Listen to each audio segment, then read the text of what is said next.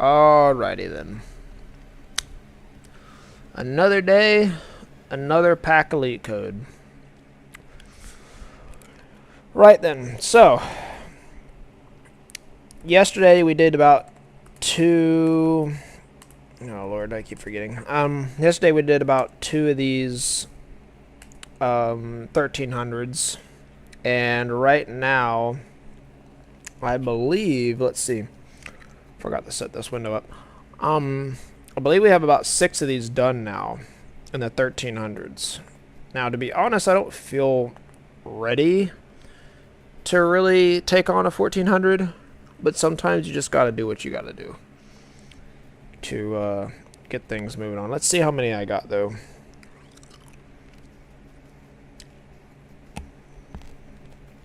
Better to try it and fail it than keep doing the same thing over and over again. Alright, 1, 2, 3, 4, 5, 6. Yep, sure enough. I do/don't feel ready for 1400, but we're gonna do it. First 1400, let's do it.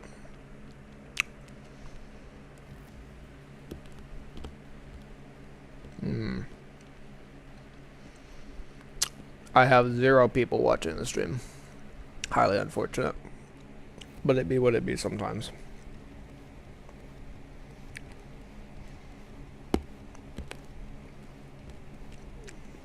What can you expect from a dead channel anyway?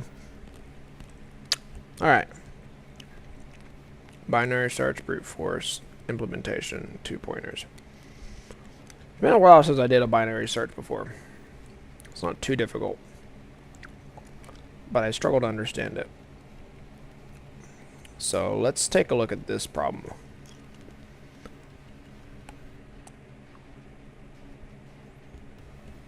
Oh, okay, so we get 2 seconds, 256 megabytes of RAM.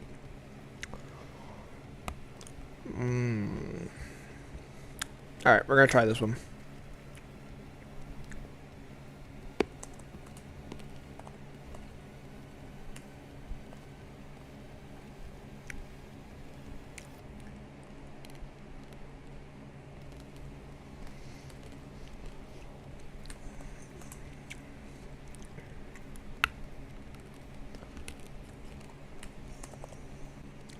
Alright.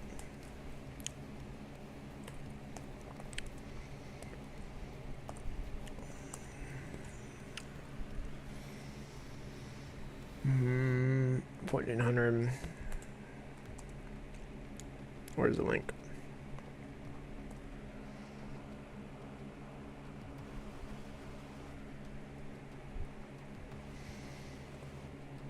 There we go.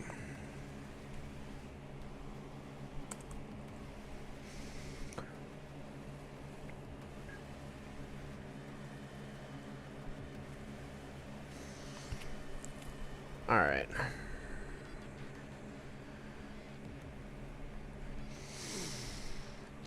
Let's see here. So. Oh, shit. Go to notes here. Let's see what we're dealing with. So. When Valera has got some free time, he goes to the library to read some books. Today he's got free time to read. That's why Valera took in books in the library, and for each book he estimated the time he is going to need to read it. Let's number the books by integers from 1 to n. Valera needs a minutes to read the 9th book. So it's an array of size n. Thanks, Netflix. Valera the goat. For real. Teaching us to code. Oh, that's strange. How are you...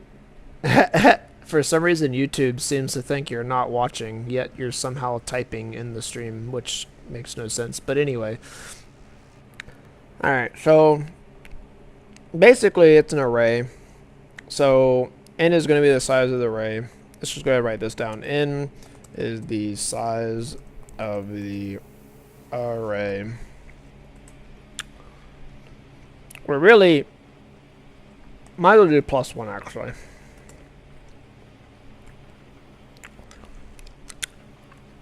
Valor needs AI minutes to read the nth book. When Valor decided to choose an arbitrary book with number I and read the books one by one, starting from this book, in other words, he will first read book number I, then book number I+1, then book number I+2, and so on. He continues this process until he either runs out of the free time or finishes reading the nth book. Valor reads each book up to the end. That is, he doesn't start reading the book if he doesn't have enough free time to finish reading it.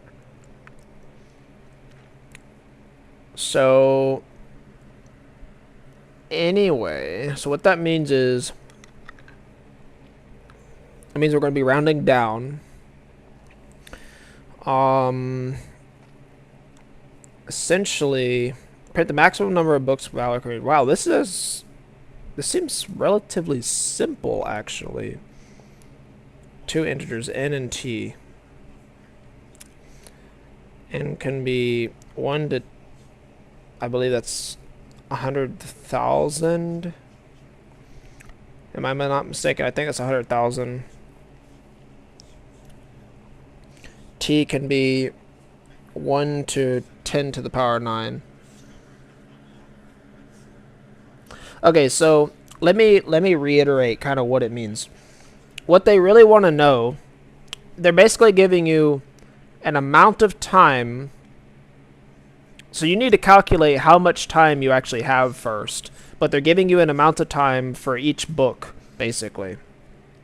And then you need to figure out how many books you can read in that amount of time. It's actually kind of simple, but not really at the same time, because for each book, estimates the time that he is going to need to read it. Let's number the books by integers from 1 to m. Valor needs AI minutes to read the nth book.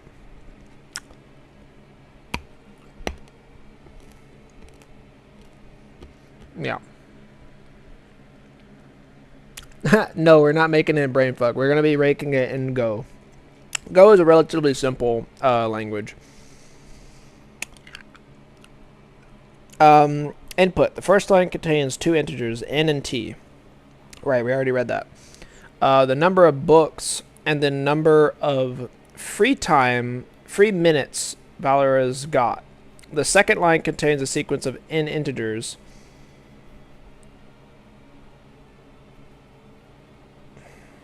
AI is equal to 10 to the power. Interesting.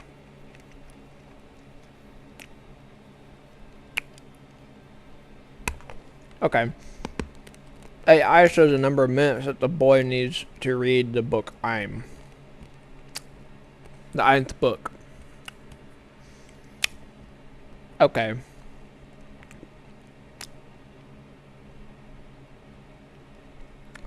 Oh, I see. Okay. So we have an amount of time and an amount of time each book takes. That makes sense. So each book takes a different amount of time to read it. Bon appetit, by the way. So each book takes a different amount of time to read it, and we have a set amount of time. Well, if it has a set amount of books.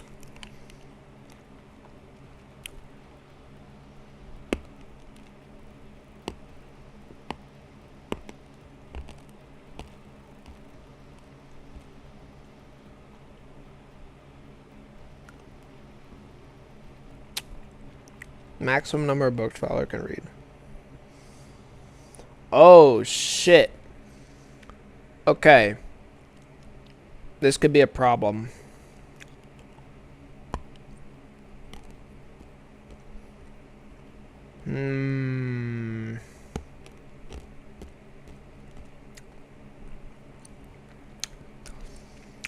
It's not as easy as I thought. So it looks like we actually need to somehow, I think, sort the books by the amount of time it takes to read them.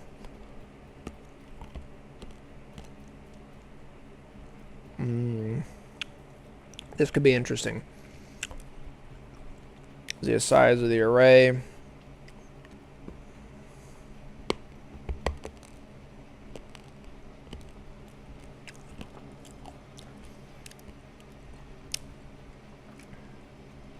So we're going to say that in each element in the array will contain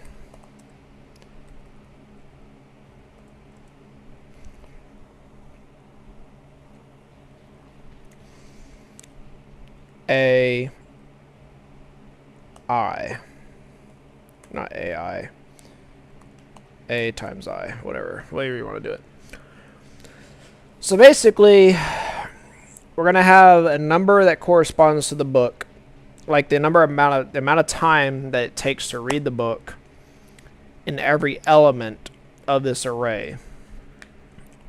And then we're going to use that to figure out what the maximum number of books Valerie can read is within the time frame t. So t is the amount of time we have to read books.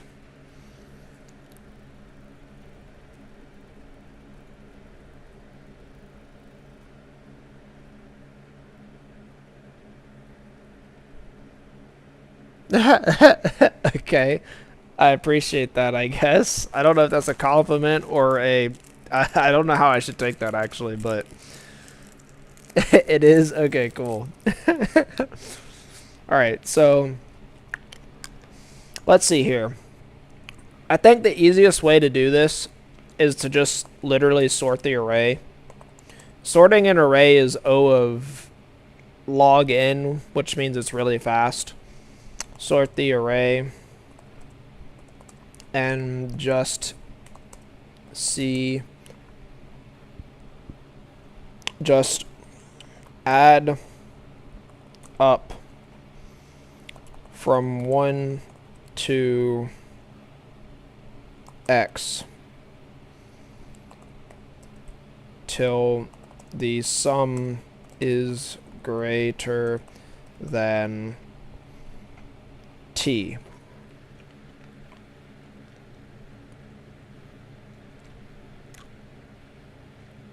Huh, that does seem interesting, actually.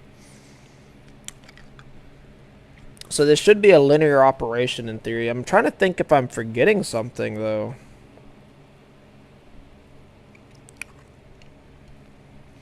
I don't think I'm forgetting anything. I'm not gonna lie. This seems pretty simple. Though I'm not 100% sure of anything.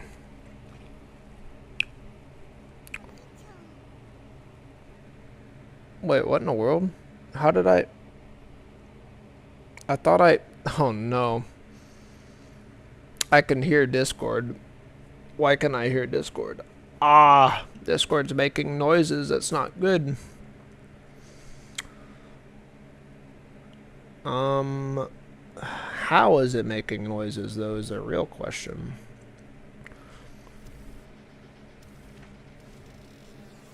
Hey, can somebody use a soundboard real quick? I want to see if that's doing things.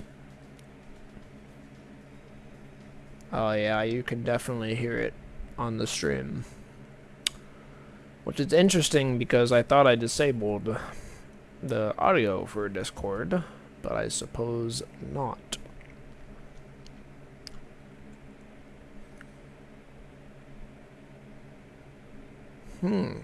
Interesting. Very interesting.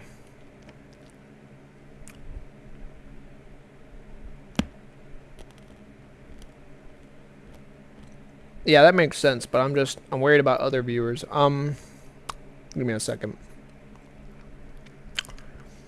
I'm just gonna disable soundboards for now.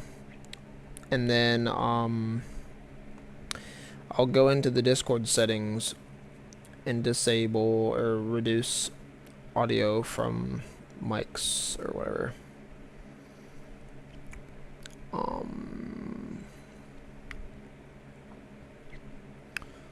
Where is it? Voice and video. Output volume. So I have it 100% right now. We're just going to take that, drop it down to 0%. There we go. That should fix the problem, I'm going to say. Alright, sorry about that. Background music is back. Okay. Right then, where was I? So we have N, which is the amount of books and their corresponding numbers, and we have 5, which is the time that we have. So it looks like, yeah, we could do 3 of these. We could do these, not this one. Okay. This seems really simple, I'm not gonna lie. I honestly can't imagine how I'm gonna manage to frig up this program, but somehow I know I'm gonna frig up this program, don't you worry. Let me double check, is this actually a 1400? Yeah, it says it is. I have no idea why this is a 1400. This should be harder than the 1300s, but I'm pretty confident it's not. Alright. So, actually, we're not going to use FMT. I just realized, hold on. We're not going to use FMT. Well, we will use FMT, but not for the input. Actually, not for the output either. Just realized. Give me a second. I gotta go... Oh, shit. I gotta go find the code. Let me try and actually make this. Hold on. So we need an in and out when a buffer new reader, buffer new writer.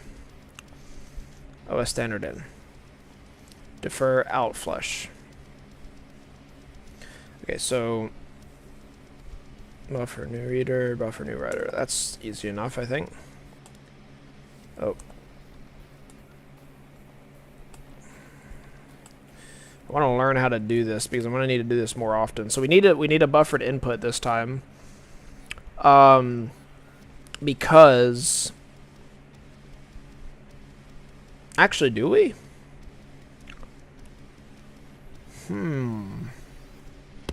No. No, we don't actually.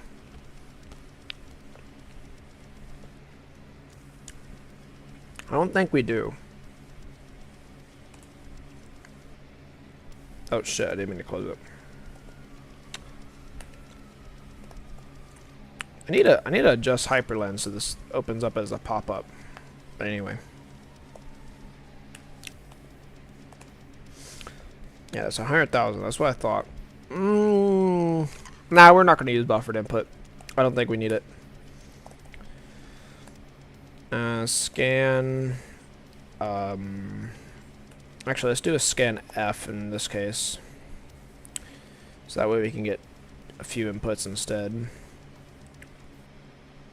%D, %D, new line. We're gonna do N and T. So we have to send this to our pointer. We're dereferencing, or not dereferencing. We're referencing our pointer basically, or whatever. We're sending it to the pointer. We're referencing it, yeah. Okay. Bar and T, they're both integers. In Go, we can do 2 integers at the same time, initialize them, and then now we have them. And another cool thing about the new Go is you could do this range in, because we know there's going to be n of these things. Oh, you know what? I just realized we also need a var.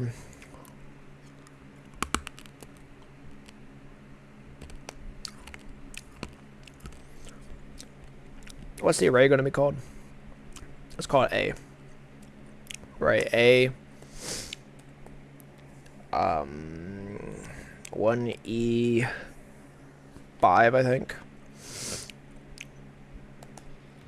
Integers. It's 100,000 times 8, 800,000.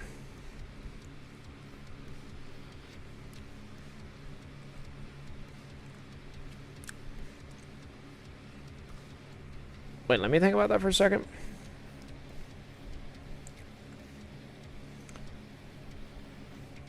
Ten to the power of 4, which is only 10,000. We can actually do a int 16, which is on a 2. Wait, hold on. Let me calculate some stuff here. So we need to be careful about memory. We only have 256 gigabytes, or megabytes, I wish, megabytes to do this with. So if we do 10 to the power of 5, multiply that by what I believe is 8. Well, multiply by 8 to the power, not to power, multiplied by 2, because 16. That should give us it's a megabyte, 1.6 megabytes. Yeah, seems about right. Okay, so we're actually going to do an int 16 in this case, because we don't need anything more than that. Because 16-bit integer is 65,000. No, wait, that's a unsigned integer. A signed integer is. Give me a second.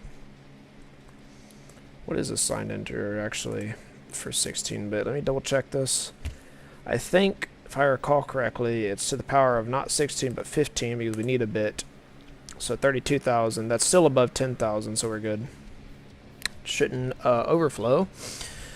So now we just take and we go I will equal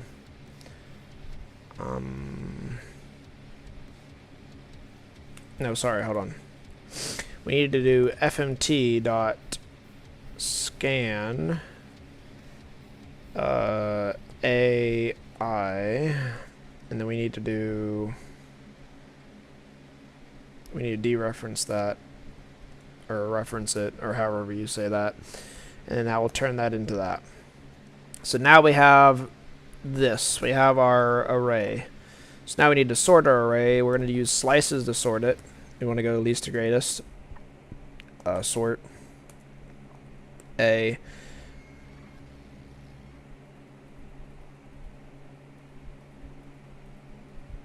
What?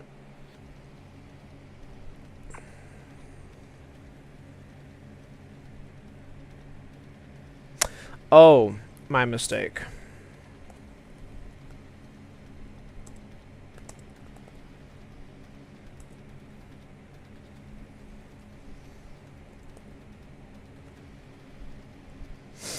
I think that's how we need to do that. Yeah, there we go.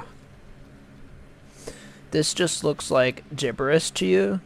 Oh no, it's not too difficult. So basically, when we do, you see these right here, this is just a list. This is a list. When I do AI, when I do range here, I'm actually looping in times. It's a variable, so I'm looping in times. And then every time I loop, I increment I1. So I do I plus 1. I becomes I plus 1. Does that make sense? So we start at 0, because always in programming we start at 0. We count at 0 first, then 1. And so A, the ith position of A in our list. So in other words, I mean, Python is similar, I think. I don't know if it's that similar, but like Python has lists too. Yeah, Python has slices or whatever you want to call them. So, but yeah, so basically we're using fmt scan to get the data, and then we're setting that variable, that section of the list, to that data. Does that make sense? Yeah. And then this is just a loop. We're doing that n times. Yeah. And then this, when we do var here, we're actually initializing. We have to initialize the variable. We have to make them to use them, right? So when we initialize in Go, it turns it to 0. And this is the same case. We need to make this, though, because we don't want to set our size here. It's kind of complicated. But when you make a list, you need to use the make function. That's all you need to know. And then, yeah, so the reason we're using scanf here is because we could get two variables. So %d just means integer. You just need to remember it means integer. That's all. So %d will grab an integer, and we're just formatting it. We know there's going to be a space here, so we're going to get another integer, and this is a new line character right here. So we're just doing a new line. And then we're setting n and t respectively. So it's in order. So this is n, and then this is t. That simple. So slices.sort. Slices.sort is super simple. All it does is it takes the numbers inside of the slice, or the numbers inside of the list, and it sorts them from least to greatest. Really simple. So now A is sorted. That's all you need to know about that. Super simple. So now if we look back at our notes, now that we have a sorted list, so we're just going to add up. We're going to do another for loop. We're going to add up till we get the sum, until the sum is greater than t, basically. So it's pretty simple. At least I think it will be anyway. There's a possibility I could be doing this wrong, by the way. Typically in programming, you're almost always going to have some kind of fuck up, and that's just normal. But we'll see here. So we're going to once again range n. Oh, hello. I didn't actually memorize your name last time. Tygo. So we're doing, I forgot to actually pin it. Hold on a minute. If you want to catch up, let me get you this link here. This is the problem we're doing. It's relatively simple, actually. The gist of the problem is that we get amount of time, we get a list of books. Each book takes a certain amount of time to read, and then we get a number, which is the overall amount of time that we have to read books in general. And then we need to figure out how many books we can read. And the problem says we actually need to round down a book. So it's actually really simple, and I don't understand why it's so simple, because it's a 1400, not a 1300. But yeah, you can take a look at that. I pinned it for you too, just in case, if you want to catch up to that. But we're almost at the end of this, to be honest. I'm literally just about to do the ending of this. So basically, we're gonna go. Let's see here. What do we need to print out again? The amount of books that we can read. That's right. So we're going to go... we need a variable of some kind. So let's say var... Actually, we can do this. Hold on. Books. Let's just call it B for simplicity.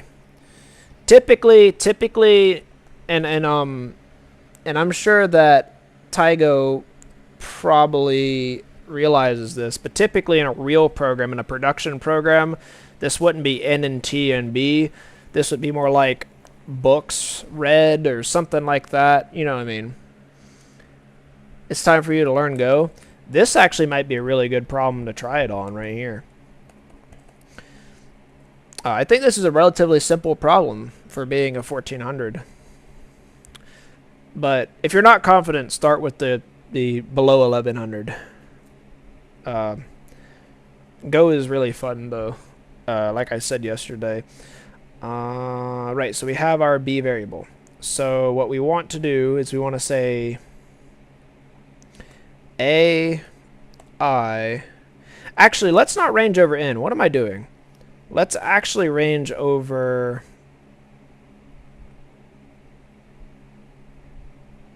Yeah, let's range over a. We're going to call this j for this example. We're going to range over a. So when you range over a list in Go, wait, what? Descriptive names. Yeah, you would use more descriptive names. But when you range over a list in Go, you can actually get two variables from it.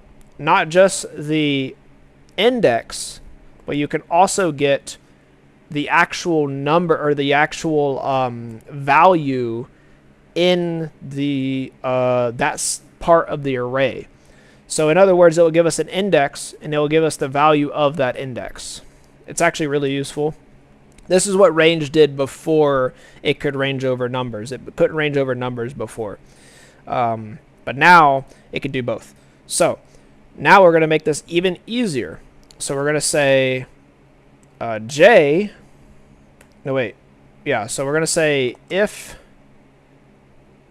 b plus j is less than, yeah, it has to be strictly less than t, then we're going to make b. So in Go you can do plus equals. Plus equals is the same thing as saying equals b plus something, right? But it's easier to just do plus equals and then j. So this will just add j to b. Wait, invalid operation. Oh, right. Mismatch types. So this is an integer. J is an int 16 because if we use a regular integer, it'd be way bigger. And there's just no reason. So our constraints are each element is less than 10,000. And an integer 16 is, I think, 32,000, somewhere in that range. An unsigned integer 16 is 65,000, if I remember correct. So we don't need any more than an integer or a 16-bit integer. So that's why we're using that, because it saves on memory. So we're just going to quickly convert this to an integer. Oh, no, hold on. We're going to convert this to an integer. Don't convert, typically you don't want to convert the larger number to a lower integer because it can overflow. You want to convert, if you're going to convert something, convert the smaller integer, the smaller bit integer into a larger bit integer like I'm doing here. Because that way you won't lose any information. You got to be careful about that. And in this case, we need to convert this into an integer as well. So this is just casting. We're just turning this into an int. I mean, I'm sure Tygo gets this. I don't know if that does. But we're just, when we do this right here, we're turning j into an integer just for the specific instance here. So if it does not, however, so else, we'll just return. We're going to fmt.print line b. Looks like we didn't actually need I at all.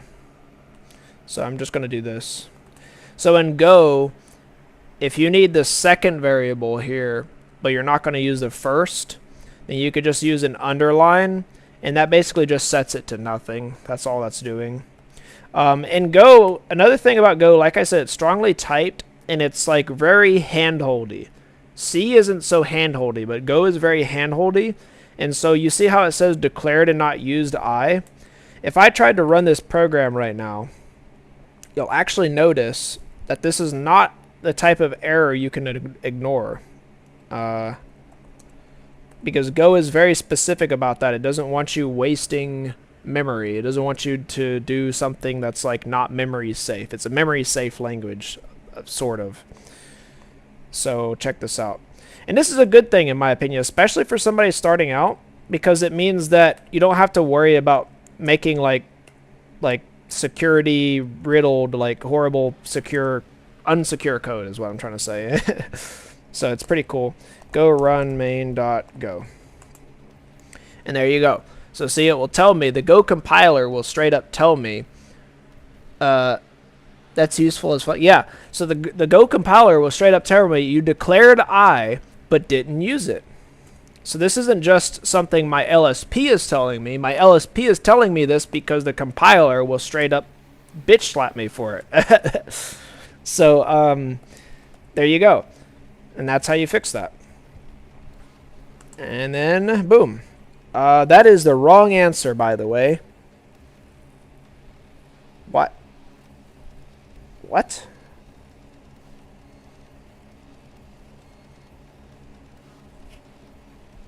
Oh, I'm an idiot. We did need I. I'm a complete moron. We did need I. We're not printing B. We need to print I. I actually named my variable stupid. This is why descriptive variables are important, people. Because even in a small program like this, I just confused myself. I is exactly what we need. And we need a +1 because we need a natural index, not a program index. For Netflix, just so you know, I think I already explained this, but in computers or in programming in general, I think most programming languages are like this. You count starting from 0, not from 1. However, the challenge, yeah, exactly. Okay, you get it. So the challenge wants a natural number though, so we're gonna give it a natural number. But yeah, so we just add 1 to do that. Basically, we're shifting it 1. I need to change this variable name. I don't like how bad this variable name is. I know it will probably work, but let's just call it BT. We're going to call it BT, yeah, for B time.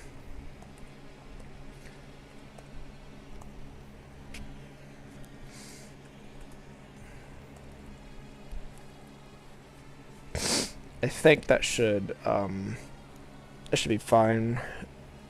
Yeah. Let's give that a shot. What?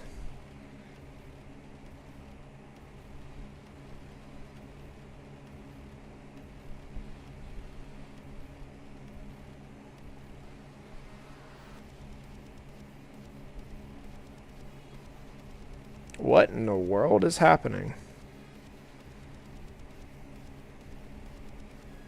Why are we printing 100,000?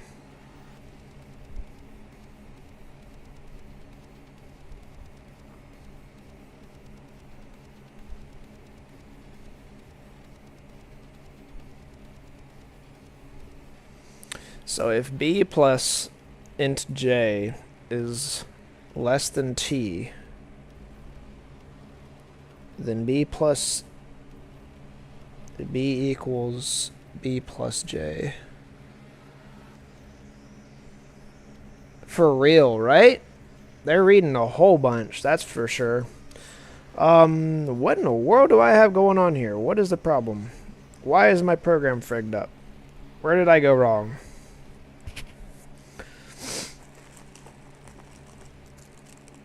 Why are we getting all the way to...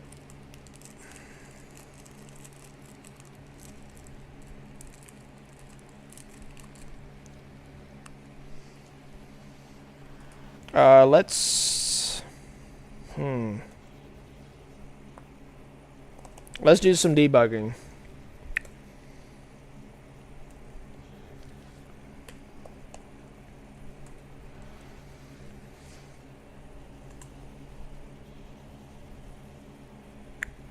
Interesting.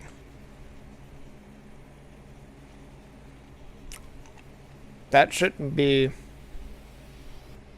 Oh! Oh, shit.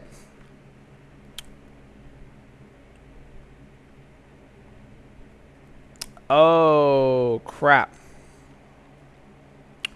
I'm an idiot. I don't know why I did this, but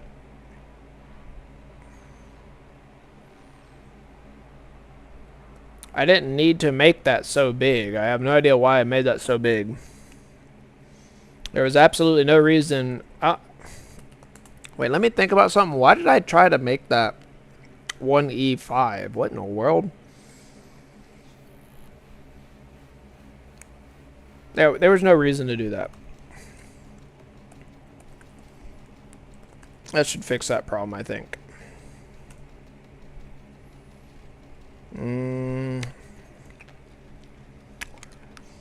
It's starting at 0, which is what we expect to happen. However,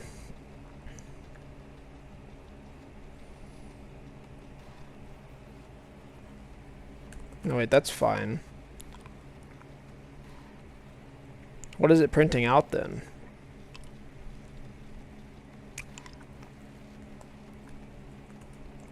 Was it printing out 4? So it's printing out 4. It should be 3.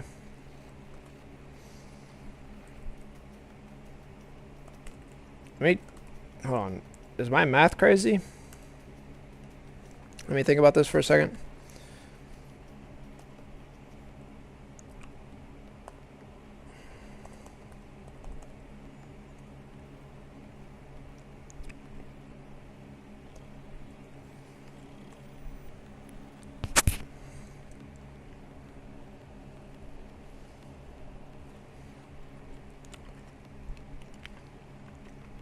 So we're going 1, 2, 4.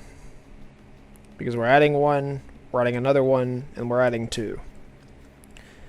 And then it doesn't do it again, because then that would be... Oh, I see. I see why. So the reason why we don't need this +1 in this case, because actually...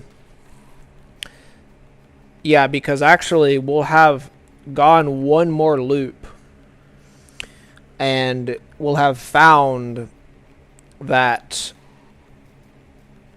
the point is we'll be going one loop more than what we actually need to.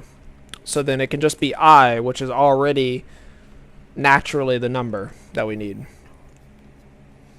Because it's like one less, basically. So then that should be our answer every time. Let's check, this time, we're going to try the examples.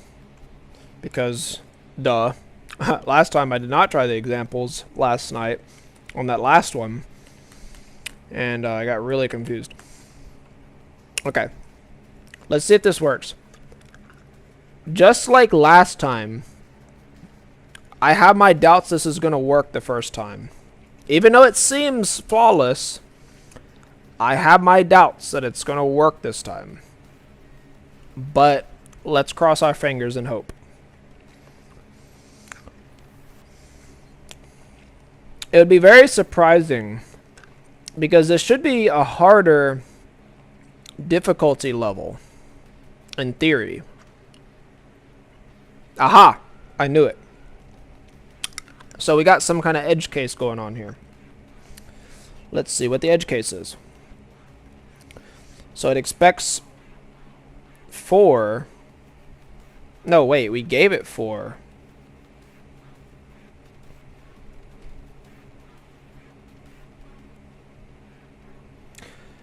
Ah.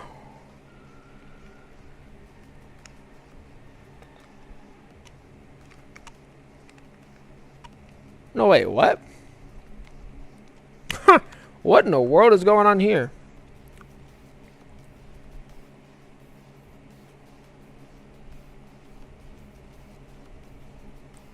Oh, we didn't actually send an output, it looks like. Wait, what? So there used to be some kind of problem with our program here. Ah, okay. Alright, so what's happening? Let me think. Why would this be happening?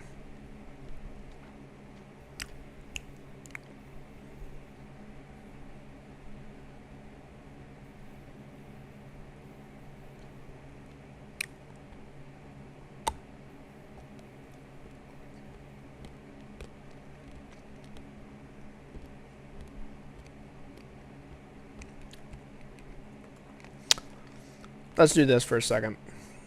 Instead of doing else, we should just do another if statement.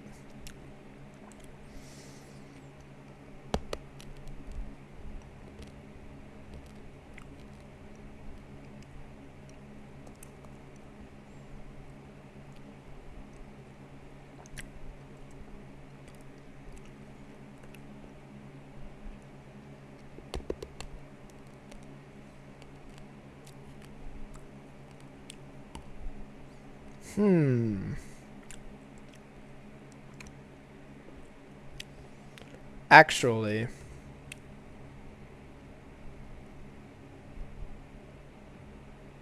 hold on, let me think about this.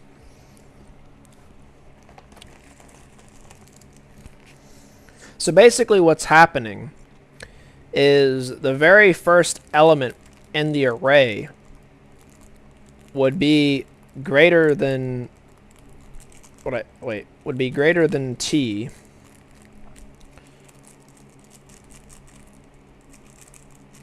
No, it wouldn't. Oh, we don't have a default case. That's not the problem at all. Never mind. I got confused. We don't have a default case. So a default case is required because in the event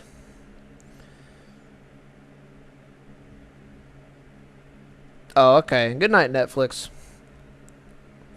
So in the event that we reach the end of the range, we need to print the answer because the answer is just the entire range, basically. Totally forgot about that. My bad. Continue. So the continue keyword, you already know what return does, I assume. Continue keyword in Go actually just continues. It basically skips everything after the continue in the loop, and it will just go to the next loop. Does that make sense? So it'll go to the next loop when you press continue, rather than continue the code below it. So, and the reason we're doing that is because we're going to have a default case. So in the event that we don't do this or this, then we're going to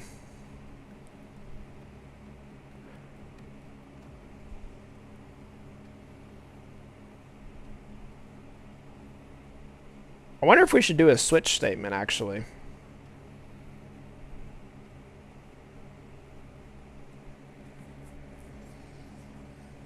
Would a switch statement be worth it?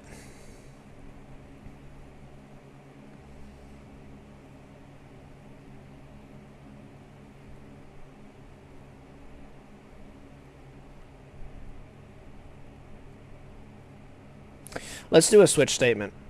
This is a good situation for a switch statement, I think. Because switch statements come built in with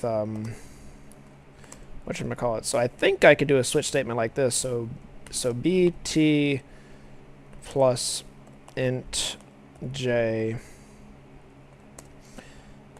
and then case. So switch statements are a lot like just a bunch of if statements, but it's kind of like a cleaner way to do if statements in a way, I guess. I don't know if you've ever dealt with like I'm sure other languages have switch statements actually, but I don't know if you've ever used them.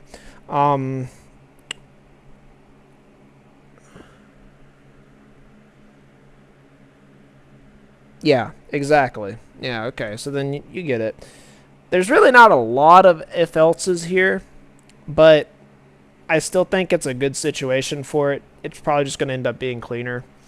So if b is less than t, we'll do b continue. Bound assignment. Oh, can I not do that? I mean, that's not a big deal. I can just... Whoa, hello. Oh, shit.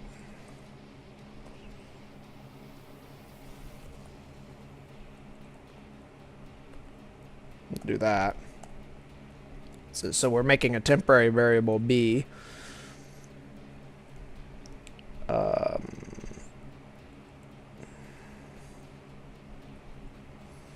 Let's actually call this bd, so b delta.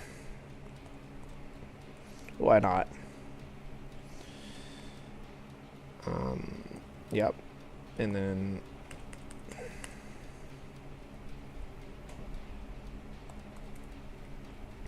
so in case that B delta is greater than T,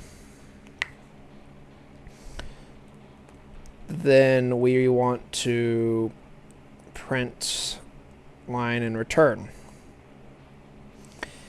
And then what we have is called a default case.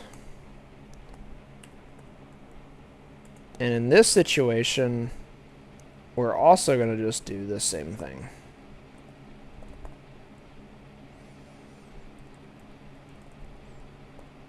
Actually, wait a minute.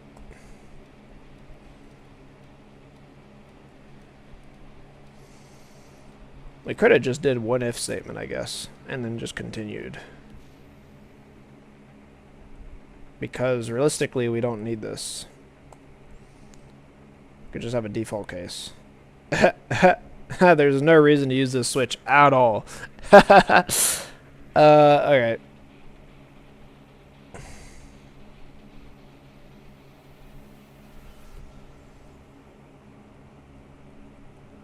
Clearly, I have not fully woken up yet.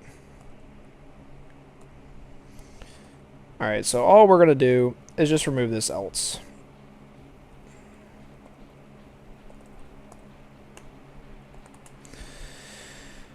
So, yeah. So all we really need to do is add this continue keyword. And this will just continue the loop. Continue will just skip this. And in the case that this is not true, it just won't run this, and then it will return. So that should fix this situation right here. Huh?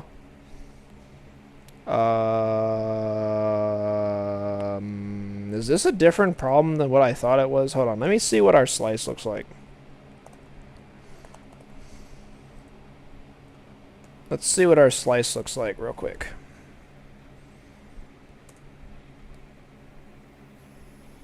Interesting. So what's happening?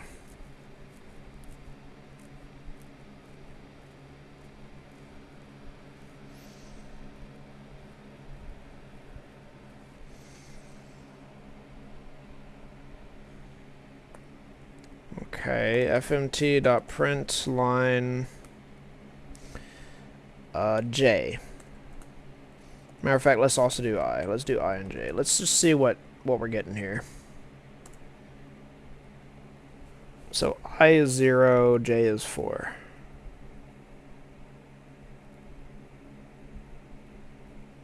I see.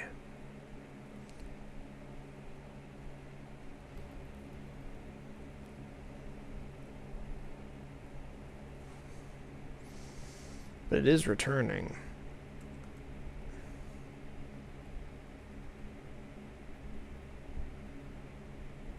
I'm a little confused right now, because if I do +1, that might fix this problem.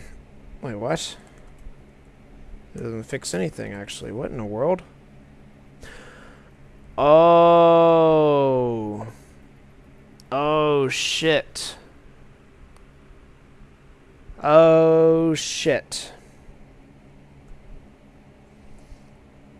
Shit.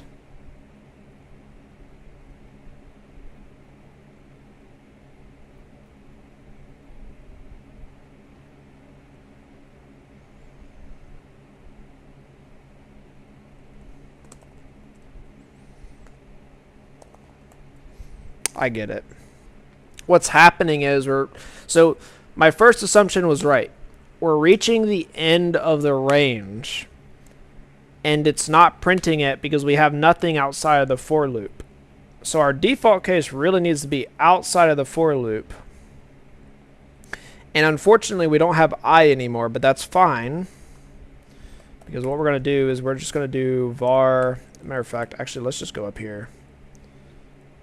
No, wait. Let's do it down here. Var I j int. No, wait, we don't need j.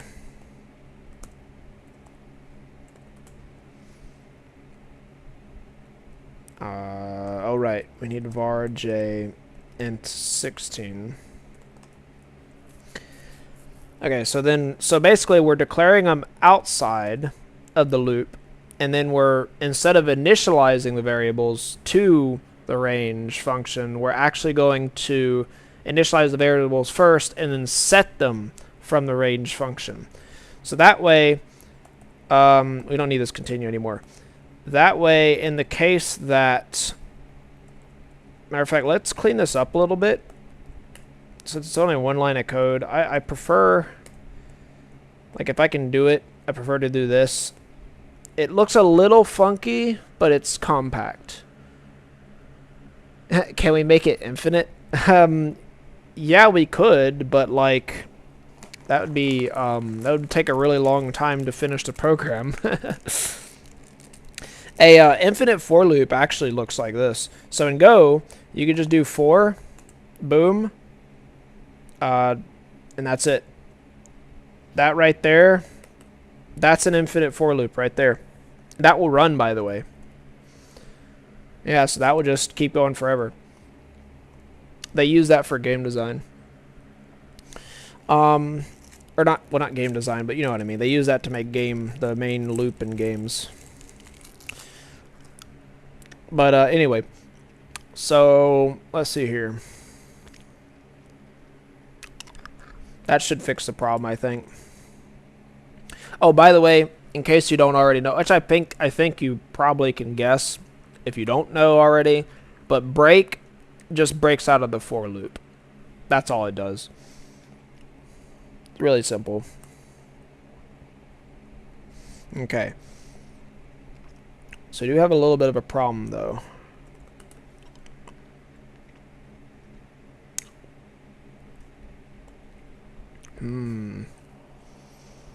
How do I rectify this?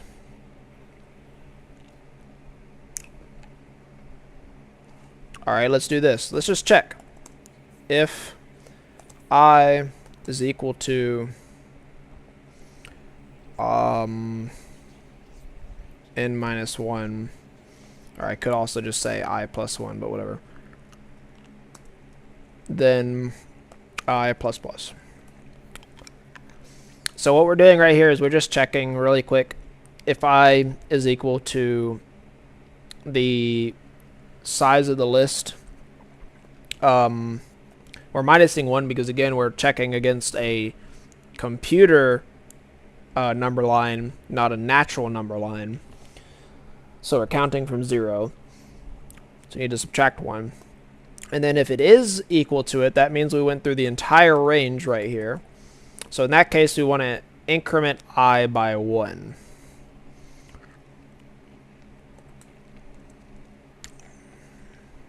Because,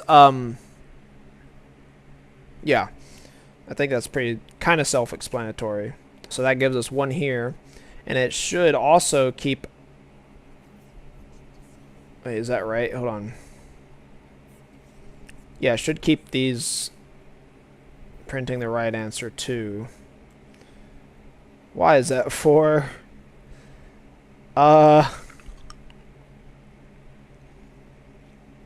should not be 4.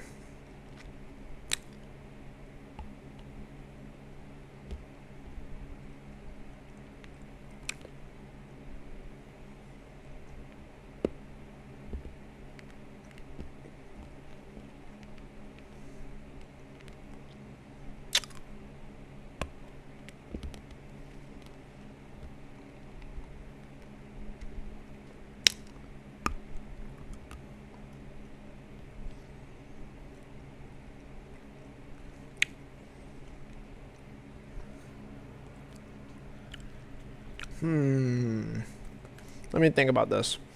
This isn't the best solution, I just realized. So, sometimes we'll get all the way to the end of the range, and the if statement will be true, or whatever. Or, yeah. Or false, I mean. So sometimes we'll hit this break thing here at the very end of the range instead of completing the range. So I need to think about this.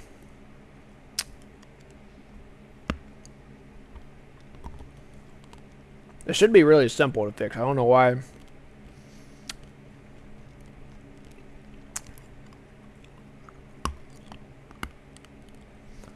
Why I'm thinking so hard about this. Give me a second.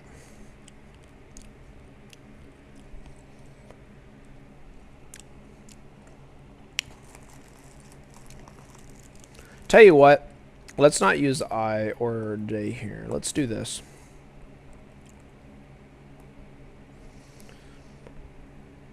Let's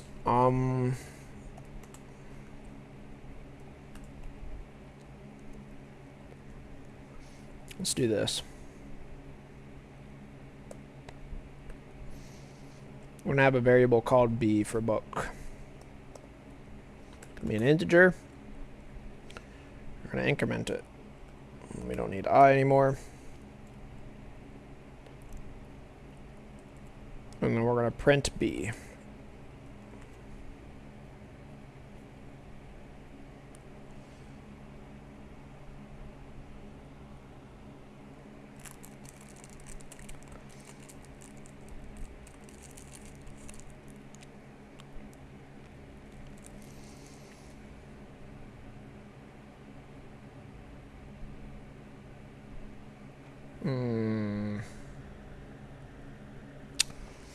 Why am I struggling here?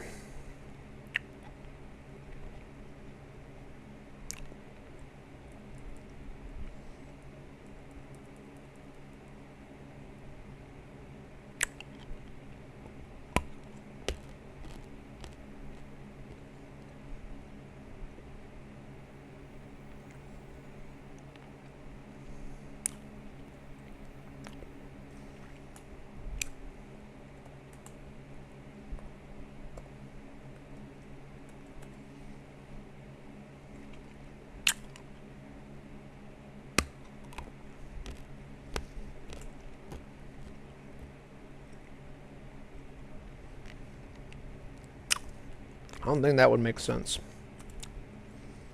No, that's not it.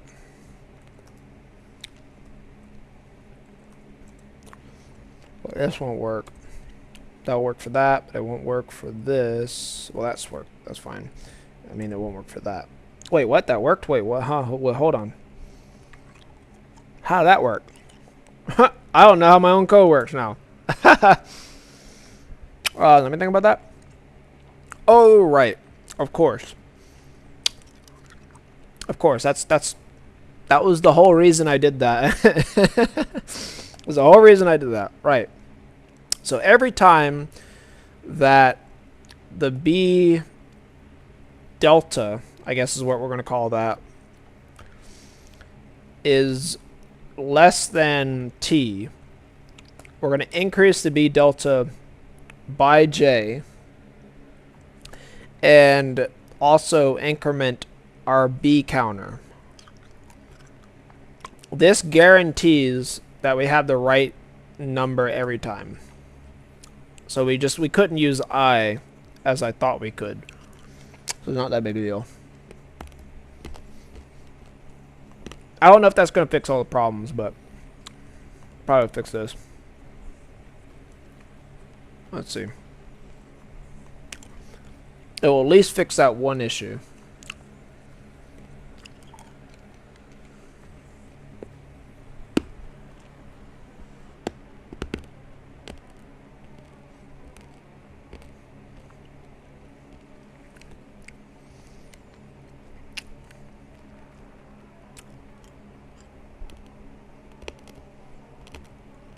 Wrong answer on test 5. Go figure.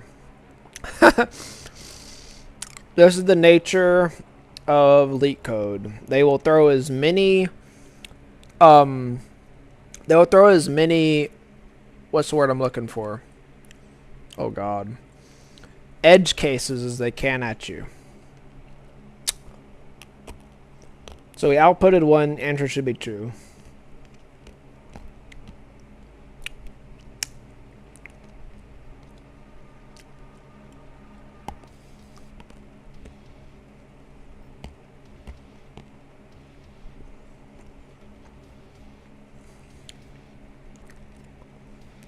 Oh, yeah, because we're asking if it's strictly less than.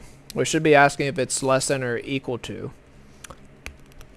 Because if it's equal to t, then that's fine. We want to do this again. I don't know why I thought it was strictly less than. Probably because of the wording of the problem, I think. Not a big deal.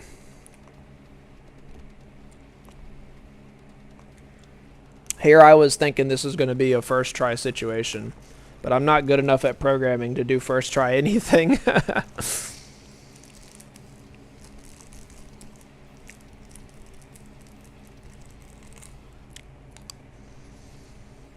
Wrong answer on test 6.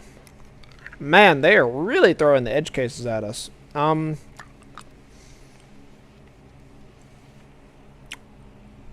So it's expected 4, found 5.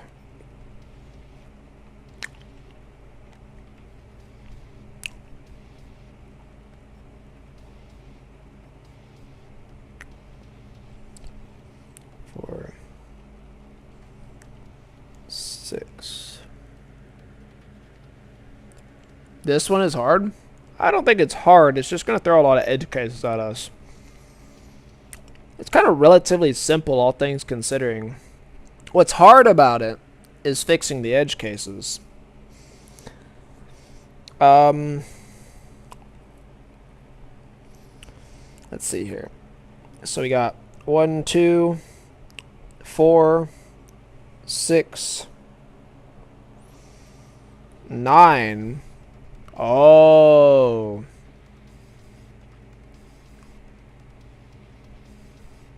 Wait, that should have still been 5. That should have still been 5.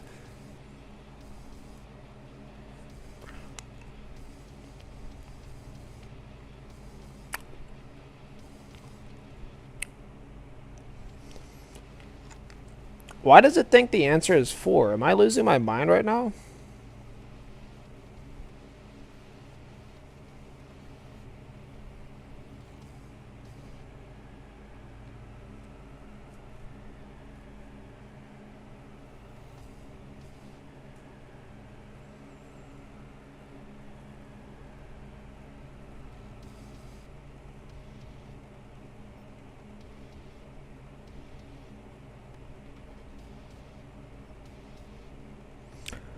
Oh. Oh, shit.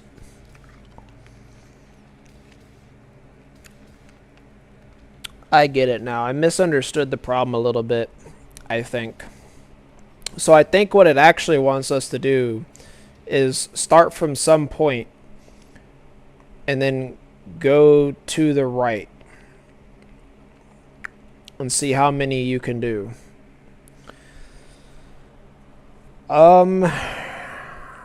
Interesting. Let me think about that. It's a different problem than what I had in my head.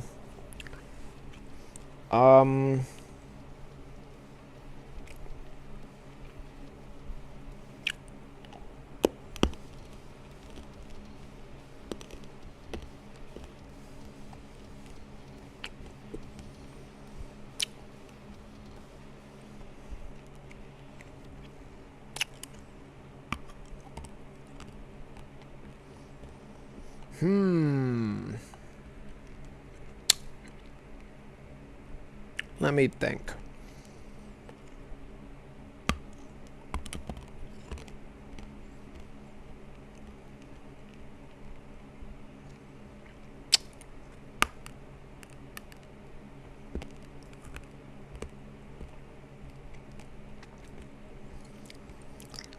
I might have to rework my logic from the ground up, actually. I don't think I can sort it.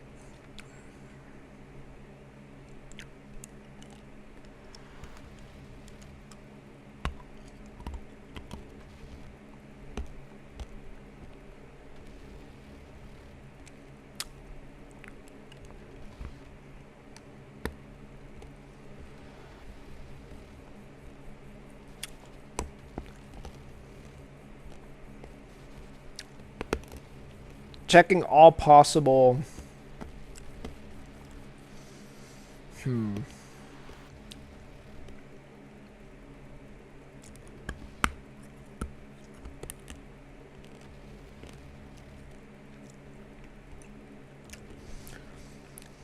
Trying to check all possible combinations would be, how do I say, very difficult, to say the least. They're not difficult, I guess, just kind of a pain in the ass.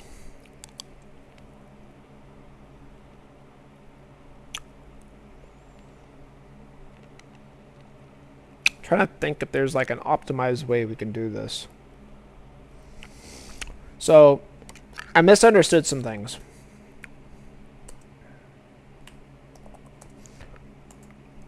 I meant to go to notes. Let's see here. We can't actually sort it because, for example, the way we're actually supposed to do this, I believe, is by checking. So we're supposed to check and see. Supposed to check and see what the maximum possible amount of books that we can read are, but going left to right, if that makes sense. So in this case, if we did 2, 3, and 4, so our T is 10, so let's do 1, 2, 3, 4, 5, 6. So this is 6, 10. So our T is 10. So we did 2, 3, and 4. That's 5. That's 9.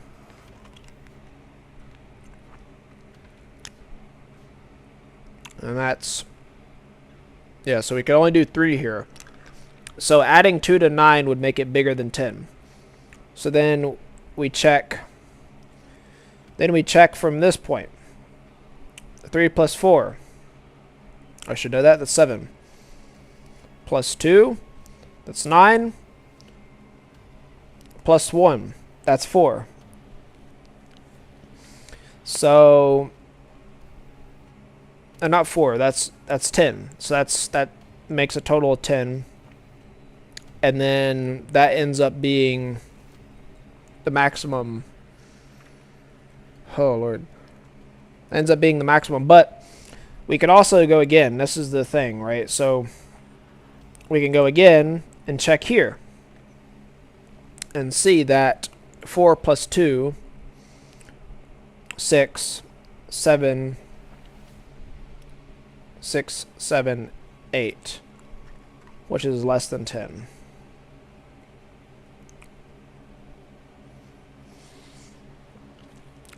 Huh. So we need to figure it out that way somehow.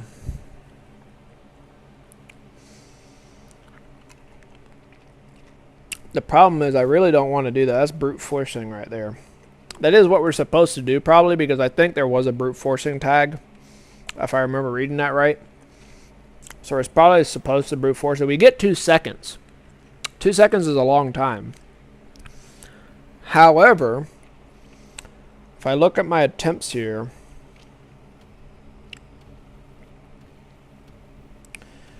we may want to use a buffered input to save us a little bit of time, maybe. Perhaps. I'm not sure yet. We may have to, though.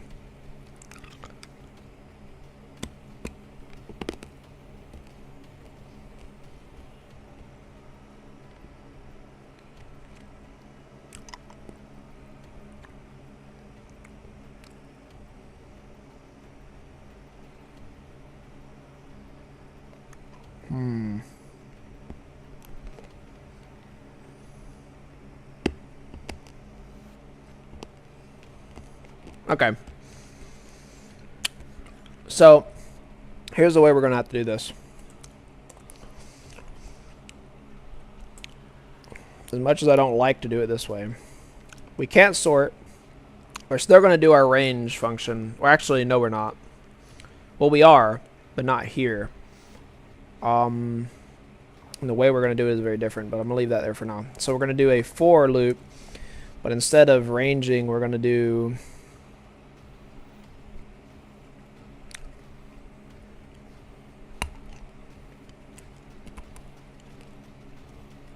Know anything about that?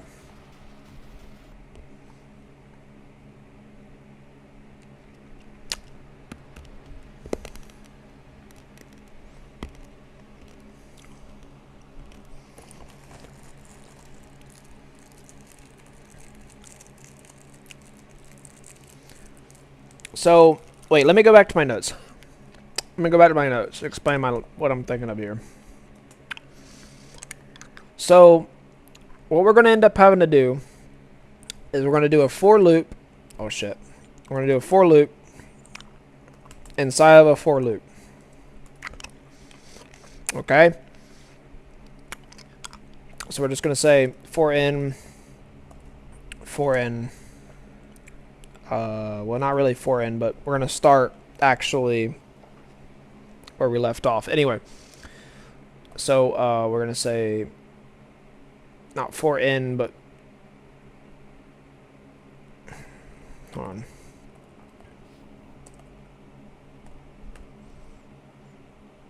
I'll just pretend there's a range there. And then for n minus I. And then what we're going to do is, so every time we're going to check two things. We're going to check if we're at the end, if we're reaching the end of the array. And we're going to check if B, oh Lord.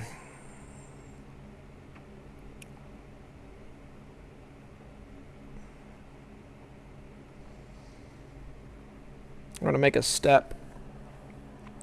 Same kind of logic, I think. Yeah. Same kind of logic, just without sorting. We're going to do our checks.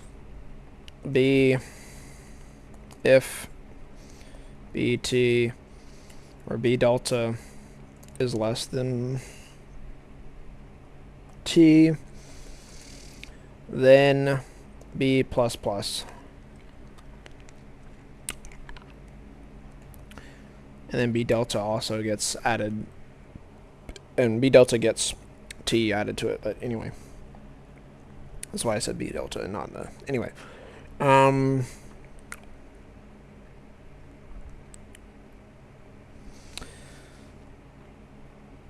So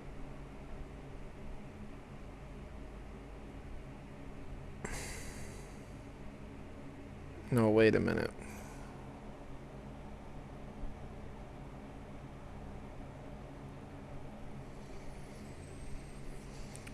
So every time we do this, we actually need to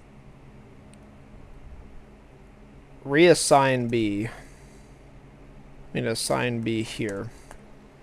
We need to reset B every time we do this loop. And then if end of n or A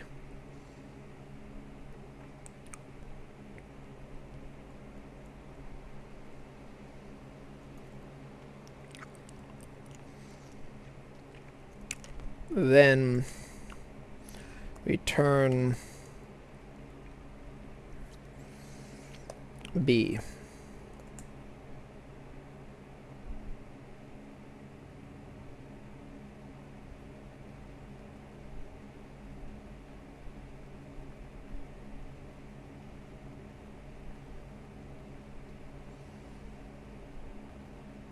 No, something's not quite right.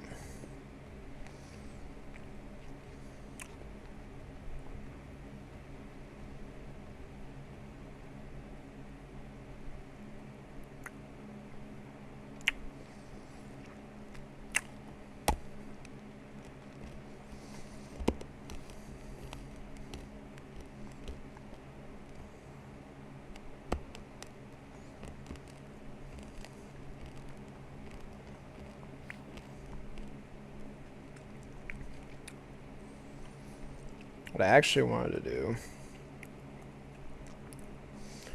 it's not B, but C.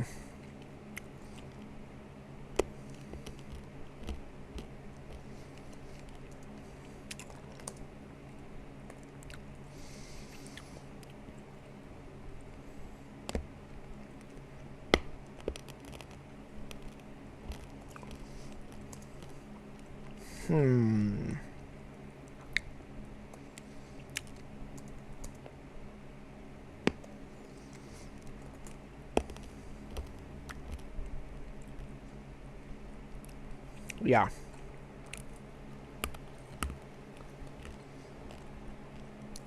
That should do the trick. Okay. So, what am I actually doing here? I didn't get to explain a lot of what I was thinking about there. So, we're setting B outside the loop. We're doing our first loop, which will range over the entire, which will range over N, which is like the length of the thing. And then we're going to set C to 0 every time we do this loop before we go into the inner loop. And the inner loop is going to, basically, we're going to start from where we left off and then go all the way to the end of the array each time. So we're going to start where we left off, go to the end.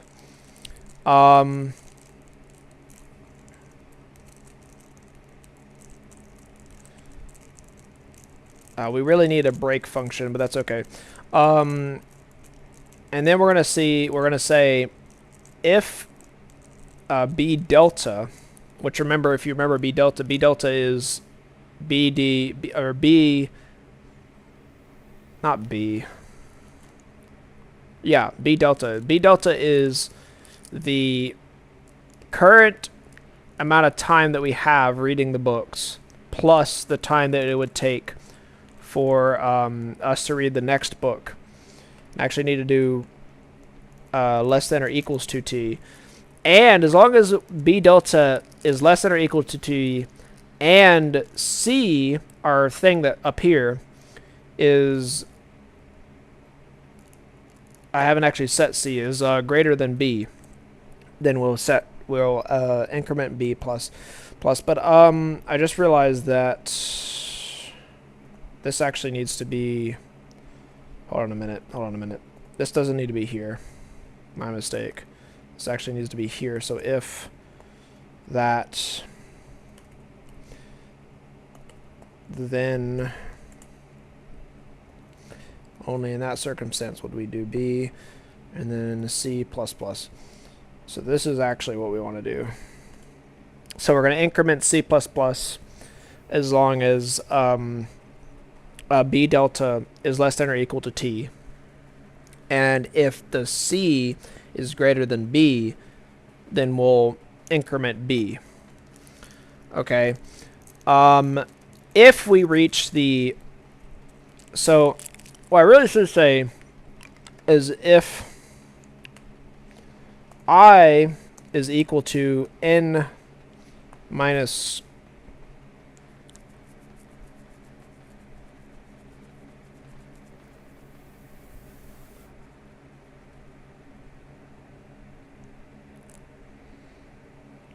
I'm going to say N minus B. Because we don't... If B is currently like 10 and our array size is 20, then we know for a fact that once we get to 10 on the array, or actually once we get to 11 on an array, there's no chance that beyond that point we'll have a C that's bigger than B. Does that make sense? Because it only increments once each time. If that makes sense. Now, what I want to do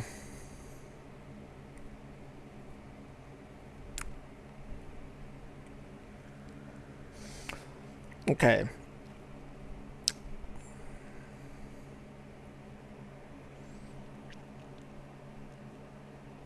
So, else, if b delta is greater than t, now what we want to actually do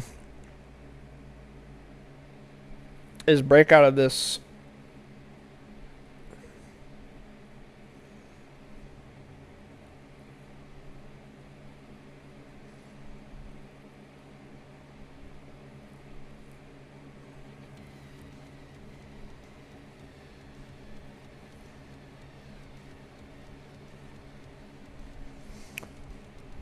this needs to be over here.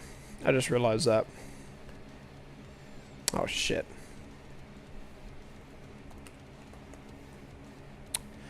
I can't format pseudocode apparently. And then we need to break. We're gonna break. Did I spell that right? Something tells me I didn't spell that right. No, I spelled it right. Okay. So if b delta is greater than t, we're gonna break, which will break the inner loop, not the outer loop. So then we'll loop again. However, before we loop again, we're going to check to see if I is equal to n plus b. Really could technically, to be more accurate, we could say greater than or equal to, but we should never really pass it in theory. But let's just say greater than or equal to just in case. So n minus b.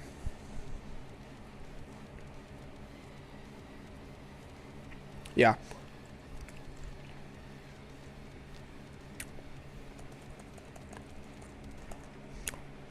This should be the function we want right here, I think.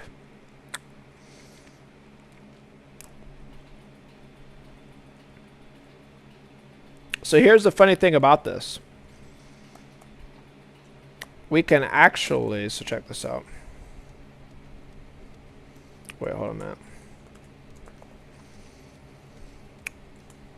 And actually put this in here.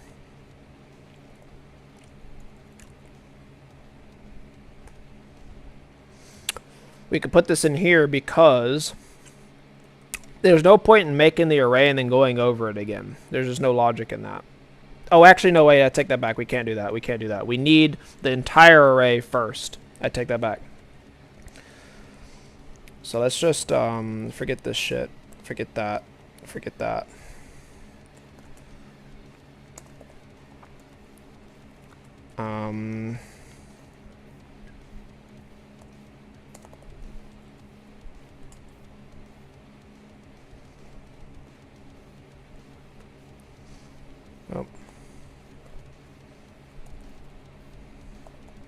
Oh, why did I do that?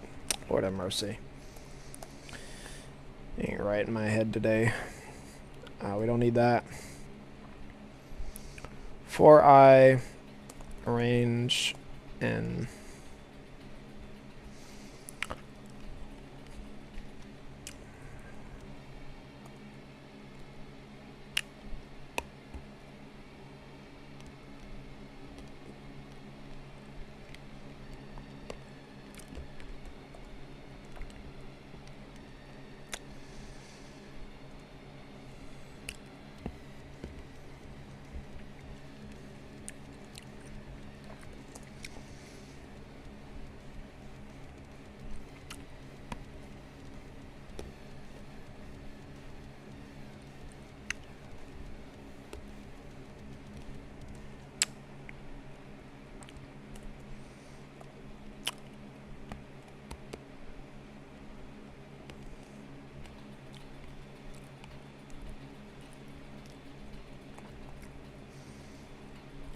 So we're doing the same thing, but instead of, since we're not going to be able to do the range function here, and I'll show you, hold on a minute.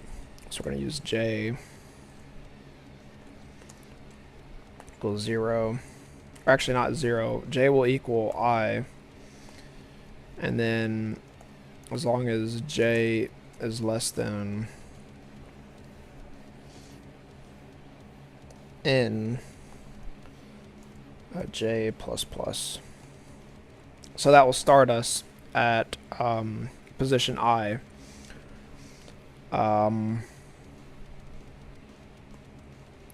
In fact, we actually need to do a j. So same deal, but this time we can't use the j as by itself since it's not a range function. we have to do our own little thing. So same deal, basically here. And then what we need to do is, in this case, we need to increment bt plus equals int a j. Same deal, same deal. If c is greater than b. Yeah, if c is greater than b, then b plus plus, else break. Return b. So we can actually return b, obviously. We need to do fmt dot print line b. It's the amount of books. So if I is greater than or equal to n minus b, I think that should stay the same if I'm not mistaken. Return. Okay. So we turned our pseudocode into real code, basically. That's all we just did for a moment there. Now, I'm not sure this is going to be fast enough. I'm going to be the first to say.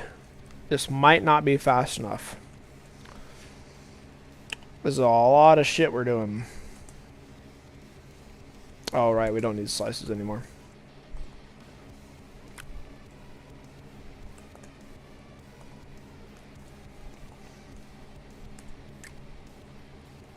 Alright. Alright.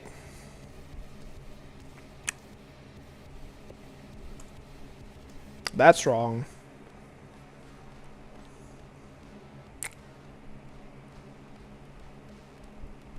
Why is that wrong?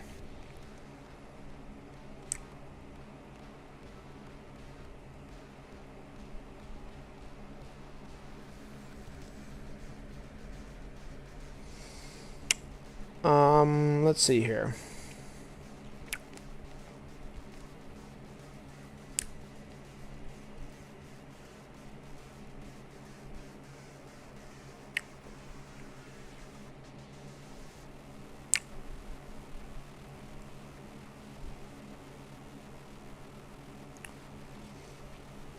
So B became 2. I became 1. 1 is greater than or equal to n, which is 4, minus b, which is 2, which is 2.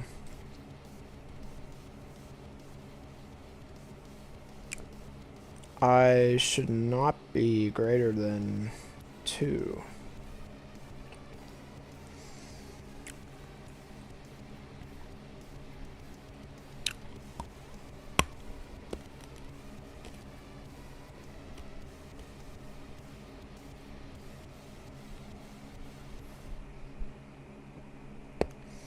Let me check that again. That doesn't make any sense.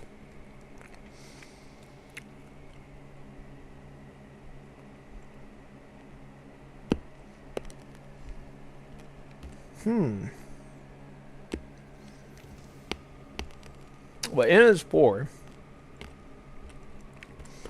N minus 2 is 2. I should have been 2 in order for it to return.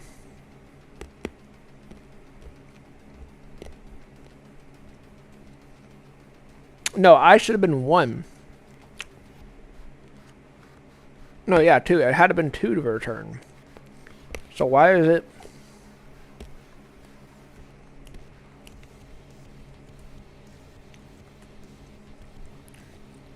What the hell? Let's take a look at this. What is I?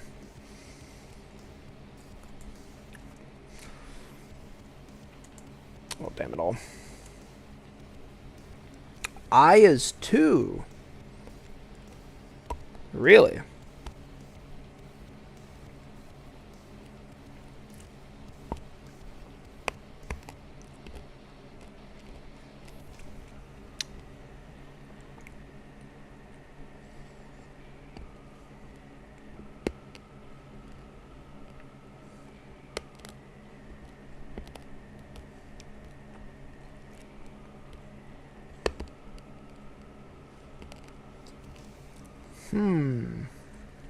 Okay. So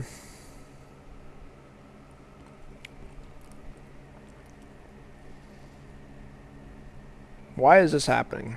What am I thinking?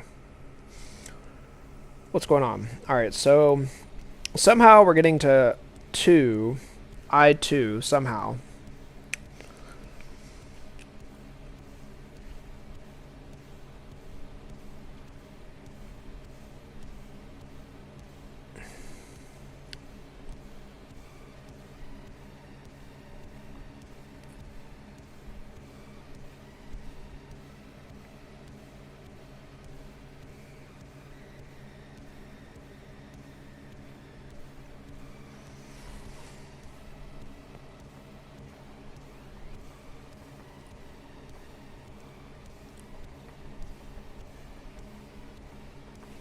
I'm a little confused. Hold on a minute. So, let's see here. We're going 1. So, wait, 0, 1, 2. What I don't understand is, by this point, B should have been 3. B should not be 2. B should be 3 right here. Because it should have went, all right, 1.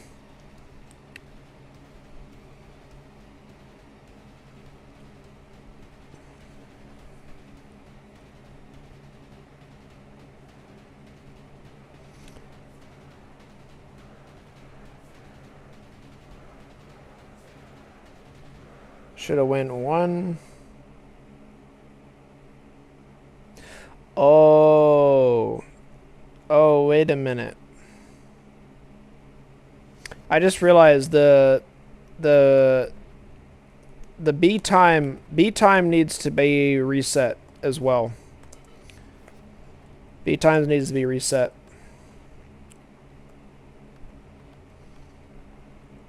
We're not going to set it up here in that case. Set it down here.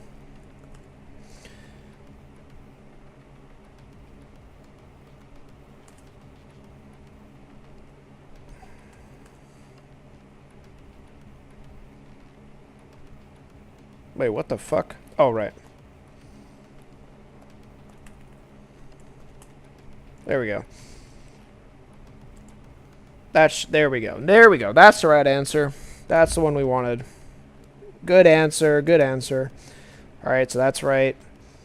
That's already right. That's right. Let's see. Are there any more? Have we tried this one already? Let's see if we fix this one. I mean, in theory, it should work. If this doesn't work, I'm going to be kind of mad because I literally did all that just for this specific edge case. Rewrote my entire logic. Okay, there we go. Good. Whew. Whew, scared me for a second. I don't know why I didn't think it would work, but I did for some reason. So let's go up our examples. Let's just make sure we're not going backwards here. Let's make sure we're not going backwards. We're going to check all these other ones because I think there's only like, what, 6? Did we only get to 6, I think? So that should be 2. Yep, that's right. We already did that one. That's right. This one should output 0. Let's see if it does. I'm not 100% confident we can handle 0 integers. I didn't really think about that. Ah! It doesn't output 0. Which is a problem. Let's just have a default case. We're just going to have a default case here and see if that fixes that particular problem. Yeah, that fixed that problem. Okay. All right, good. Let's see. I don't know. So this is test 2. I think this is one of the first examples they give you. The first 2 examples they give you. Let's see. I think I already did this one. Yeah. And that should be 1. Yes. This should be 3. I don't know if I've checked this one yet.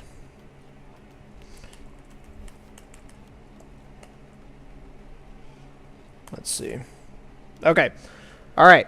So this should get us past test 6.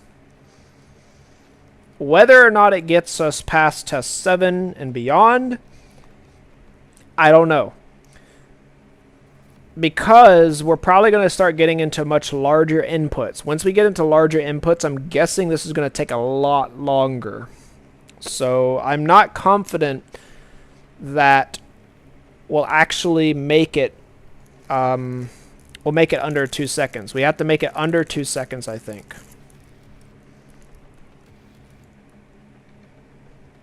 Yeah, aha. What did I say?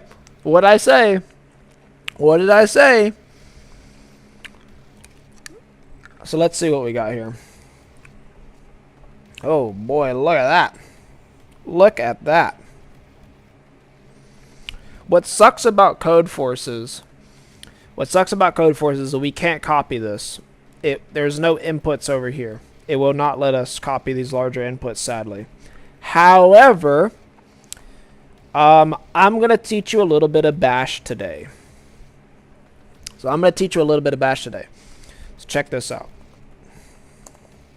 Another thing that my setup script does is it makes this bad boy right here. So this is a little Bash script. So a really simple Bash script. We're not going to need that, but let me hold on a minute. So n is going to equal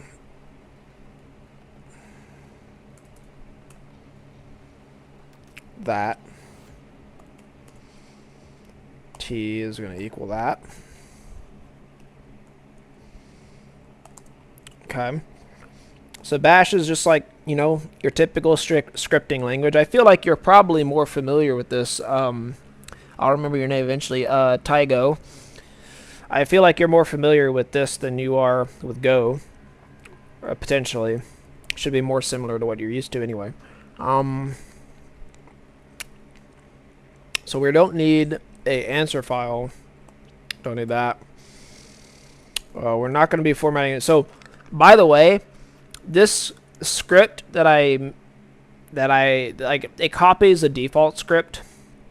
The purpose of this is actually, I have a program, I made a Go program that actually runs like my own version of like codeforces testing algorithm.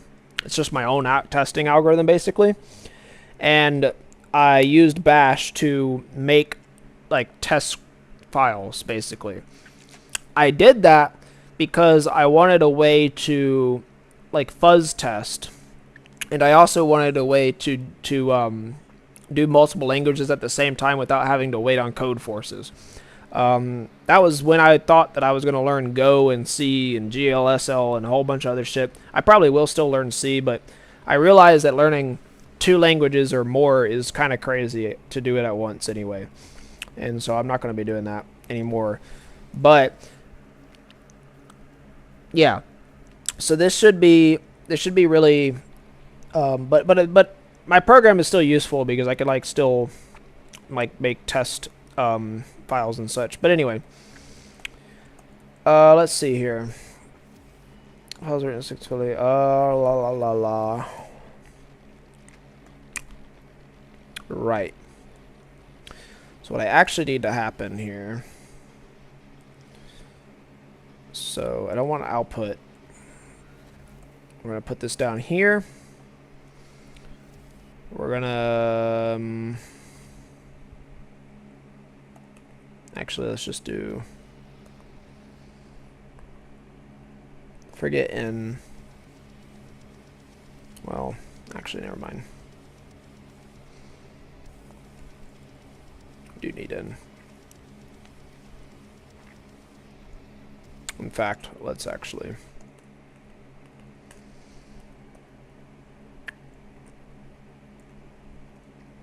let's do that. And then...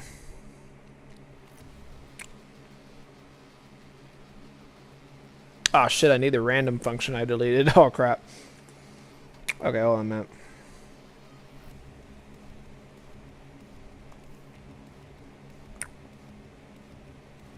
I don't actually remember these things that well. I should, but I don't. So what's our potential input here? I think it's 10,000.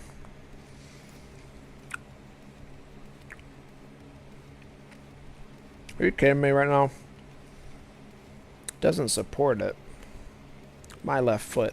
Alright, whatever.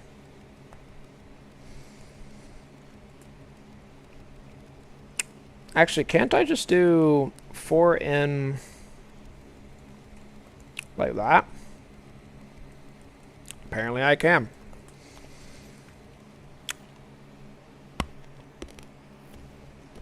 $10,000. We don't want that to be in, we want that to be A. We're going to take that. All right, put a variable. We're just going to go A.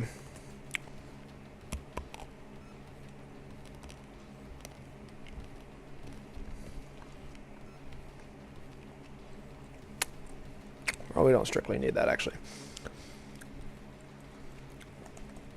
That should be good.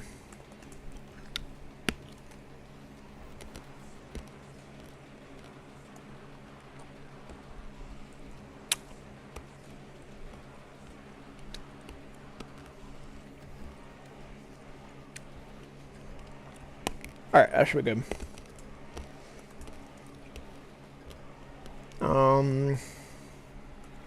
Oh, wait, no, I don't want to be here.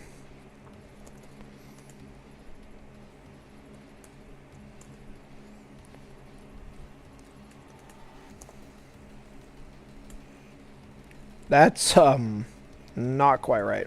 I think I know what I did wrong. Oh god, what did I do? Dear Lord. Right, I forgot to do... Can I do plus equals in Bash? I forgot. I think I can. Meant to do plus equals.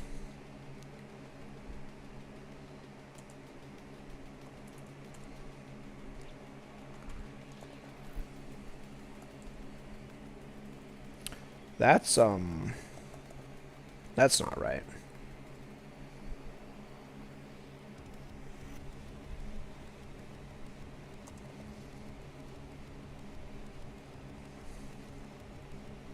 Test set, test gen for 1. Actually want to override it. For 2, it's not... Alright, I'm just going to assume I can't actually do that. So, input space A. This should do the trick, I think.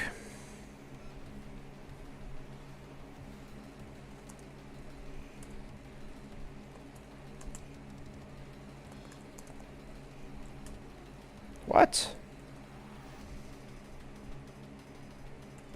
Well, there's 2 problems, actually. Hold on, but let me just go ahead and... That's not what I wanted. So first of all, we actually need also a... Is it a cache symbol? I think so. And... Is that how you do it? I think that's how you do it. So that should give us a new line. Now, why are we not... We're only doing this 1 time, which makes me think that...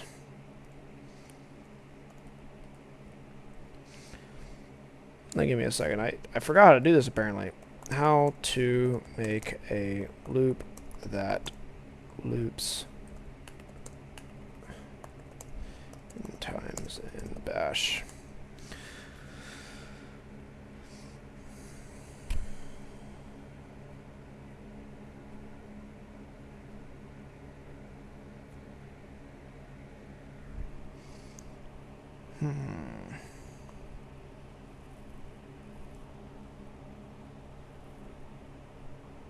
Oh, so we have to do like Go. Or like what we used to have to do with Go. Oh, no, wait, we can do this? Can we do that? Somehow I don't think we can do that. So 1 dot dot and Really? This seems to suggest it does.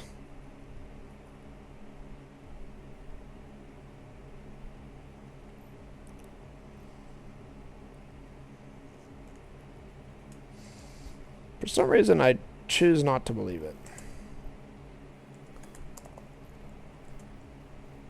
I was a fool not to believe it.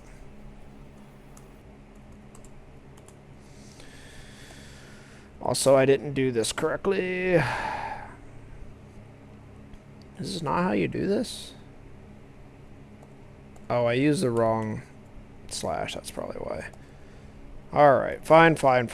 I don't like to hard-code things, but I'm going to hard-code it. Really don't like to hard-code things, but we go hard-code it.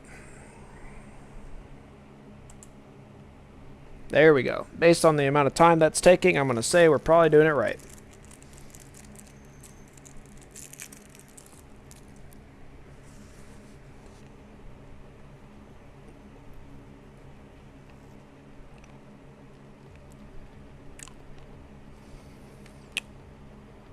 Sure is taking his time, that's for sure.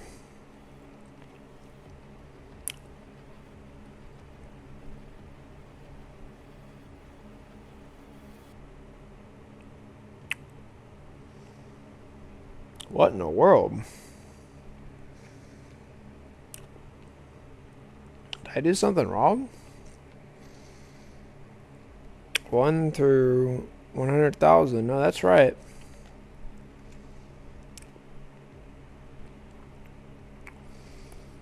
I don't remember this taking so long before.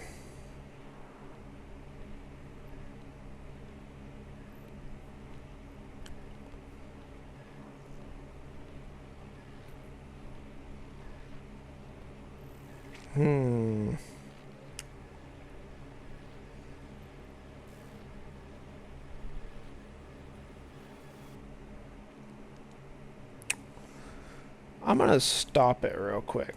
I don't trust that something's not fucking up right now. Wait, what? Oh, it must have not have written it yet. Oh, damn it all. Okay.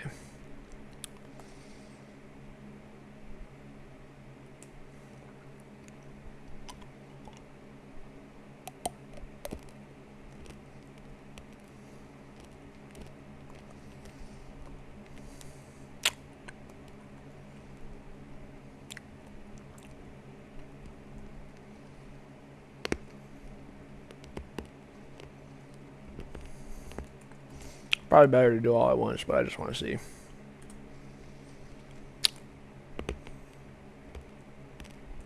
Wait, I forgot to clear it.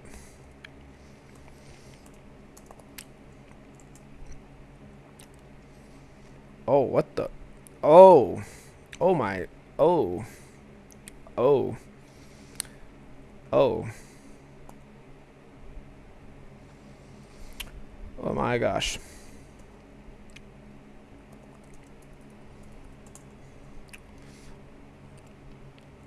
Slight fuck up.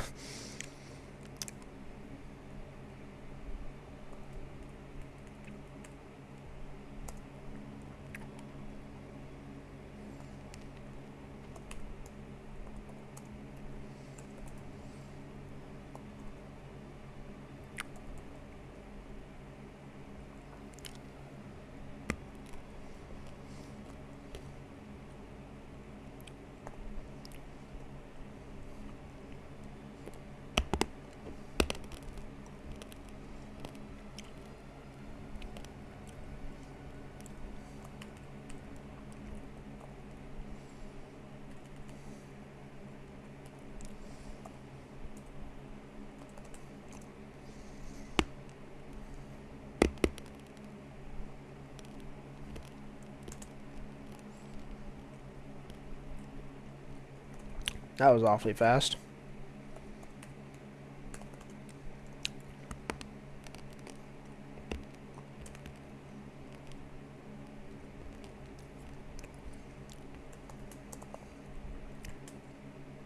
That's not right. That's not how that's supposed to be.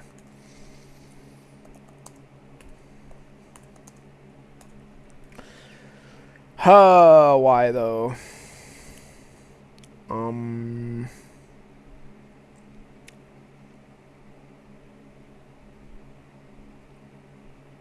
Right. I think I see why. But I don't seem to know how to fix it.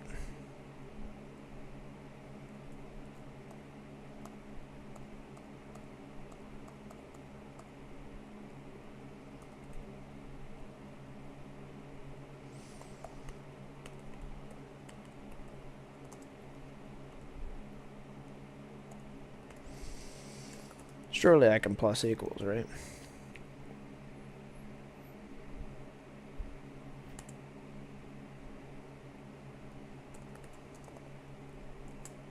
There we go. Don't ask me why that took me so long. That's kind of embarrassing, I'm not gonna lie. Oh, it's not letting me exit.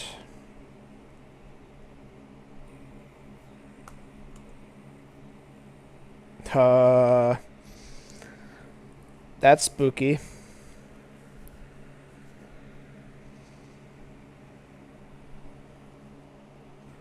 Oh, there it goes.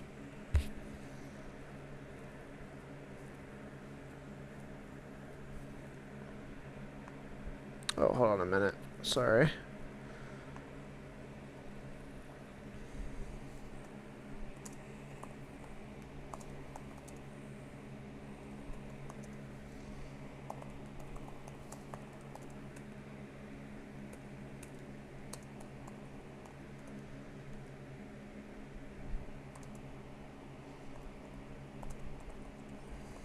Sorry, just responding to something real quick.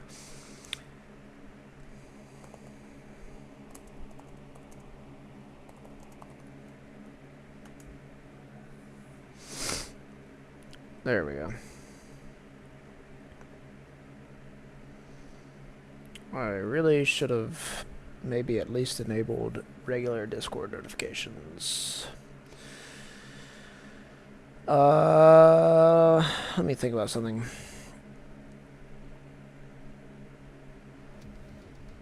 Hey, Etherna, could you do me a favor and, like, send something in the chat real quick? In the Discord chat? The VC chat, I mean.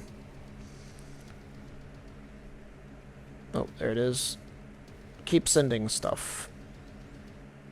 Never mind, I think I got it. Yeah, send another thing.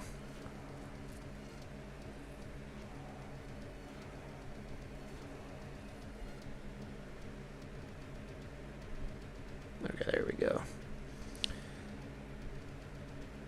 I still can't hear it. Oh, man. Alright, never mind. Never mind, I can't fix that. Alright, whatever. That's fine. I missed something mildly important, and now I'm sad about it. But that's okay. We're gonna just forge on here.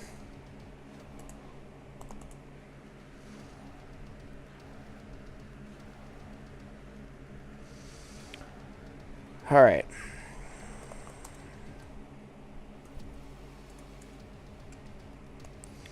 So what we really want to do here, so we're going to do go run main dot go. I believe we do this. Test sets, test set. Right. So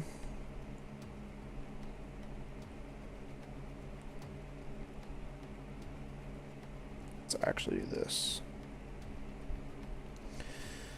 So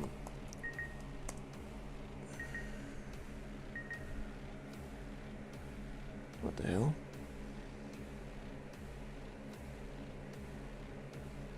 That was weird. Okay, so test, wait, what? Yeah, that's what I want. And go run. I need to do a time. Okay. So that should generate a new file, and then, wait, what?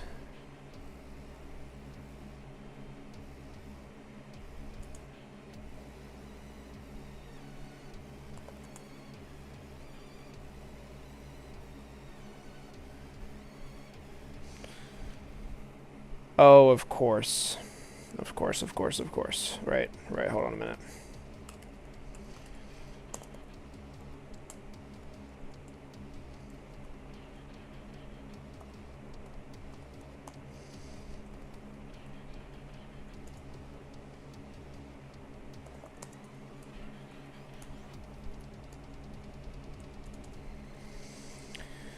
We're trying to write a file that's the same name as a folder, which is not possible.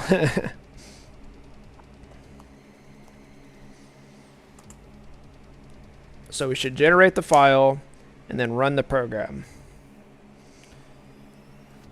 So, interesting. That only took me a second and a half.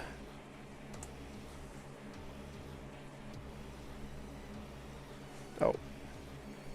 Let's try again. Again, under 2 seconds. Wonder why. This is a fuzz test, to be clear, so let's actually, hold on a minute. Let's for underscore in. Let's just do it. I don't know. Let's say 20 times.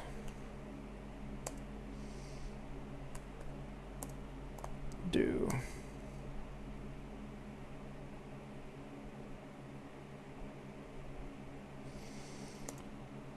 Done.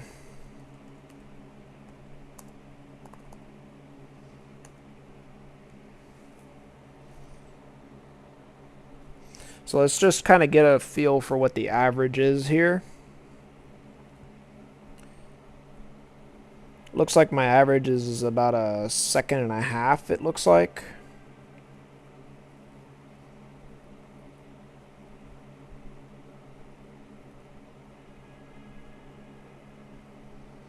It doesn't seem to be exceeding 2 seconds. So obviously the CPU that codeforces is using doesn't necessarily have to be as fast as my CPU, obviously. So most likely it's just I'm gonna say that we probably need to knock off about 500 milliseconds is my guess. Oh, that almost reached 2 seconds.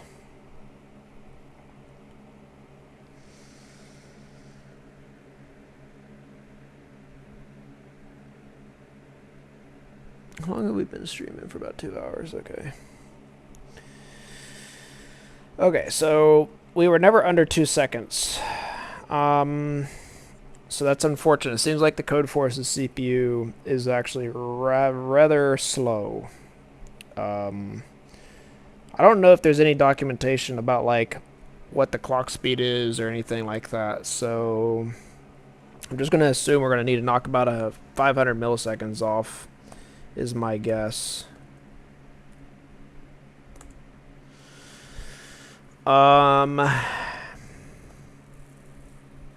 We could probably do that by using a buffered input, to be honest.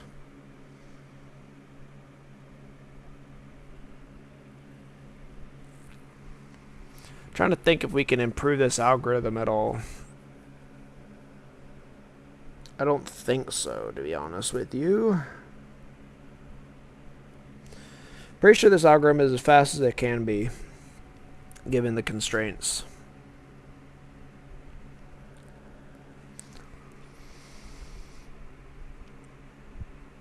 We might save a significant amount of time by just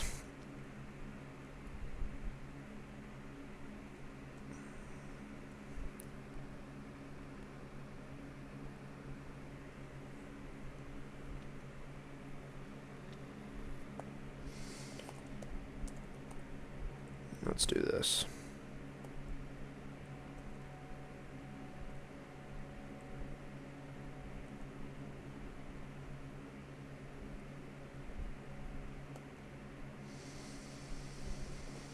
So in, oh Lord, buff IO, what the, buff IO dot new reader OS dot standard in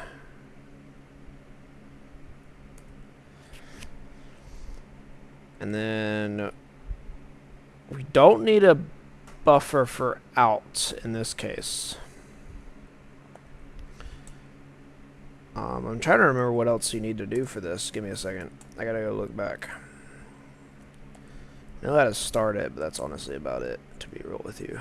Let's see here. So I needed in. We don't need an out. We need a line. Trim space. I want to copy this, but I also want to understand it. So let's see here. So we're generating a line from the reader in dot read string. So read string goes up to new line. And then we're making the variable in.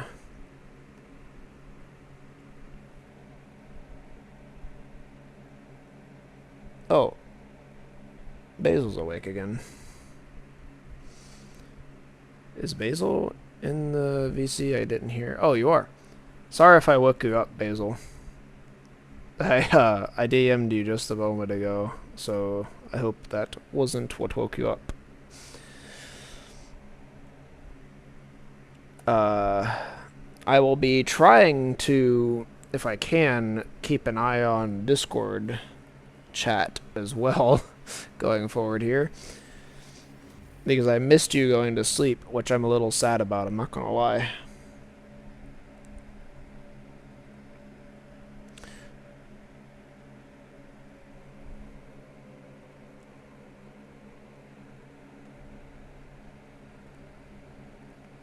Wait, am I crazy? There's not a stream today, is there? You're not streaming today, right, Basil?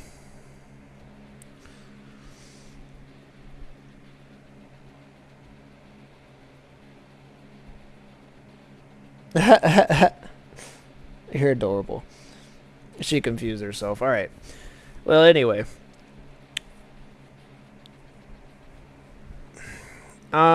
Okay, so basically what we're going to do here is we're going to get the line, the first line, and then we're going to get in from line. So I'm not entirely sure what this does.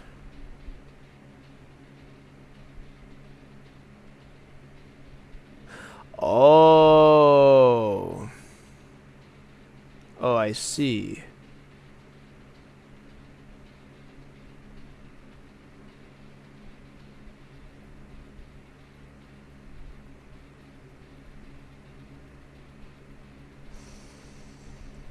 So it's creating what looks to be an array.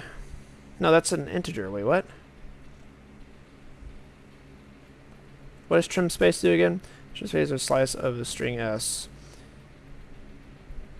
with all leading and trailing white space removed. Oh, okay. Alright. Okay.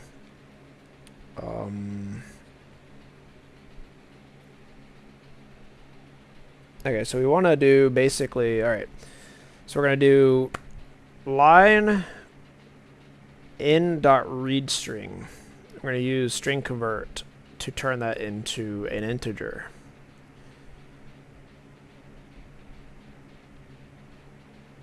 Strings dot fields.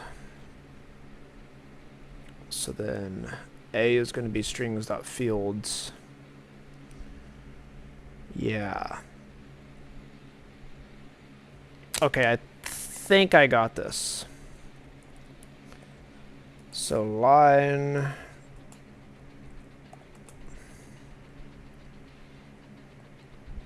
So line is going to be set to be equal to n dot read string delimiter, which is oh.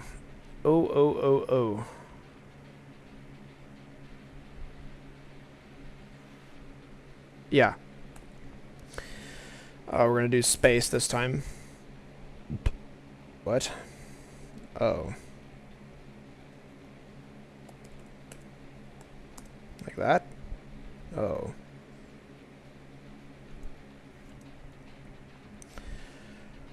Returns 2 values. What does it return? String and error. Oh, I didn't notice that. Okay. So then that should be the string. Declare not use line. Okay. So then n, in our case, should be equal to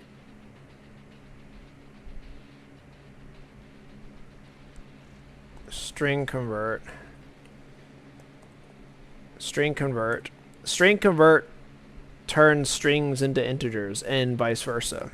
So we could do like IOTA, which is ITOA converts a string to an integer. I'm not sure what it stands for though, to be totally honest with you. So we're going to convert line into an integer. Variable string as int value. Did I get that wrong? Format int. My bad. Sorry. ATOI converts. What? Returns 2 values. Oh, right. I keep forgetting. So this returns an error, but we don't care about the error because we know for a fact that it's going to be. It will return an error if it's not a it will return an error if it's not a integer, but we know it's going to be an integer, so we're not going to do that. So we're going to do this again for the t value.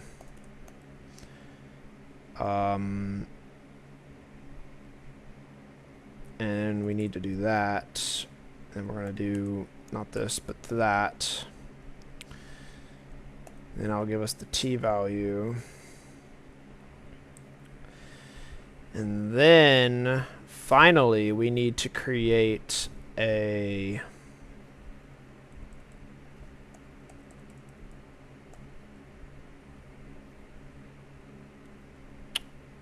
so a will equal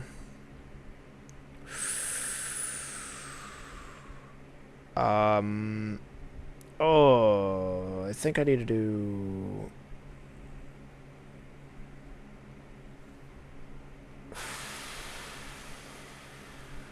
n dot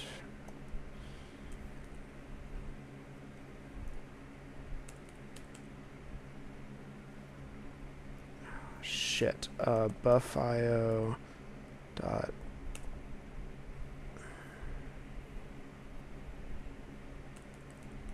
oh god, what was it? Thought it was n. Was it not n? Oh no, wait. Strings dot f something fields. Alright, how does fields work? Need the string. Fields splits the string around each instance of one or more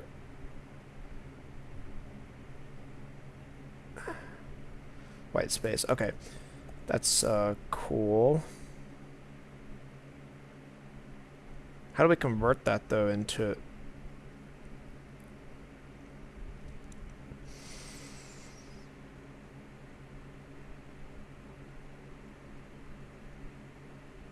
splits the string into so I think we need to do this again. which will give us the next line. And we do line. It gives us A, which A should be a slice of strings, but we don't actually want it to be A after all. We want it to be... we'll call it AS for now. Oh, shit.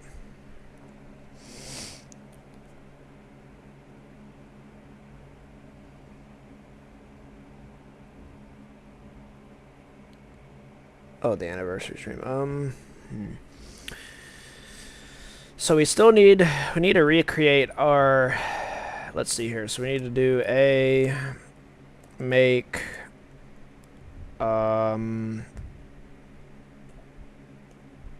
int 16 size of n.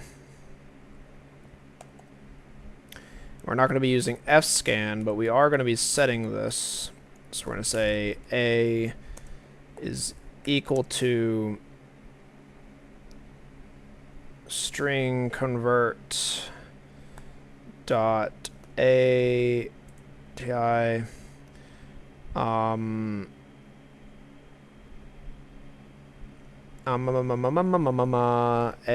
as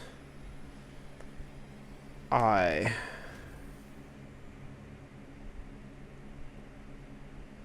And I think we need to do that. Value type int as int 16 value. Okay, right. Fair enough. How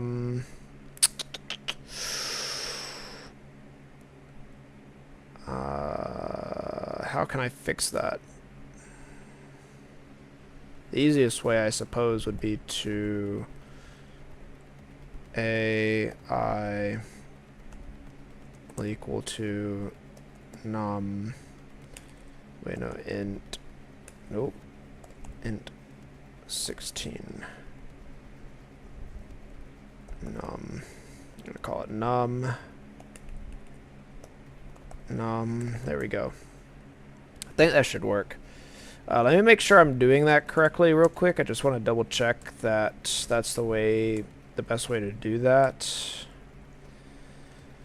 Oh, what is this? Wait, parse integer. Parse integer interprets a string s in a given base in bit size. It returns the corresponding I value.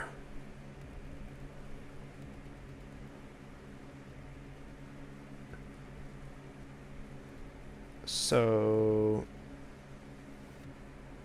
interesting.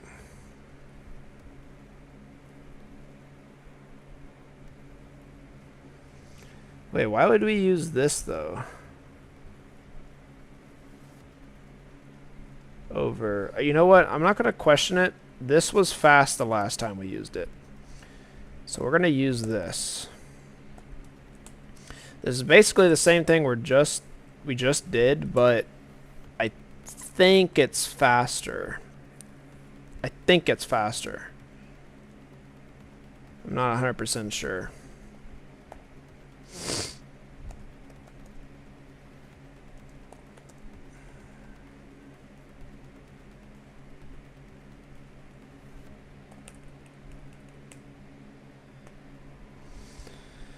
Actually, I just realized it is faster because we can do what we wanted to do first with this.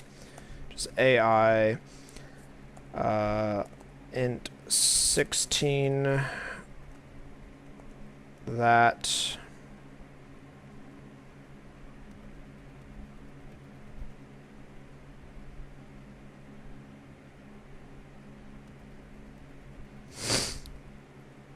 wait. String base int a multi-value. Oh, that's right. It does return an error. Damn it all. Thought it didn't for a second there. I'm not gonna lie. No big deal. I still don't know why this would be faster, but I assume it's faster for some reason.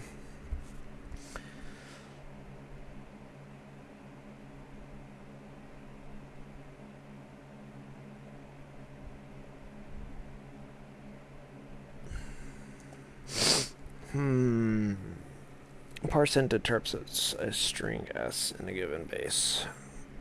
236 in bit size. 0 to 64. Returns the corresponding value I.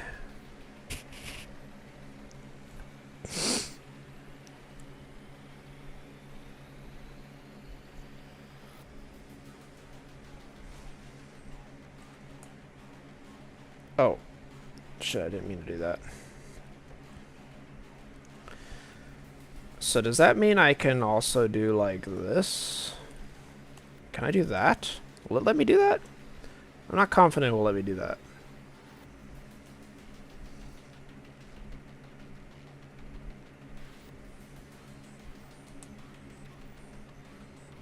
Uh-oh. I didn't think so.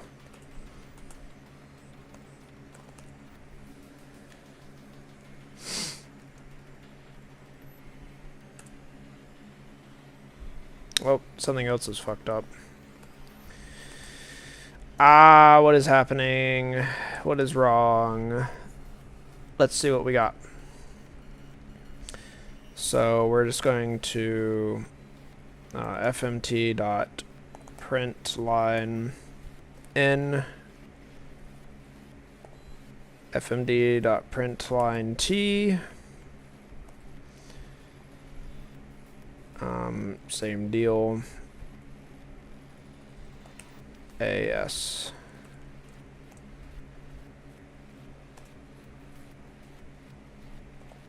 Oh shit, wait a minute, stop. Don't actually want to do that. I want to do this small test. Okay, so N, T, both N and T seem to be not detected for some reason. Did I do something wrong?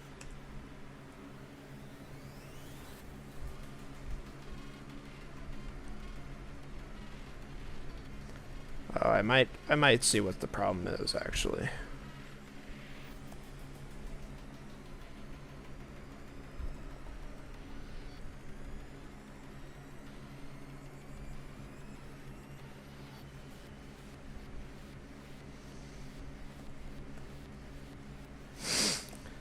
So we actually need to... I misunderstood how this works. So we actually need to get each line and then parse out the line. So we're going to parse out what we want here. So we're going to call this n t, just for like the two variables. So this will contain n and t this will contain n and t in a slice of strings. And then n will then equal string convert not line, but nt 0. And then this, we don't need to do that now. This will be nt 1. I hope that makes sense. And then we're just gonna, matter of fact, let's save ourselves some. Just gonna check that real quick. Seems like this worked just fine.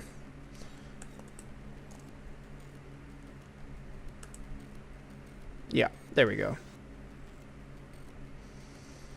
And yeah, that's the right answer too. Okay, so that fixed that problem.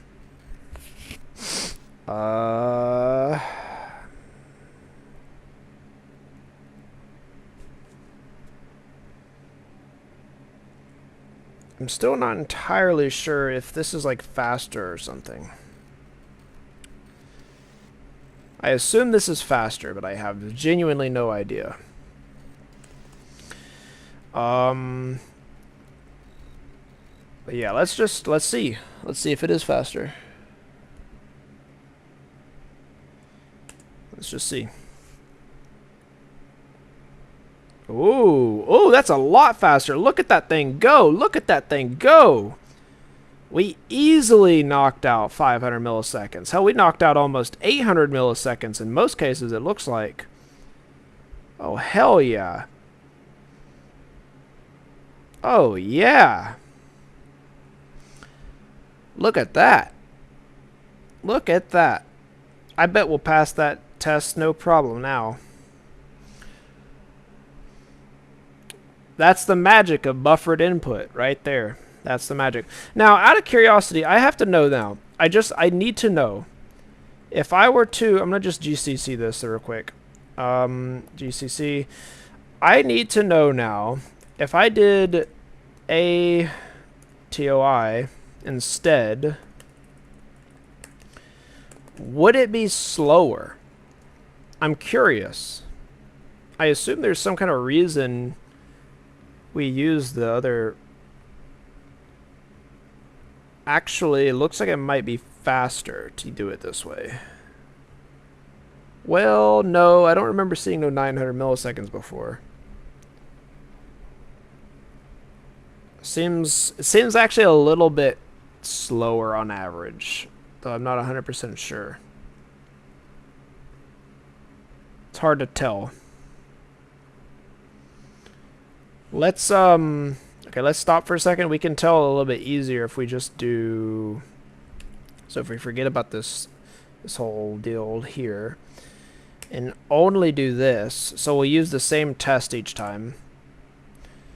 So that should be a little bit more consistent. Keep in mind, I have an Intel CPU, so it's probably like changing its frequency. So this isn't going to be that consistent, but we can instead do a for loop with just this. Actually, I should have just done, matter of fact, it would have made more sense to do this instead. Just get an average of this. Looks like it's an average of like around 750 maybe. Yeah, 750 milliseconds I want to say. Yeah, we're going to say it's an average of 750 milliseconds for that.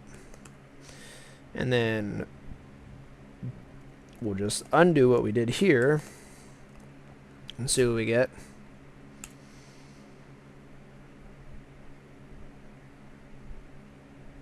Oh, interesting. So this is more or less an average of like 850 milliseconds.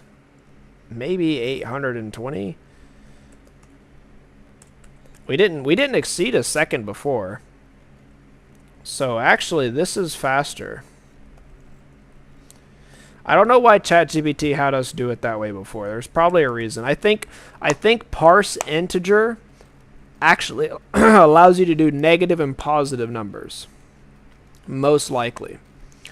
Because ATOI only swaps the number itself. So like say you had a negative number, say you have minus or negative 1, ATOI would only get the 1, not the negative. However, parseInt, if you read its description, hold on, it says that the string may begin with a leading sign plus or minus. So it will actually understand this, which is important to recognize that difference. So that's probably why, that's probably standard to use this for most circumstances. But since we know we're only dealing with positive numbers, it's faster to use ATOI. So that's what we're going to do. And now that we have that sorted, we're just going to do one more final test just to double check. Sanity check, you know. I'm going to make the argument that since my processor can do it under a second, I'm sure that we could probably manage to do it under 2 seconds on codeforces servers. I'm going to guess. Excuse me, hope you didn't hear that. Oh, Lord. It looks like we might only get through one of these today. These 1400s ain't no joke. I really took it lightly. I'm not gonna lie. you know, I have to eat my own words here. I really did take it lightly. It looked easy, and it wasn't. Or it kind of was, but wasn't. It was really just tedious, if I'm being honest with you. But it was like, it wasn't as easy as I thought it was going to be. That's for sure. That's for sure. I love how I'm talking a big game like I'm done with it already, but honestly, I'm really not sure that I am. There's a pretty good chance that this fucks up. Still. I don't think there should be any program errors, but we're probably going to run into... What?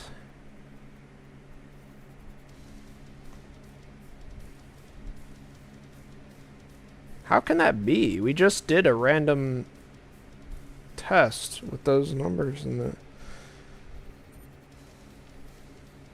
Oh, wait a minute. Oh, all these numbers are actually less than 1,000, it looks like.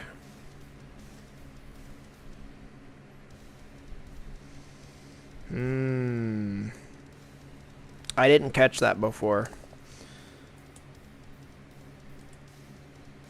So actually, we want a random number between 1,000 and 1.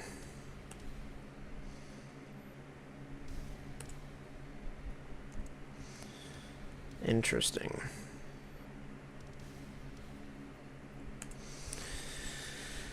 Alright, let's see. Oh my. Oh my god. Oh my god. Holy crap. Okay, that is definitely our problem. Ooh, no. Oh no, oh no, oh no. Oh god.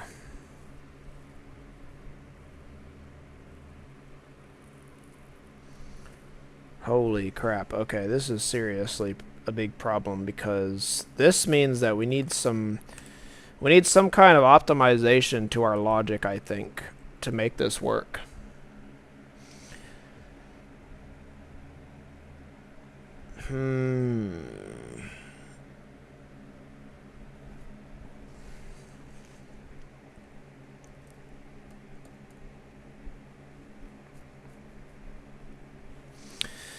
So it seems like this is happening whenever we have a whole bunch of smaller numbers, it looks like.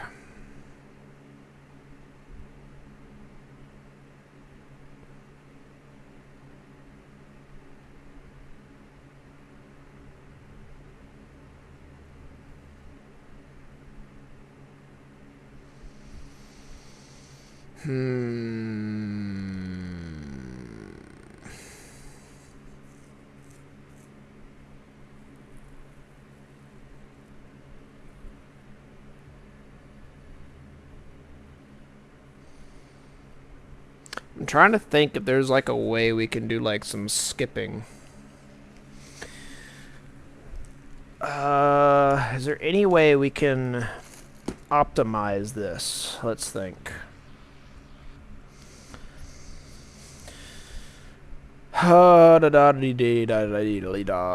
Let's think here.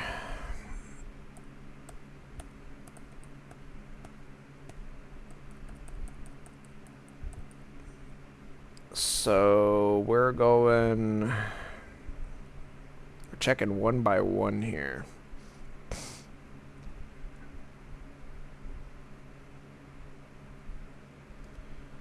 Do we need to check one by one? Maybe we can jump ahead a little bit. Hold on, let me think about the math real quick in my head.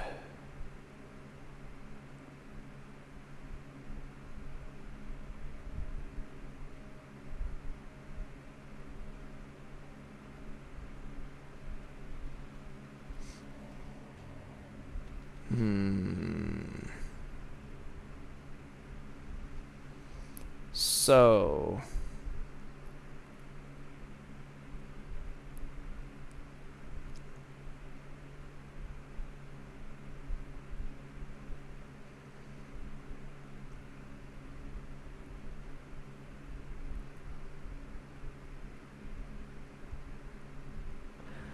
I'm gonna try something, and it's just gonna make absolutely no sense whatsoever.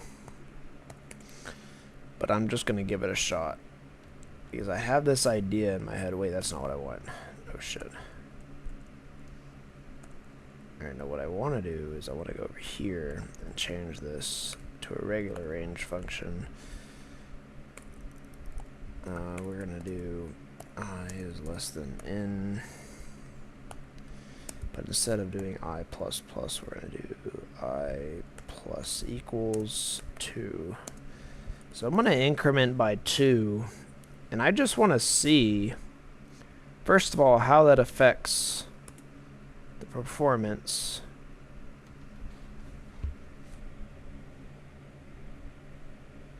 And whether or not we get the correct answer. So that affects the performance dramatically, it looks like. However, I'm going to argue that we're probably not going to get the right answer. I'm just going to say that we're probably not going to get the right answer. Let me just see. I'm trying to think about in my head if that makes any sense whatsoever. That would work for some reason. I don't think it would, to be totally honest.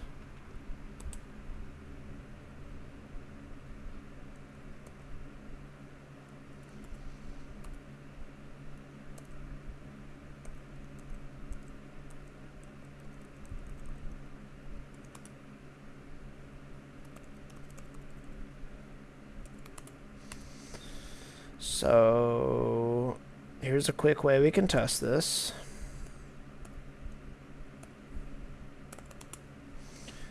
Do this.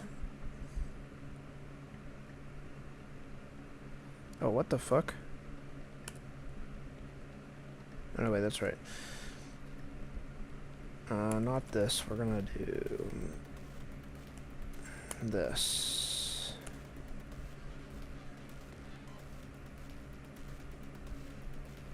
So the answer is 46,532. We're going to go forward in time.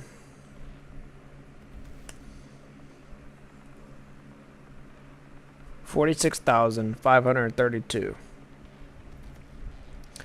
So, here's the question. Why did that work? And would it work again?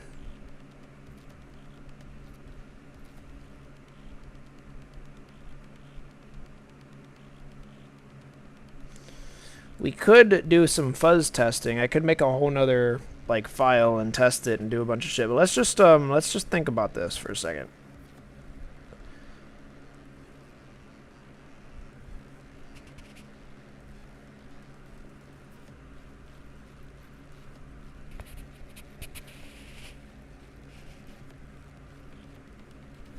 So we're incrementing by 2 instead of 1. And I think maybe the reason that works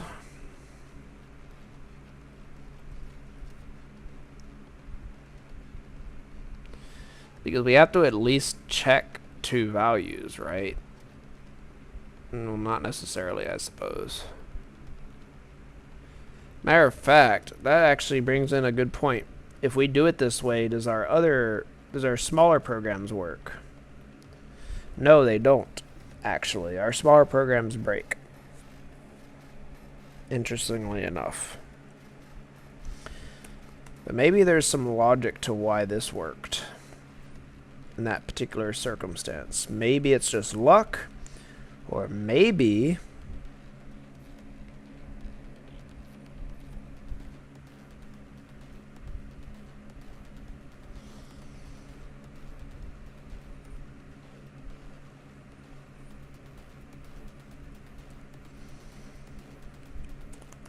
let's see if that makes more sense. That gives us the right answer there. Does it give us the right answer here?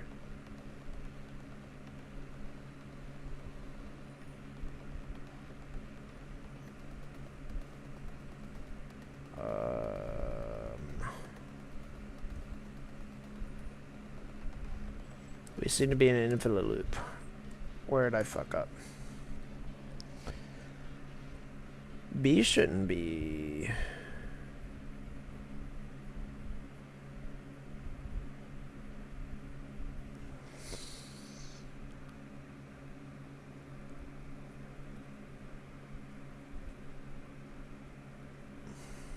Let's do max 1. Just curious.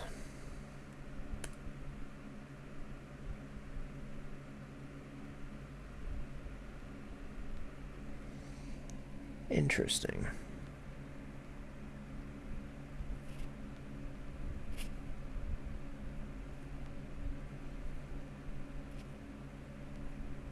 $65,532, which is the same answer I got before.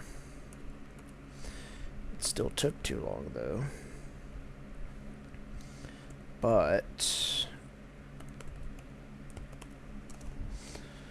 just experimenting here. I don't really have any like solid math foundation for why this would work. So see, that doesn't make sense right there. Okay. That was really fast though. They gave us the wrong answer.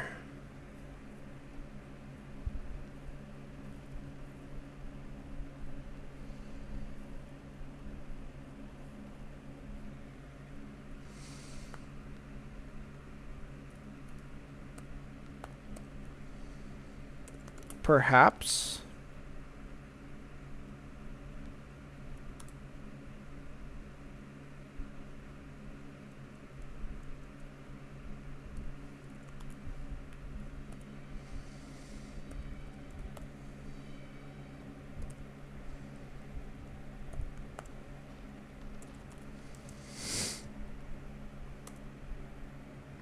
Wait, what? Why?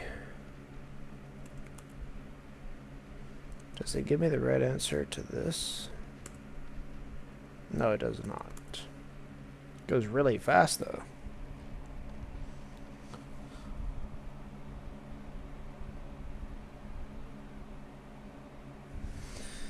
Okay.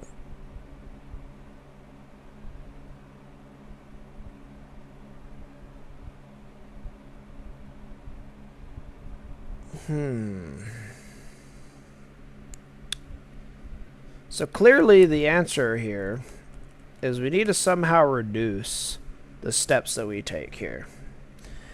It's clear to me that there is a valid way to do that without breaking everything. I gotta think about it. So in what circumstances are we sure that we can skip some steps?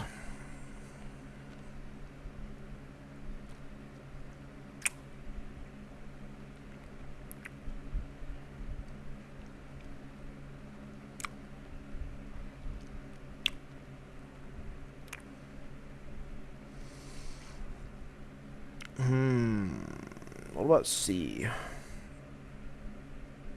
Undefined, of course it is.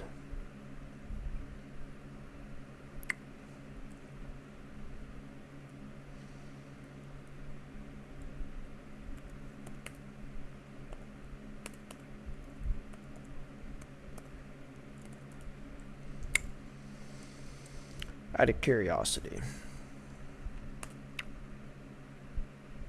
I don't think that's the right answer. But it was awfully close.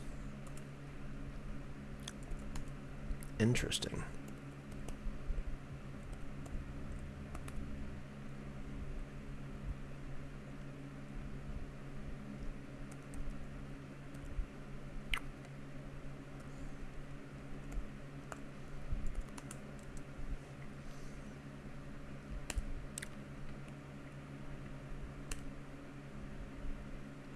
That doesn't seem like the right answer either.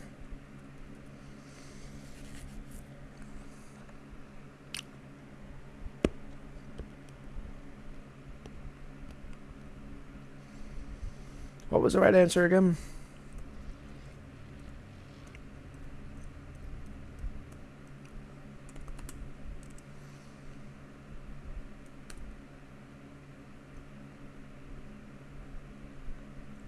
$46,532.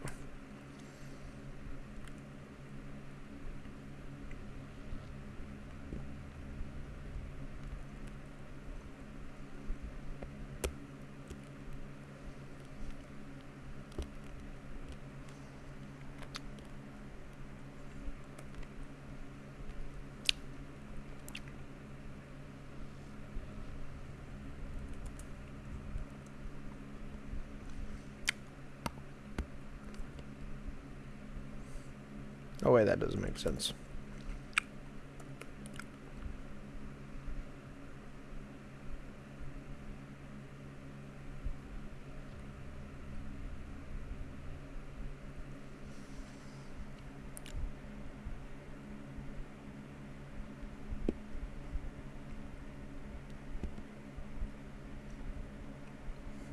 Drop some frames for a moment there.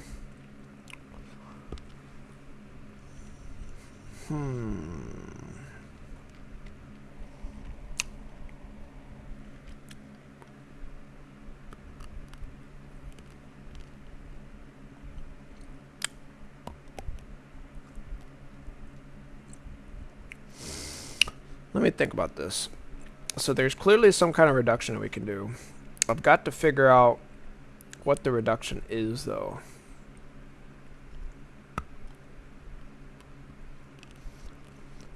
When can we jump ahead?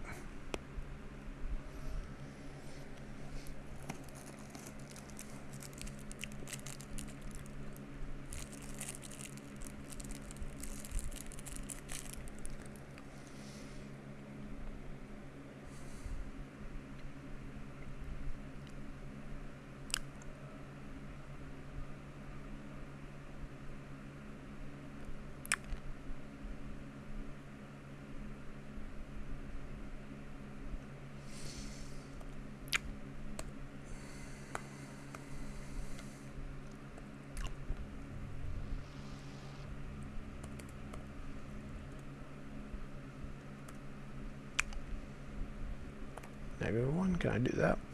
Wait, how do you do that again? Hold on. Negative times negative is a positive, yeah.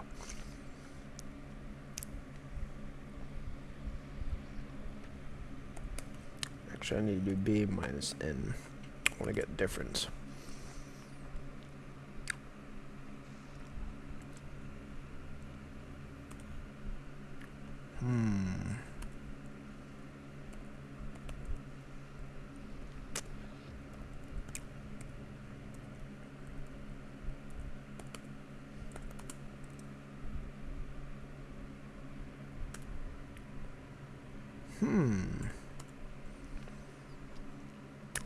There's some factor here that I can take advantage of, but I'm not sure what it is.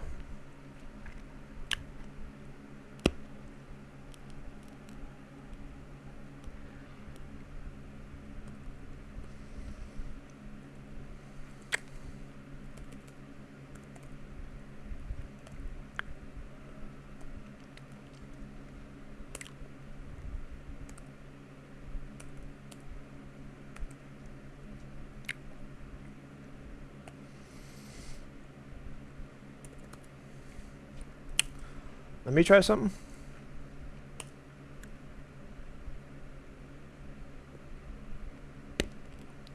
Oh shit, wait a minute. I gotta put this in a min and a max function.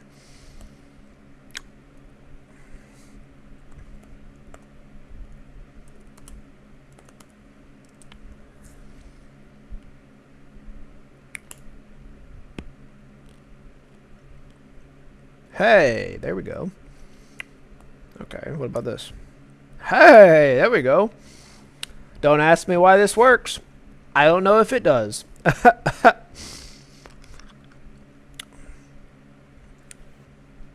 Alright. So what we're going to do is do another gen and see if what we get here. So that's 46 39 39 2 46 39 2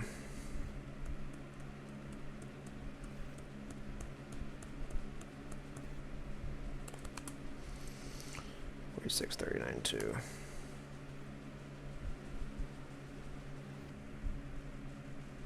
Oh, 46 39 3. So we managed to skip one.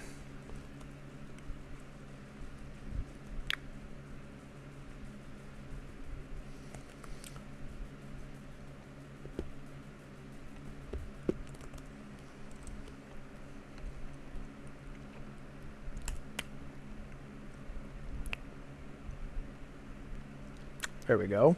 Under 2 seconds. Okay. So, what do you think the odds are that this is the answer? I'm gonna be honest, I'm not so confident.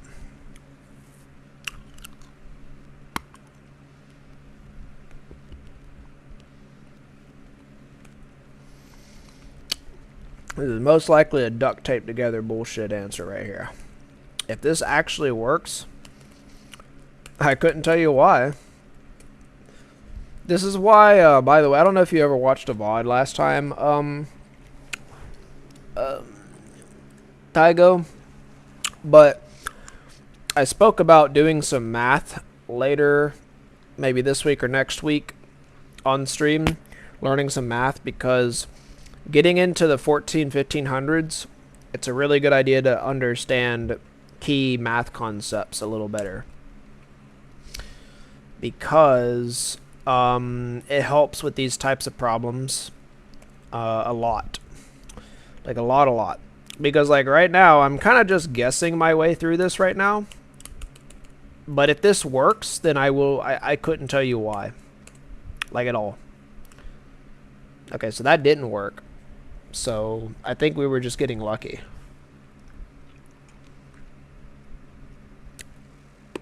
However, clearly there's some logic here. So let's think about this.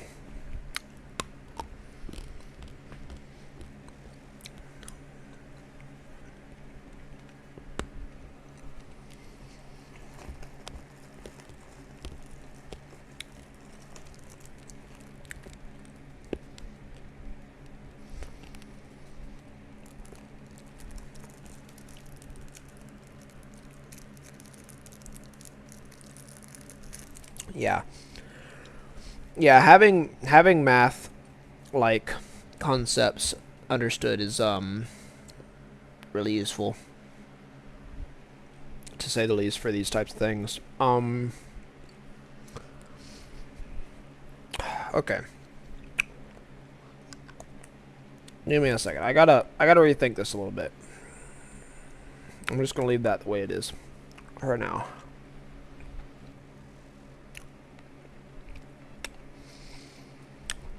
So let's think about this for a moment.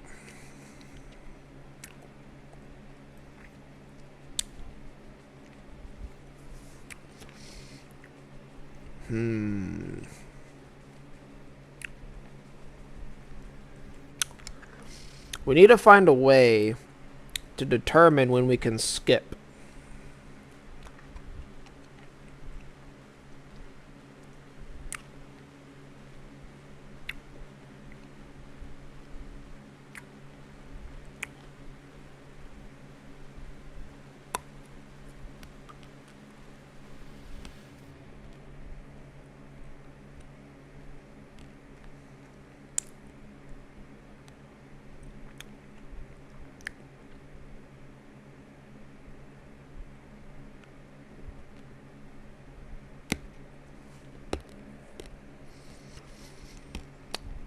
I think I have an idea.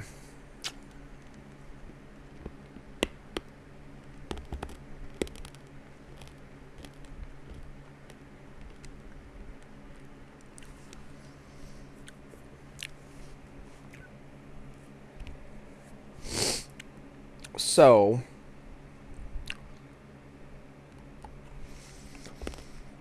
if we reach this break condition, let's think about this. So, if the very next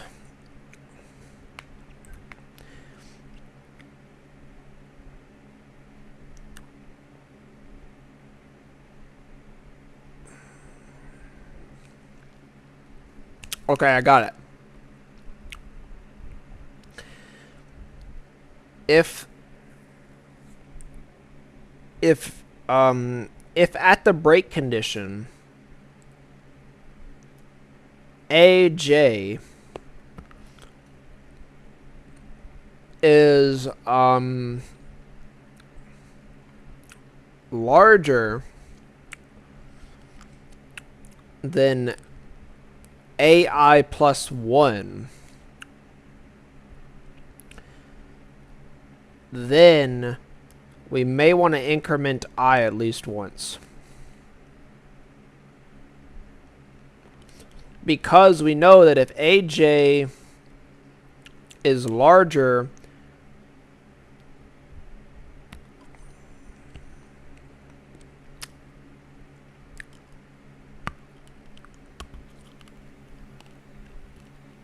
oh man, I'm trying to think about that.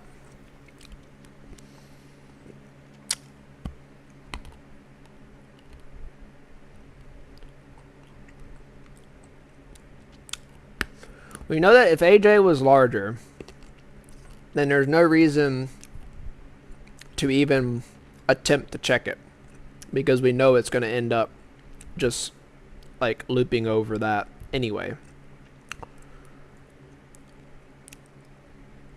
and skipping it, if that makes sense.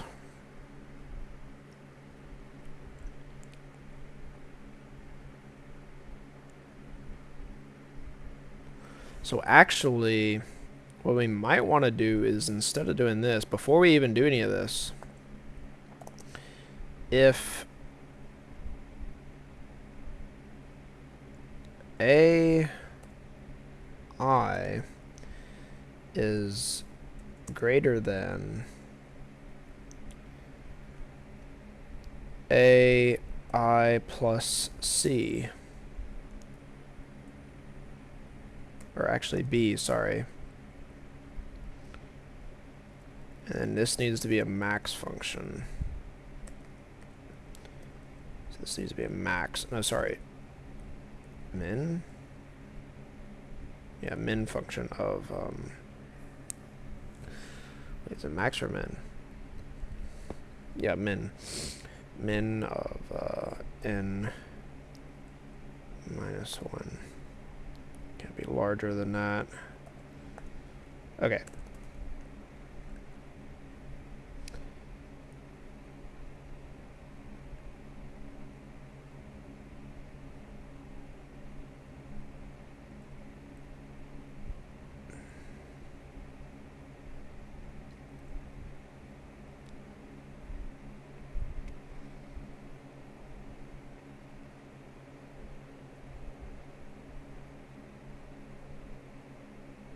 Yeah.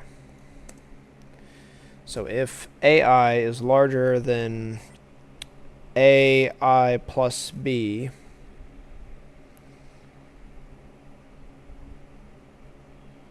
then we know to just go ahead and continue.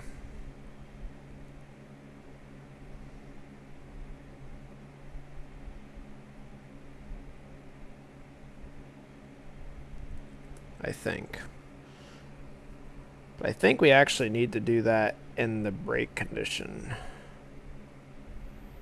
Because if we do that there, then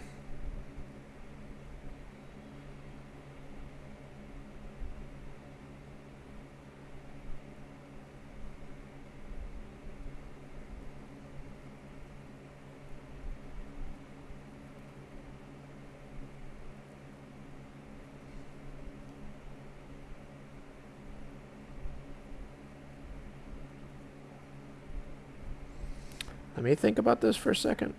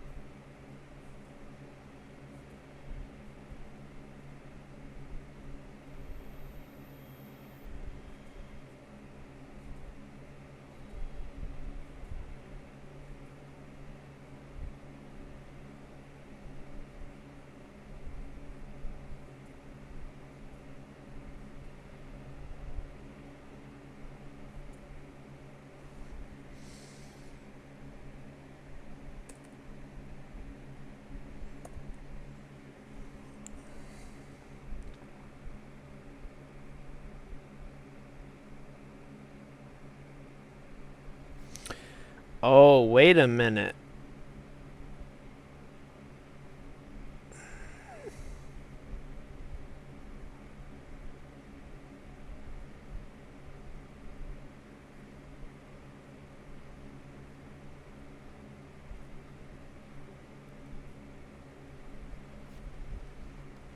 Just realized there might be an easier way to do this. Oh, Lord. Okay, hold on a minute. Let me think about this.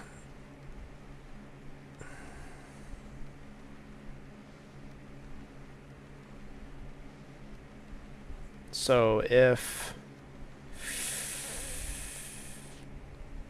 BT, if T is less than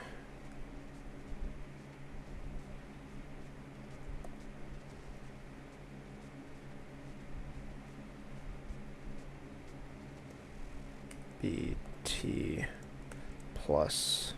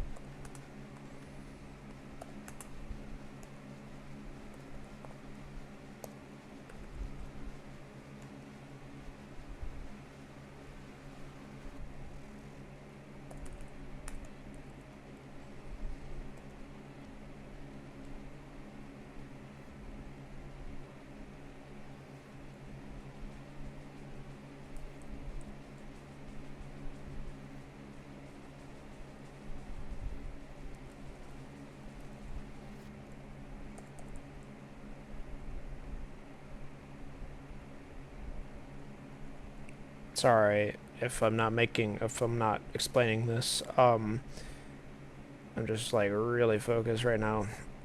I'm trying to think about this implementation. I don't think we need that for loop at all.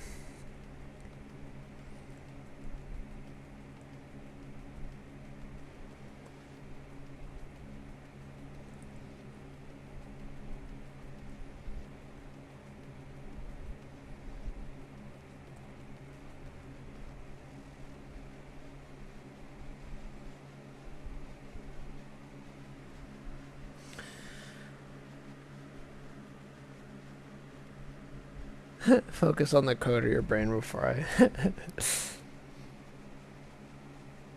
BT. So what I actually want is this.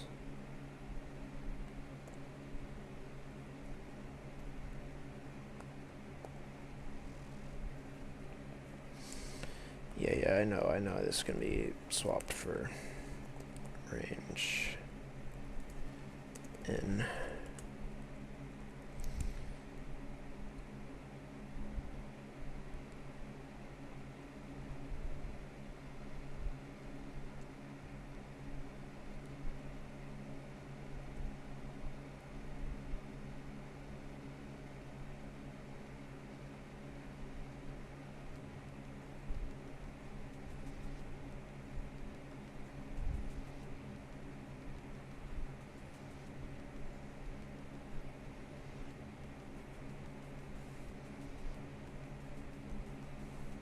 Whew. My brain is really struggling with this one, but I think I got this. I think this is...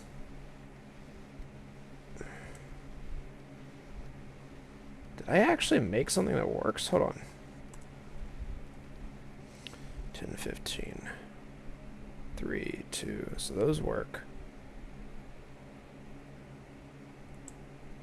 That should be 3 though.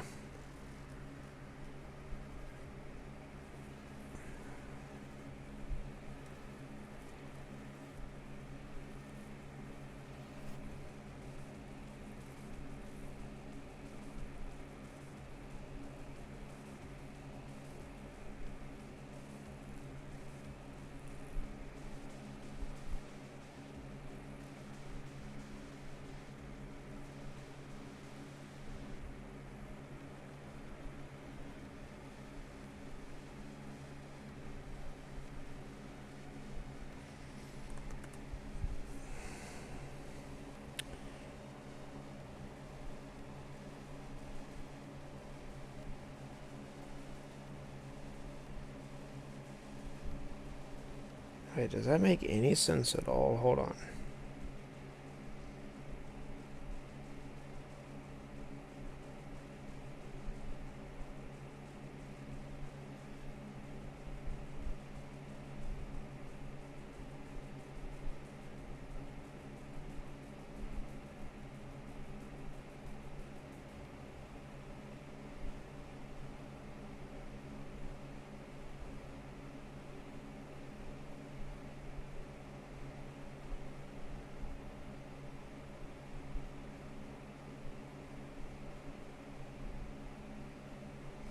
So I'm thinking of a moving window type of situation, but I'm not sure if this will work right. Hold on. I'm also missing a thing. I think I need this.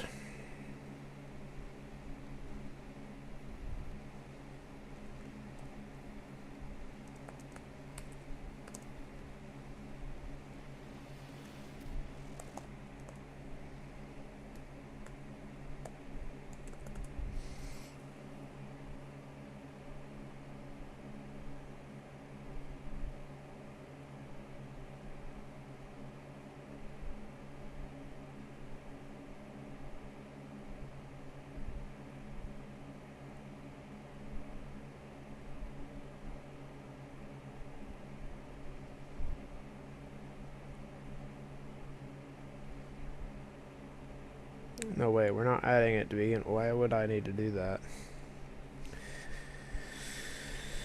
Oh, let me think. Oh, Lord, Lord, Lord, Lord.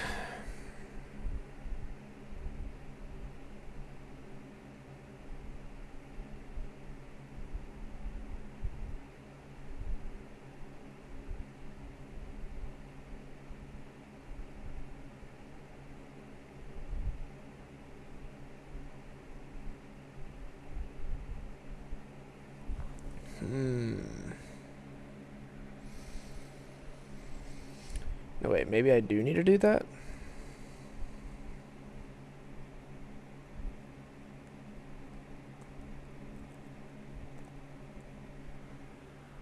Alright, just subtract.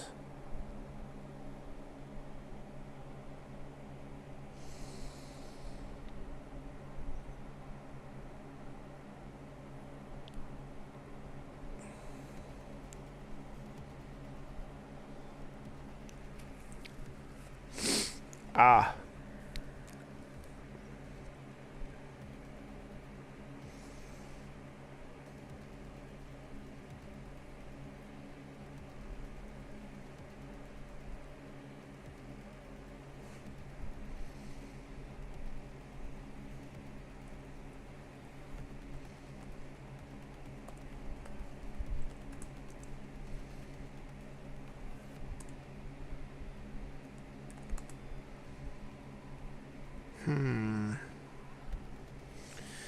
Let me think about this. So what I'm doing in this circumstance is I'm going, alright, so we start at 3, and then we add what would effectively be 3. So if t greater than or equal to plus would effectively be 3.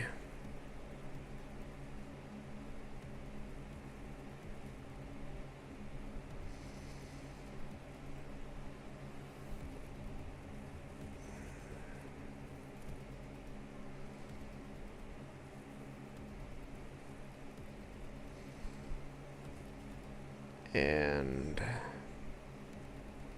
then we go to 2 or 1 here, and then we go, alright, so we incremented by 1, so we go to check 2.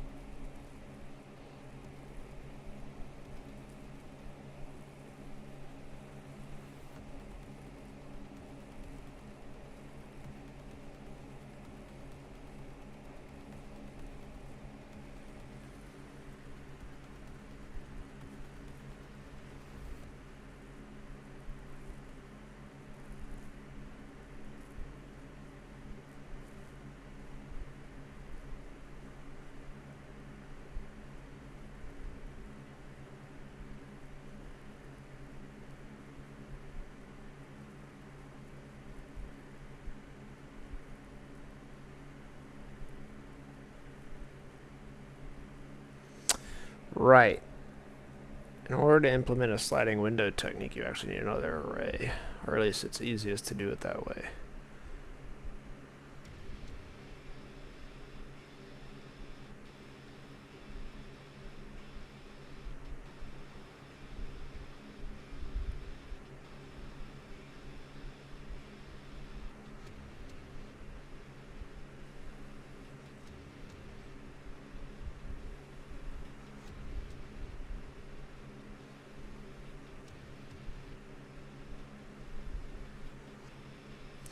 Actually, isn't this a binary search situation, come to think of it? So if I had an array the size of the array, then I would remove the largest number on the right.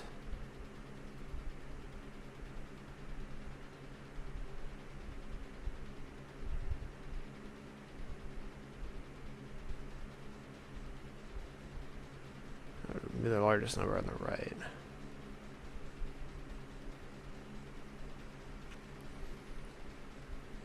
And then, if that ain't it, then I would move the next largest number.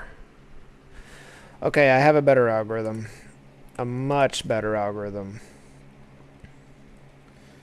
I think, anyway. I'm going to get rid of all of this. And we're going to change how this works. So we're actually going to do what's called a 2D array. Or in other words, a vector. Why did I call it a 2D array? We're going to be making a vector. It's going to be a vector of int 16. Int 16s, yeah. And basically, we're going to need to change this a little bit. So we're going to do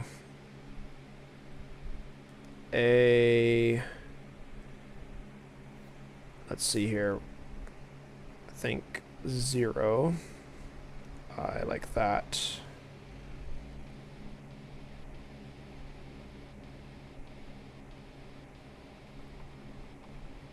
What? Oh, I'm so stupid. Alright, hold on. That's what I meant to do. I think this is how you do that. Oh god. Nope. Sorry. Wrong. This way. So the first thing here, so in a vector, we basically have, so the first value is like, wait, no, this is not a vector. What am I talking about? Well, it is a vector. It's an array of vectors. Sorry. Oh, Lord have mercy. It's an array of vectors. And the first box here is the index of the vector, and then the next box is the index of that vector. Does that make sense at all? I don't know if that makes any sense. So we're making an array of arrays. I call it a vector, a vec2, because that's kind of what it is. Not really, but it kind of is that, because it's an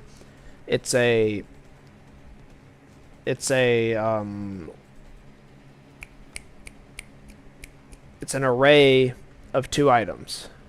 Yeah. So basically, we're making an array of arrays, but the arrays that are in the array are only size of 2. So we're making an array of size n that contains arrays of size 2. And those size 2 arrays are n16s. So when we set the value, we need to first find the array that we want, and then set the value of the index of that array. We're setting an array. Yeah. So anyway, I hope that makes some kind of sense. I really didn't explain it that well, but basically where the I is right here is like the larger array, and where the 0 is the array of size 2. And we're putting 0 for the first element in the ith vector. I hope that makes sense. And then we're setting that. So we're setting that to our number. And then we're going to set, also while we're at it, we're going to set AI1. We're going to set that to 1. So why am I doing this? I really want a vector of an integer 16 and a Boolean value, because I really want to know, I want to have a Boolean value, so either on or off, basically, if that makes sense. So I want to know if it's on or off. And actually, this would, I don't need to do this. We'll just make it -1 or 1 or whatever. We'll do the opposite. But basically, we want to be able to disable or enable that vector, basically, if that makes any sense at all. And what we're going to do is we're actually going to start with B equaling, we're going to make B, hold on, we're going to start with B equaling N. So it's going to be, B is going to start off as the same size as N. And we're actually going to go backwards. We're going to go through the array, figure out whether or not the array, we're going to figure out whether or not the array is, we're going to figure out whether or not the current size of the array, which is going to be B, is, oh, how do I explain this? Oh man, it's in my head, but I literally don't know how to explain it.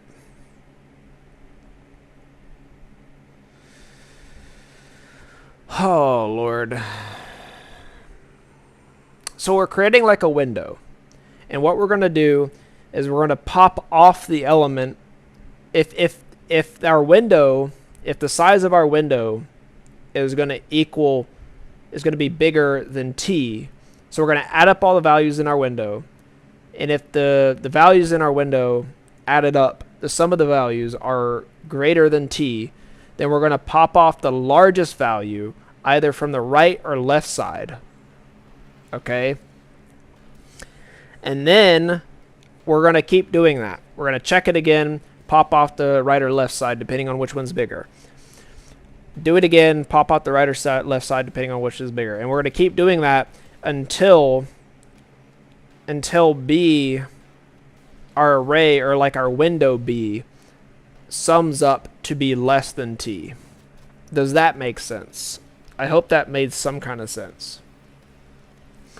I don't know how to put that in writing or in my notes, to be honest with you, because it's like very much a mental type of image thing. I hope that made sense. Okay, good. Yeah, so that's kind of the idea here. Give me a moment. Let's see here. So the question is, how are we going to do this? And wait, let me think. Let me just double check in my head whether or not that will actually work.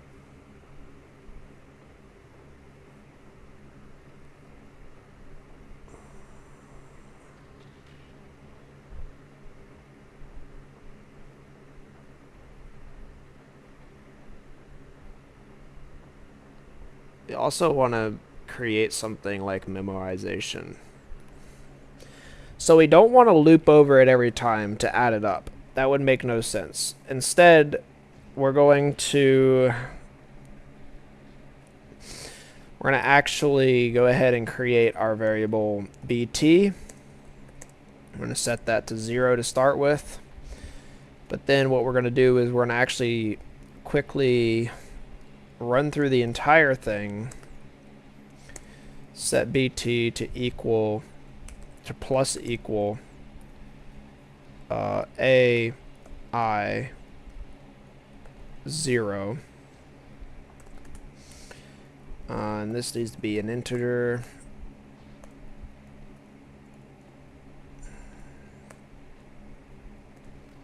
Damn it all. There we go. That needs to be an integer. And then what's going to end up happening is that will give us, yeah, so then we can subtract instead. As a matter of fact, actually, what am I doing? We don't need to do that. It would make way more sense to set BT up here while we're doing this.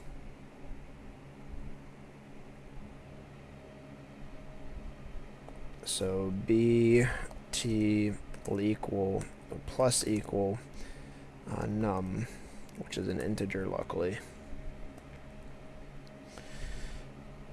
Yeah. Yeah, so I'm actually going to do var integer like that. There we go. So then we'll have a BT.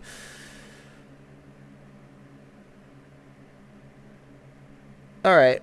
Yeah, I'm hoping I'll be done with this soon enough because I got to use the bathroom myself and I'm hungry. But yeah, hope dinner's good, and I'll see you around. Thanks for watching again. Remember, there's always the VOD if you want to keep checking like what the progress was. If I end up like I don't know, closing out the stream or whatever. I'll probably close the stream once I'm done with this though, for sure, because I got some time into this one, that's for darn sure. I got a lot of time in this problem. So yeah. Nice stream, 10 out of 10. Appreciate it, Thurda.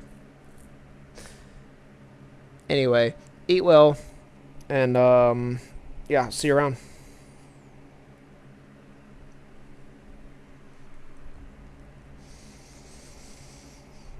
Alright, let's see here. So right then. So we have BT, and what we're gonna do is we're gonna have our window. We're gonna have L and B, right? Actually, we're gonna have L and R. So this is actually binary search. So we're gonna have an L and we're gonna have an R, which will be equal to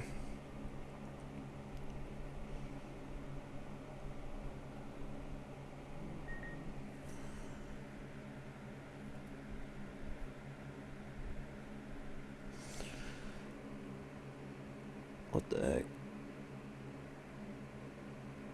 Oh my god. Oh shit, my thing is fucked up probably. Alright, so the right side, oh wait, the left side is going to be 0 starting. And the right side is going to be n minus 1 actually, not n. And then instead of a range function, we're going to do I... Actually, let's do L and R right here. Why not? So we're going to do 0 and then n minus 1.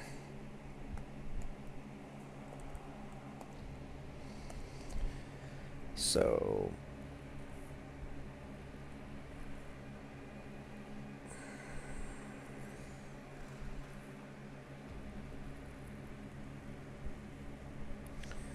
as long as L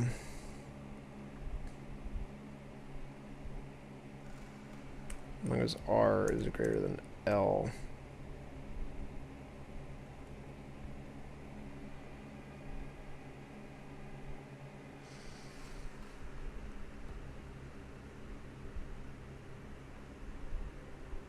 as long as R is greater than L, that do that, we're good. So these are not gonna go down on their own. We need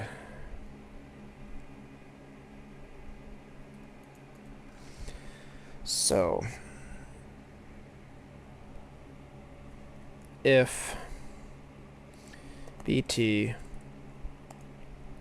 is greater than BT.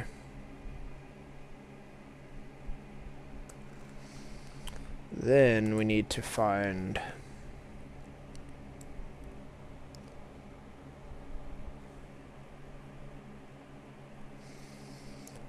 which one is larger.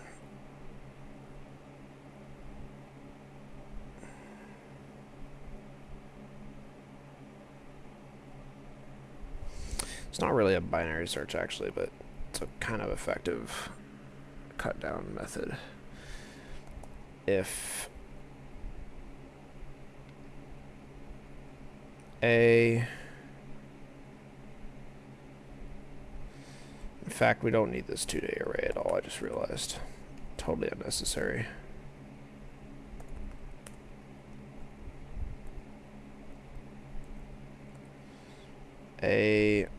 AL is greater than AR, then we're just going to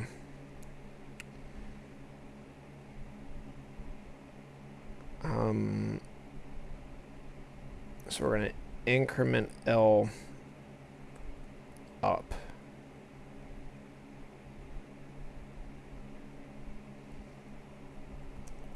Else we assume AR is larger, so R is incremented down.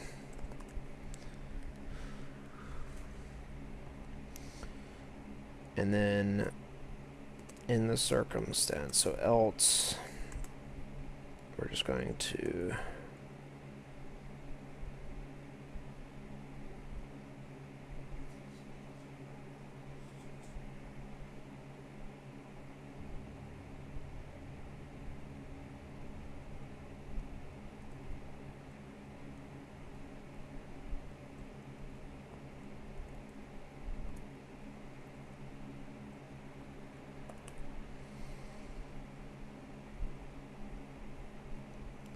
right minus left, I think, if I'm not mistaken.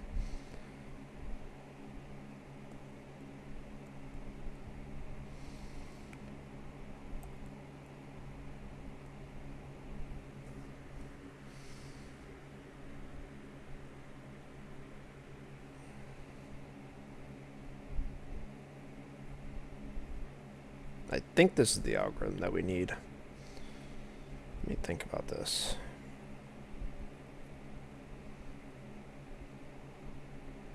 As long as R is greater than L.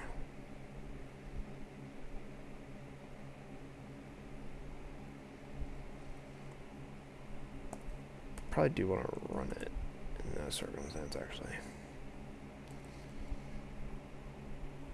So if AL is greater than AR, we also need to reduce BT by AL.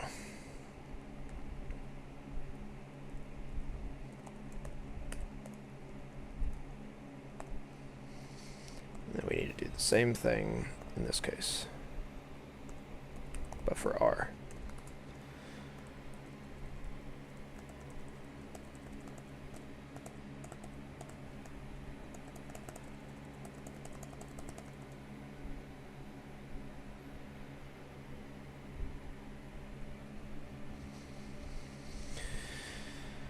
Okay. I think that should account. Should work. What? How did we end up with 1, bro?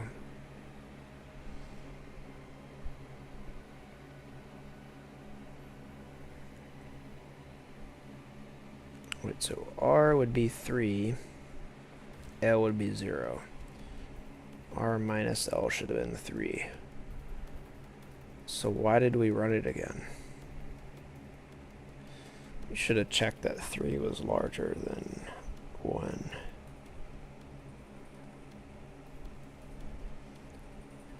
We should have incremented L. Then subtracted BT from int AL, which would have been 3. Oh shit, no. Oh fuck, okay, I see the problem. I need to do that first before incrementing them. Wait, what?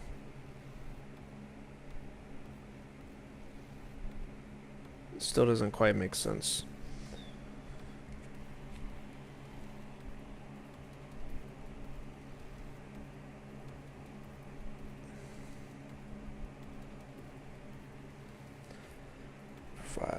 That's 4.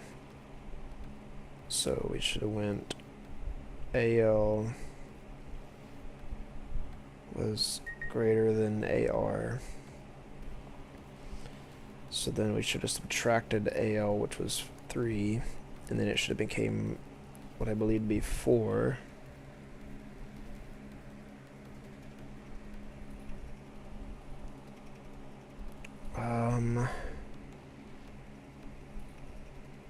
Should have became what I believe to be 4, yeah. And then 4 was less than T. So then it should have did the else function.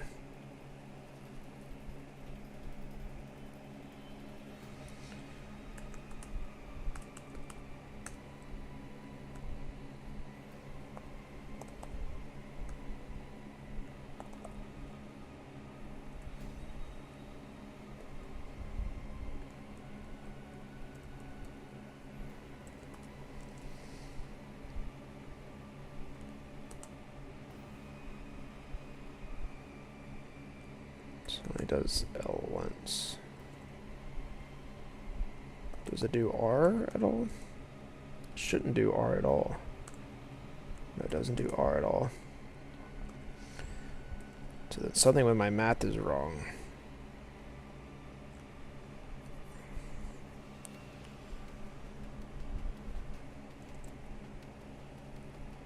So we should be doing 4 minus 1, which is 3.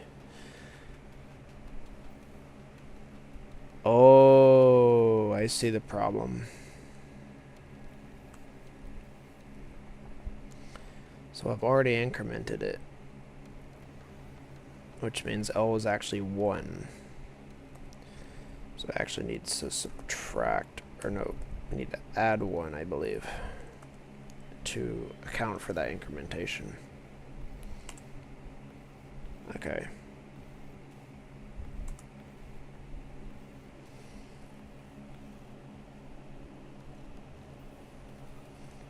Start going up the chain here. I really hope this program works.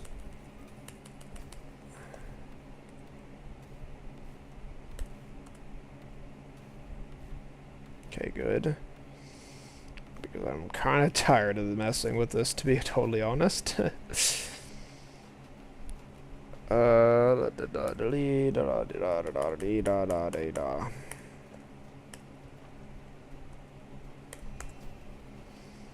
Okay, so that's 4. That's good.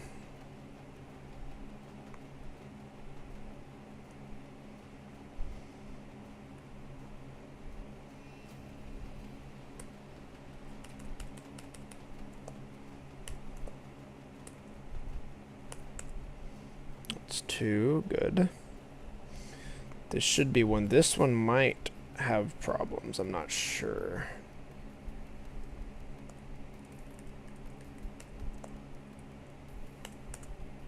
Nope, that didn't have any problems. Okay, good. I thought that was going to be an edge case. What about this one?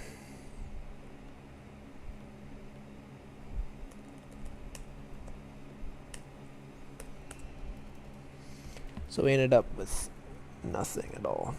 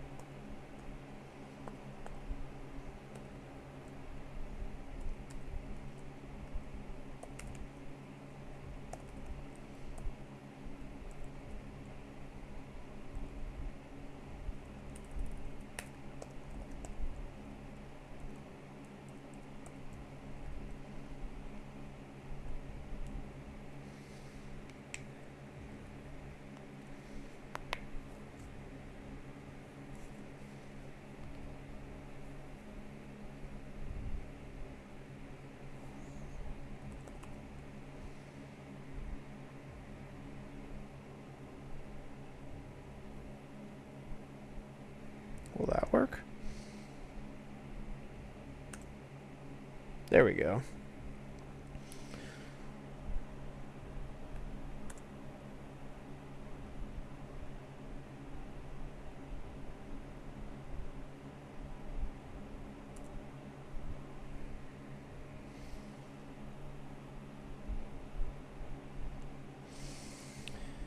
Okay. That should be 1.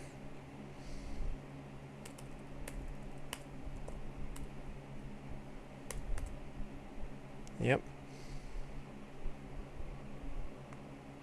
And finally, this should be 3. I think I already tested it. Wasn't this the first thing I tested, actually? I don't know. Sanity check. Why not? Sanity check. Yes. Okay. I think this is the solution. This should be as fast as it can go, too. Speaking of, let's go ahead and try our loop thing. And give it a shot. See how fast we do it. Woo! Look at that. Wow. Holy crap. We are cranking it. Oh my god. If this actually works correctly, then we are blasting through it. 200 milliseconds. Fuck the 2 seconds. 200 milliseconds or less. That's crazy. We are blasting through this. Blasting. If it works. I have no idea if this is going to work. I get the feeling I'm just going to run into another edge case. But, you know, I have a little bit more confidence in this algorithm. What is this, the 3rd algorithm we've tried? Alright, please at least get past test 9, I'm begging you. Wrong answer on test 9. God damn it. Go figure. What was the answer we provided? So our answer was really.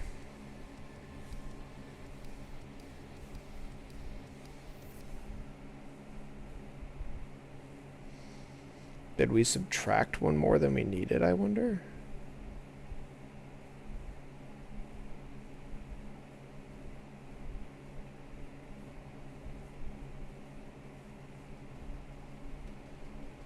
No, that's not just one more. That's a whole bunch.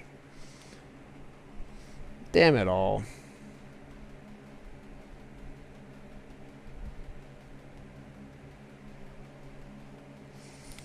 I think Star asked if I use coding socks. And the answer to that question is always.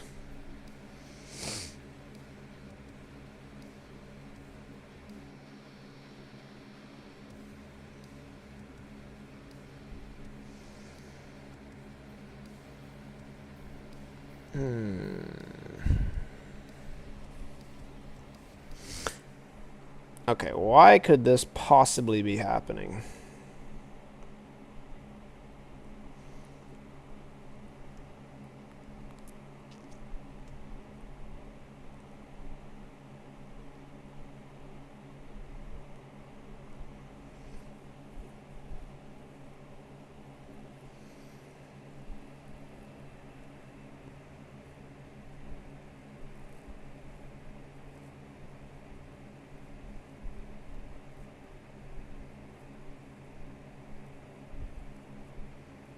Honestly, that shouldn't be happening at all now that I think about it.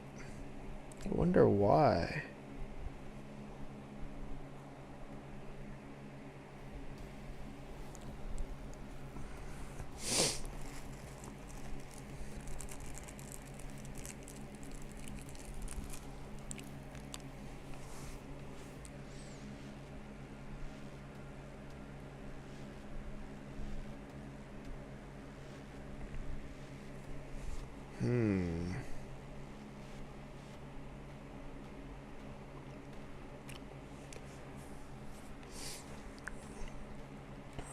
So it looks like I was about, oh, what is that?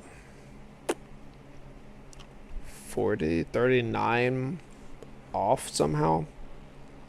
The hell of a difference. So I've subtracted 39 more than I needed to? How could that be possible?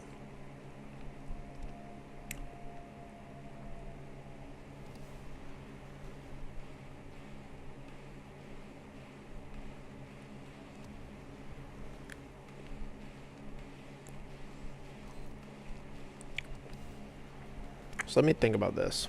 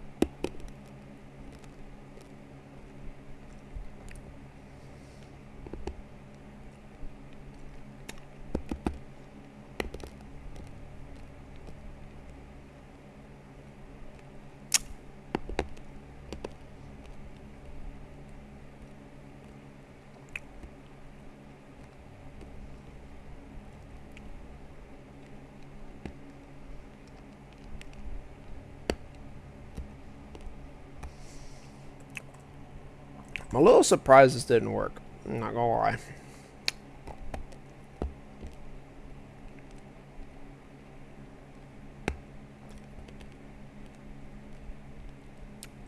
Why'd the music stop?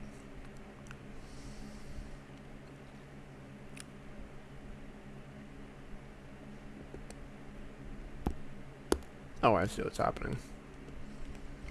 Never mind. Music technically didn't stop.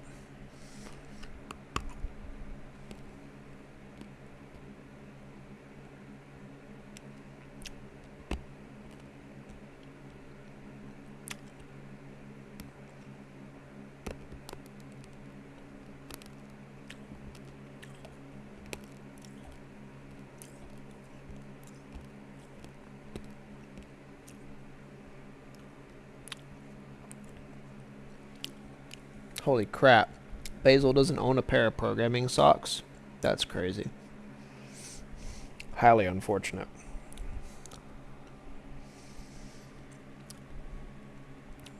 Alright, anyway. So, I want to just try this again with this new adjustment. Something doesn't seem right.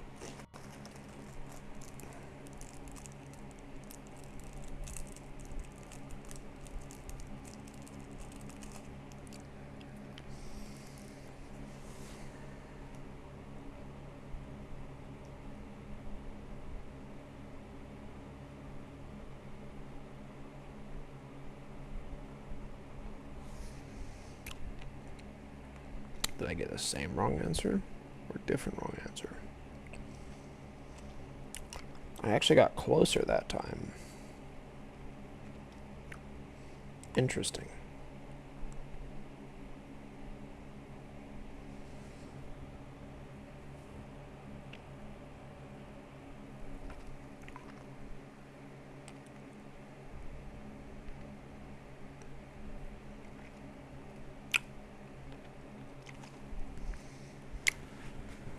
So it must be getting close to the right answer, but why is it not the right answer. How many was I off by? Let's see. This time I was, looks like 9 off. So it went 9 to the left or right. Too many.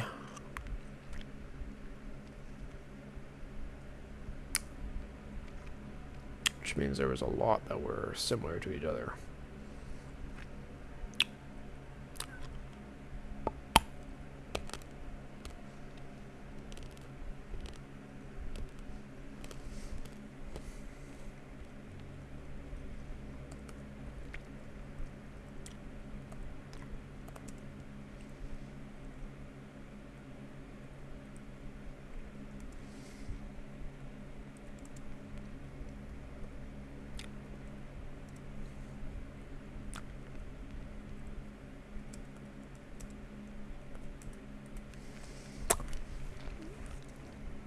So if they're equal to each other, maybe we want to know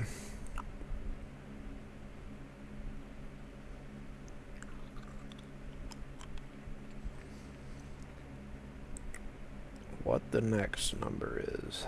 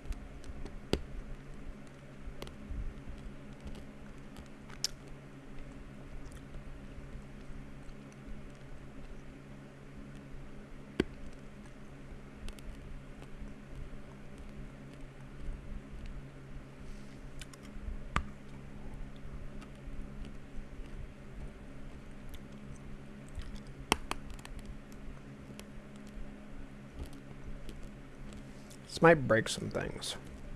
I'm not sure.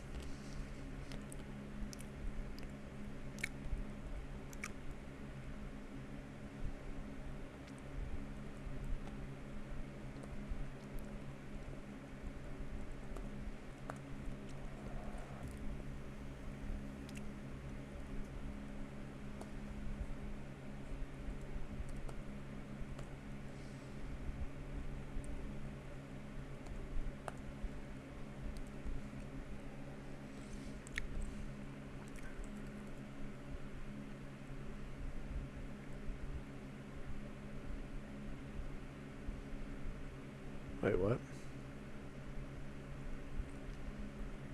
Uh-oh. Something's fucked up.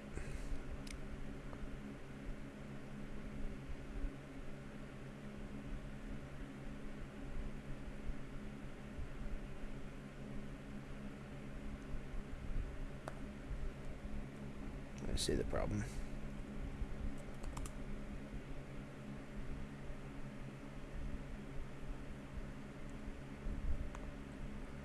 Let's skip this one.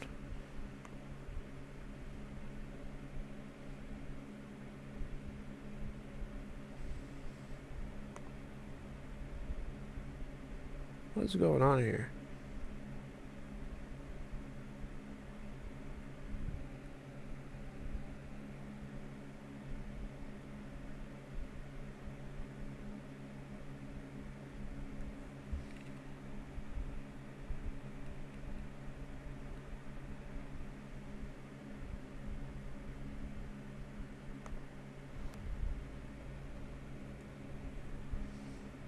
That'll work, I guess. Alright, let's see what we got here.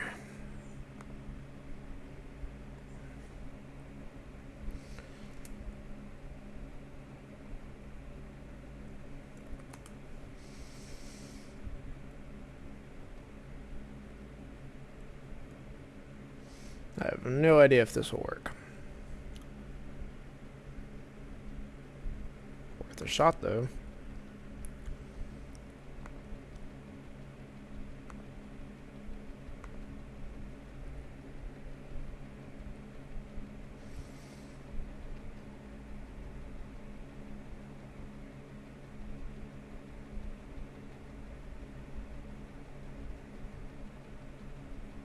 Wrong answer on test 9 again.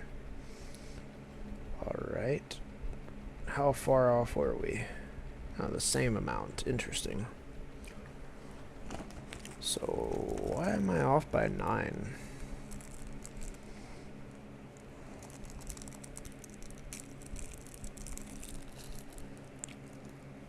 I just don't get it.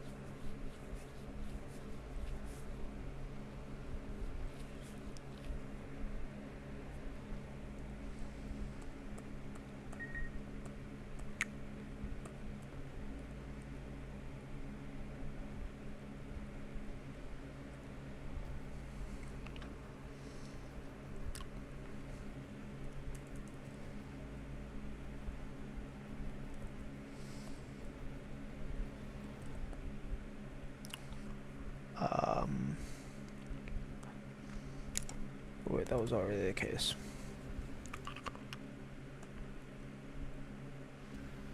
What in the world am I supposed to do about this?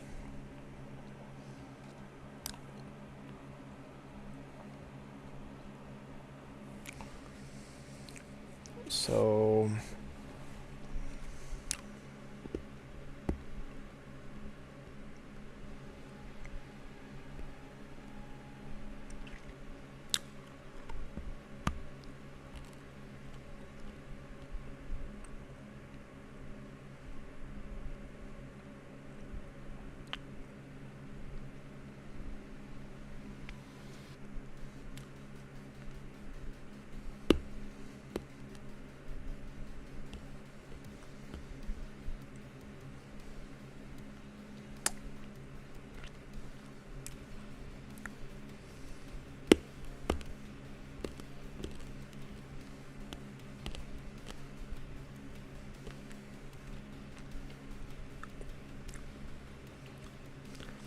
I don't get it.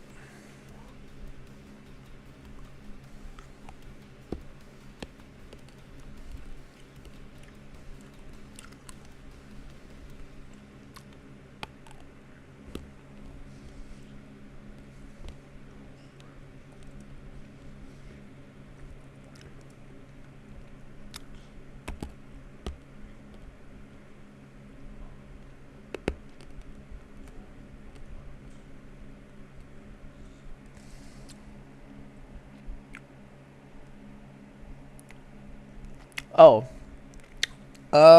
This is Go. This is Golang. And, I am actually using Arch. This is, Hyperland. The display environment is Hyperland. Or, yeah. or the window environment is Hyperlin. So I actually coded this stuff up here. It's just a little bit of CSS.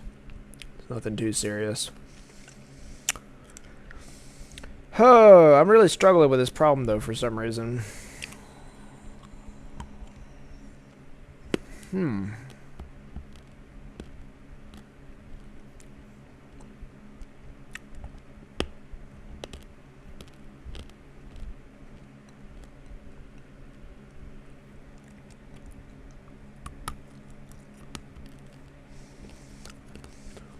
Why can't I figure this out? Why is this not working?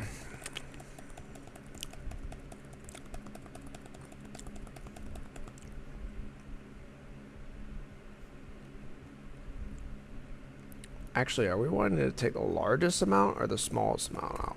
Just realized, I think we want to take the smallest amount out, don't we? No.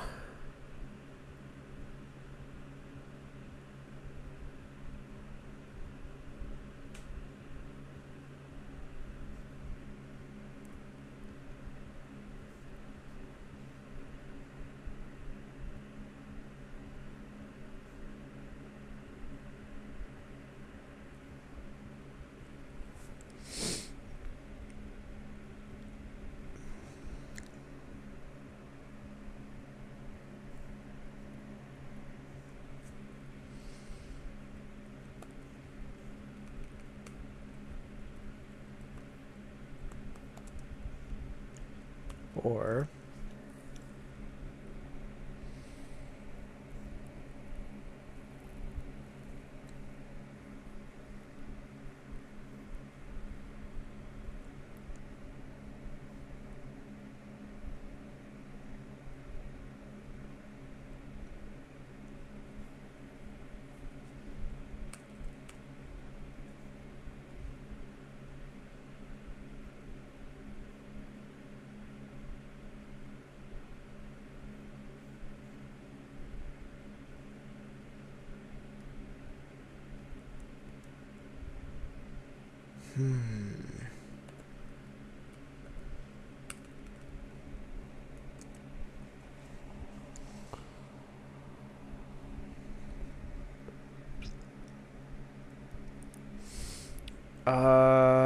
Lord have mercy, why is this so difficult for me? Let's see, so AL. No, wait. BT minus AL.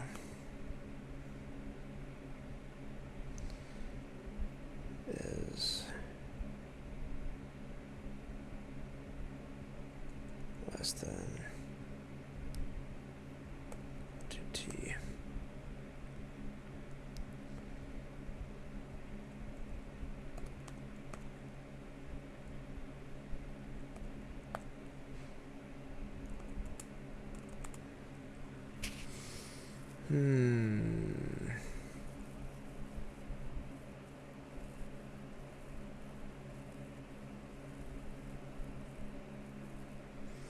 Just realized that my music has...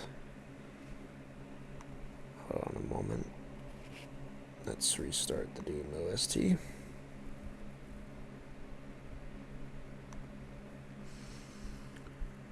Okay, let's think here.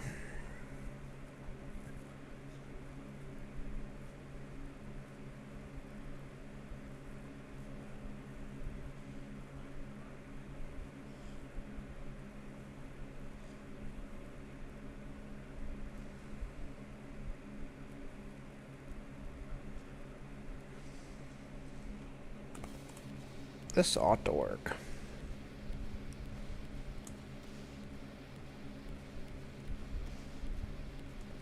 Perhaps.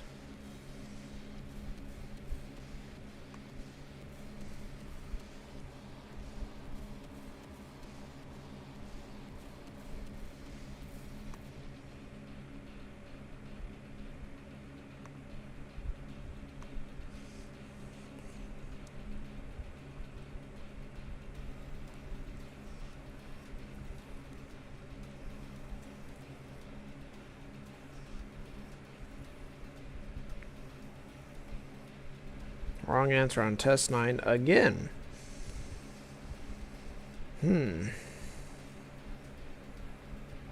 Now I'm even further away than I was before. Go figure.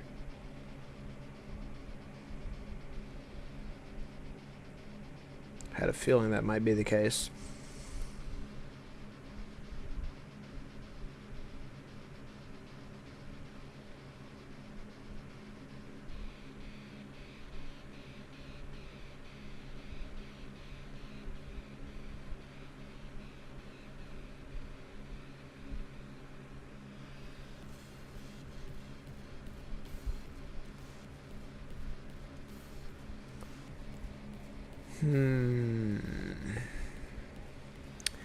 Can't quite fathom why this isn't working, to be totally honest.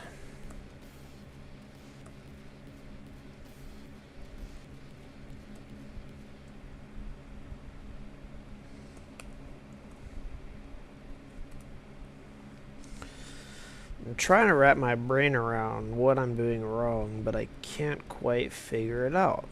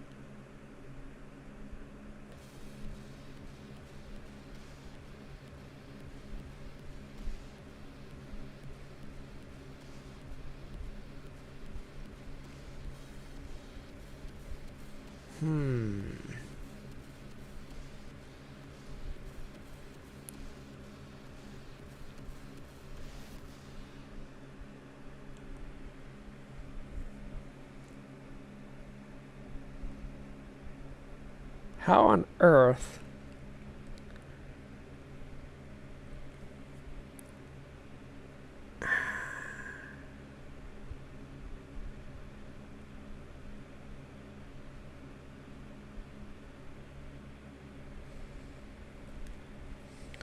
So let me check something.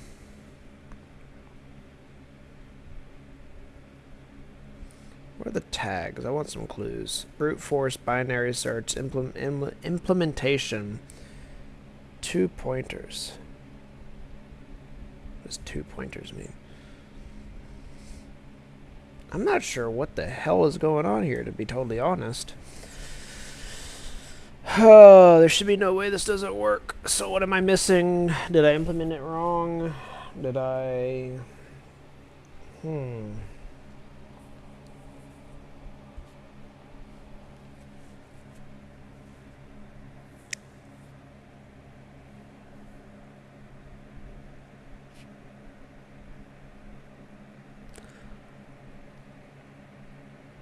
What circumstance would this code fail to get the right answer?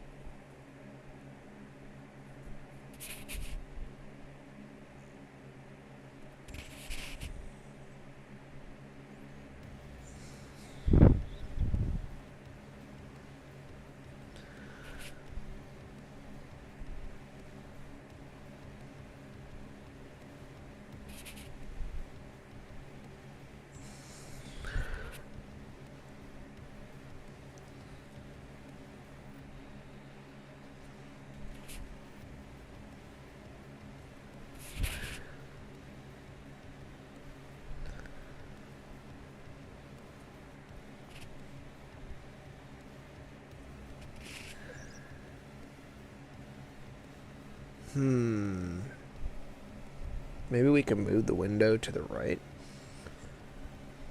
or left, depending on the situation.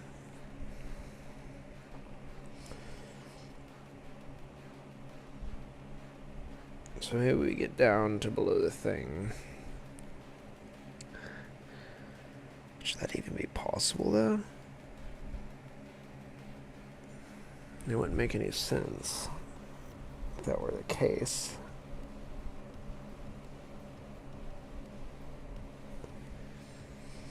I guess I could just write some sanity check code.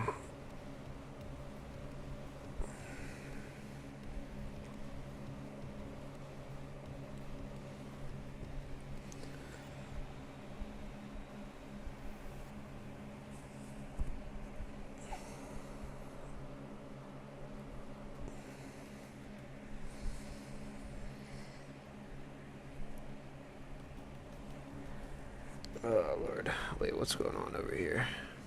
Oh, are they playing the... Oh, they're playing Basil's game. Dang it. I wanted to play it. Alright, well. Shit.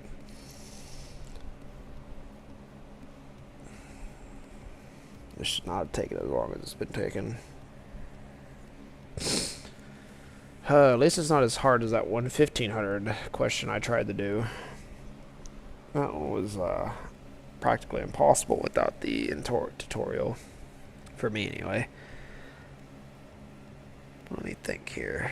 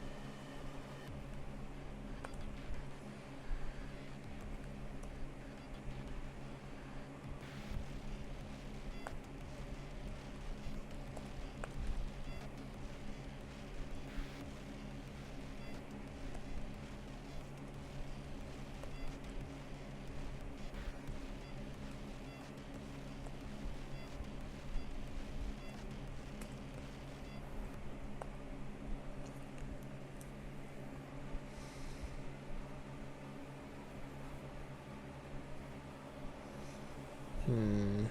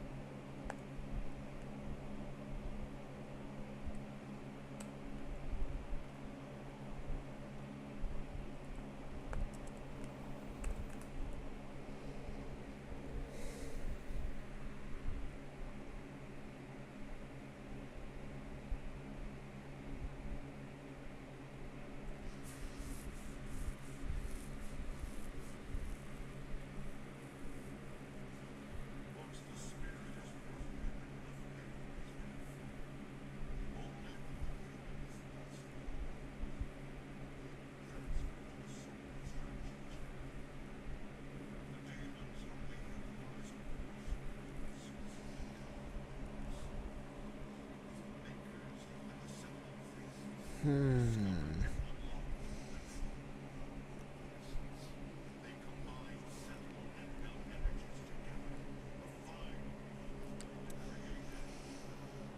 Else if... Holy lordy morty. This is not easy.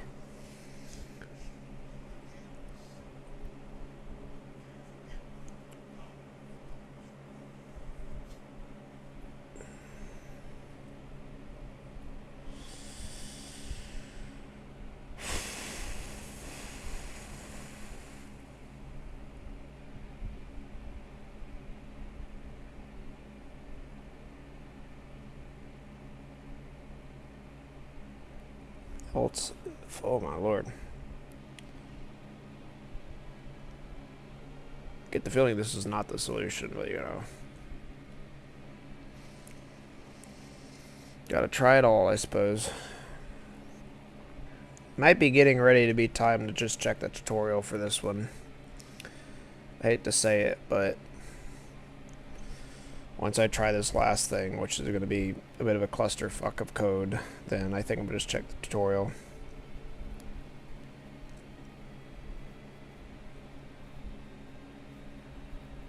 As much as I really don't want to.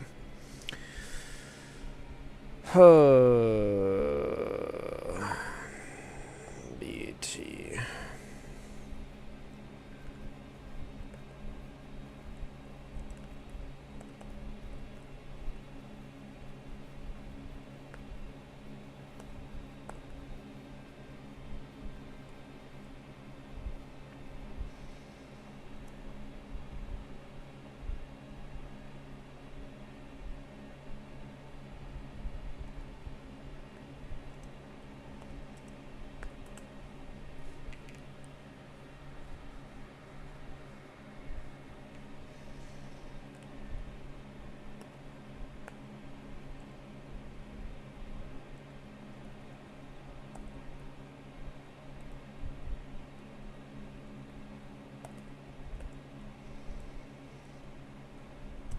seems like this would not do anything at all, actually.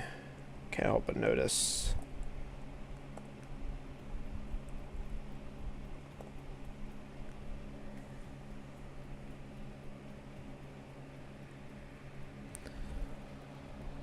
Relatively confident this is going to have zero effect on the outcome.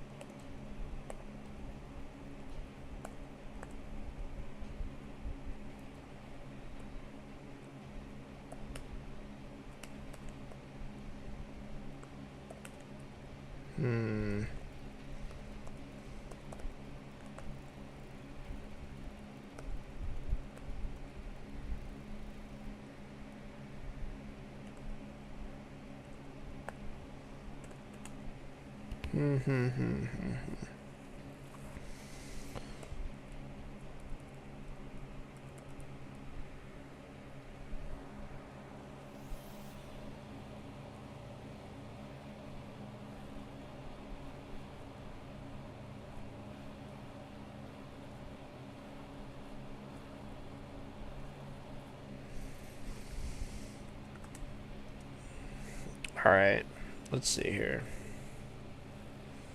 This is probably going to do absolutely nothing.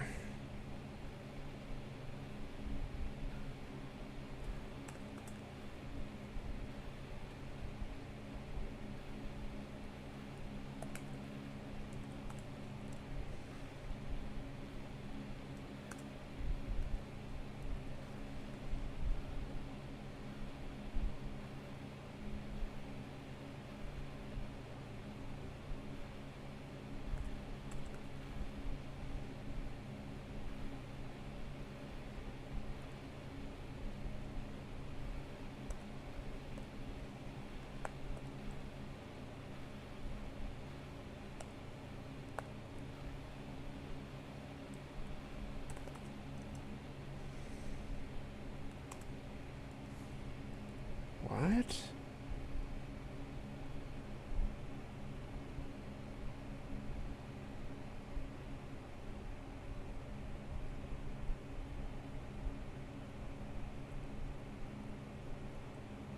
$48.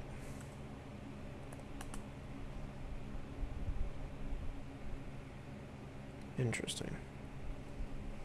Why is it even doing that?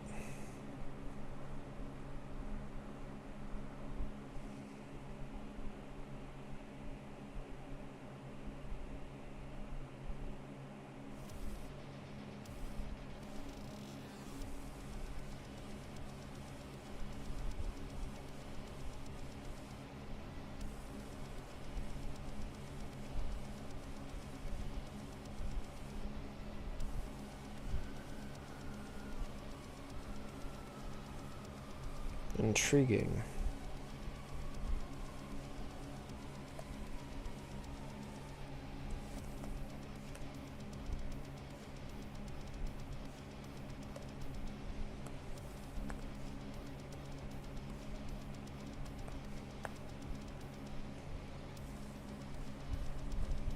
Oh, for fuck's sake. Alright. It's clear that I'm getting nowhere at this point. Taking me a while to realize that, but yeah, I'm getting nowhere. I'm gonna look at it. I'm gonna check out the tutorial. It's just not worth at this point going much further trying to figure this out. Kind of a waste of time because clearly I don't really have the correct idea here. Or I feel like I might have the correct algorithm or the idea for the algorithm, but not the correct algorithm. I think that's what's going on. So we're going to check out the tutorial as much as I really don't want to. We're going to see what kind of the answer is of sorts. Wait, where is the tutorial? Here it is. It's 2 tutorials. Interesting. Alright, 279B. What the? What? This is not... Huh? No, take me to the tutorial.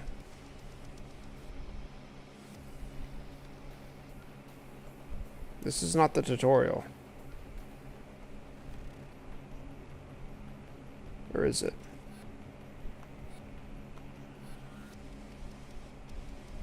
Oh, okay. The problem can be written in the following way. For each index I, denote Ri as the largest index, such as... Oh, fuck, I need to charge my headset now. It's mildly infuriating.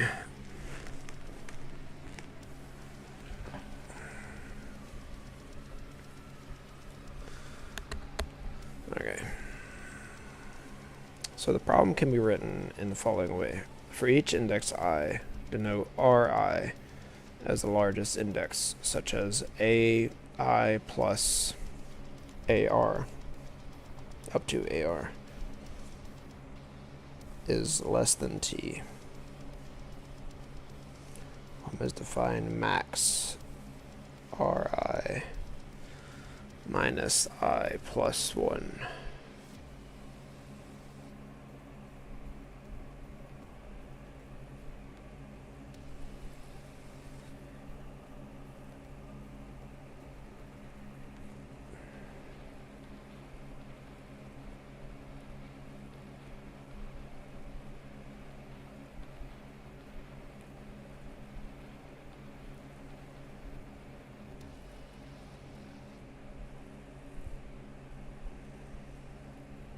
Once one can see that Ri are non-decreasing, problem can be solved with 2 pointers.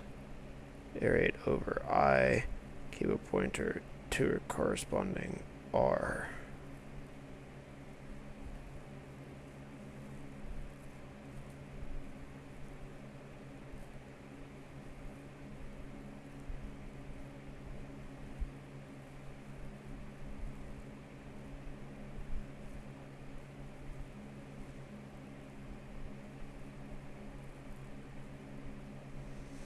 What?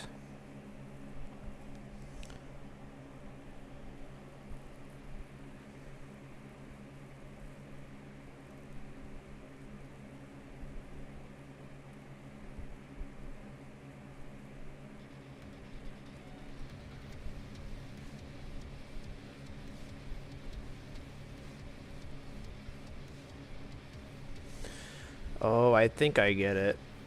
Maybe.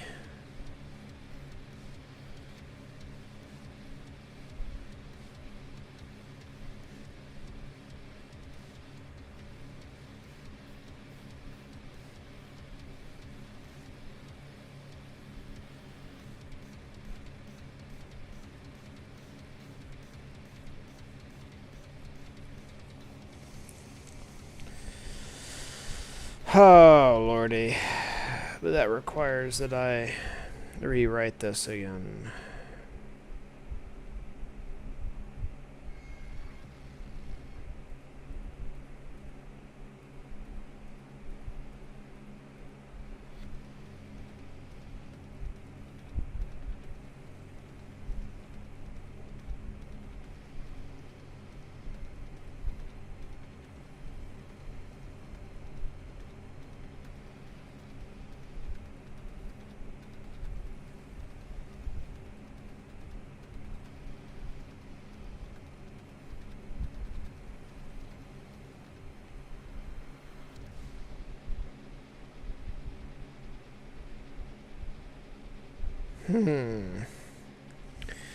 So I think I kind of get it, but I don't really get it. I'm not going to lie.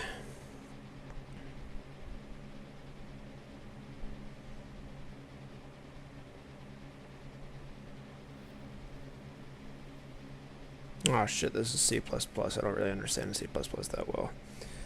Basically, they're iterating over it. Then while R is less than N and SM plus AR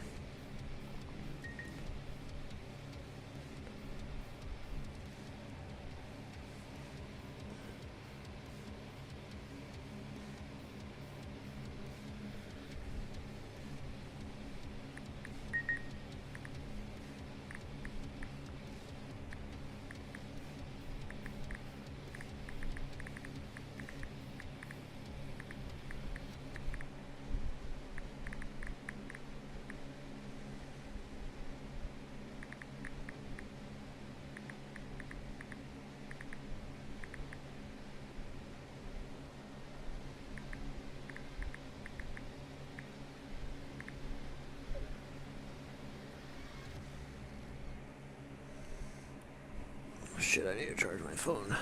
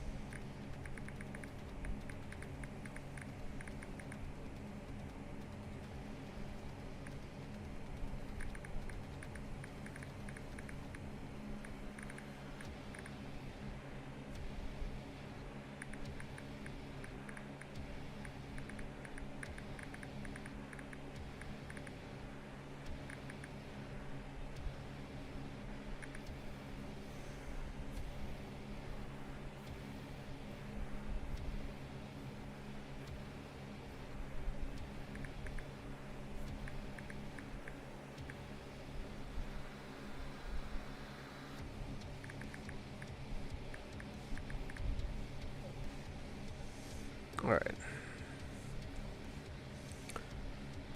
Alright. I'm running out of steam. I'm wondering if this might be a multi-part series here.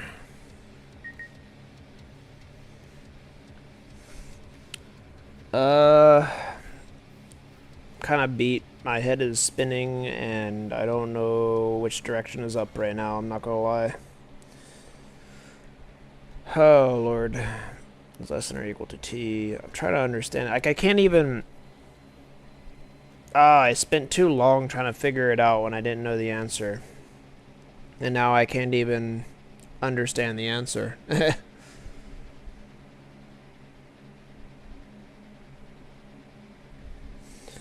Let's see here.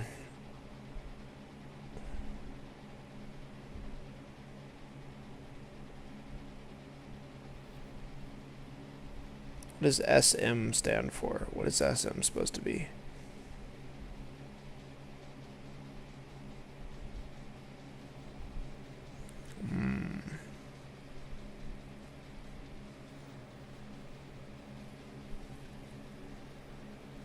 I mean, I could write this and go, but I'm not going to understand what it means per se.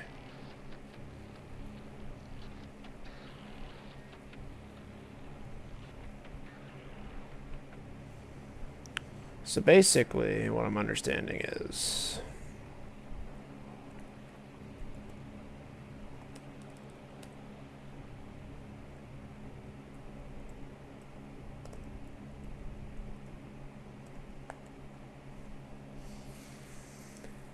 an ants.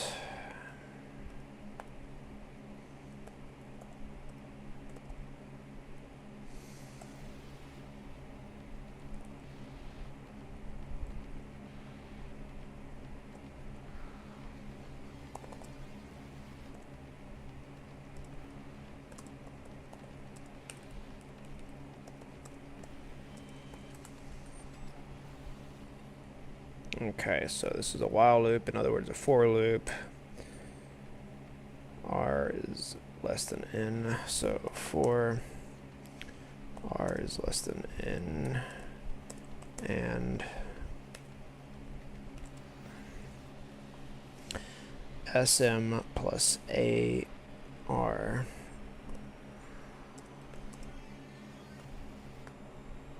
R is less than equal to T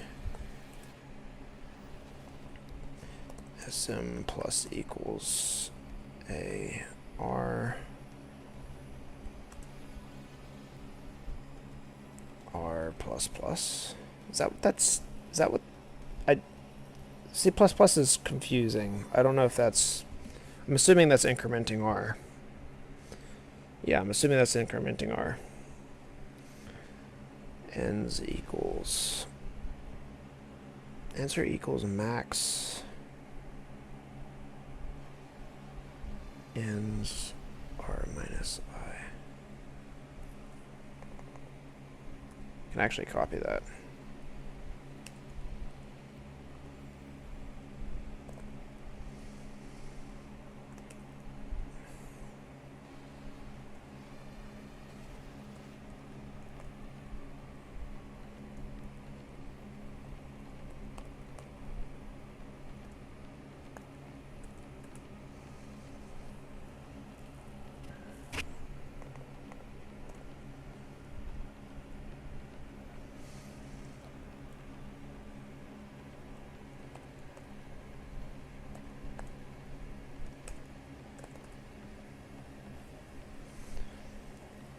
Count.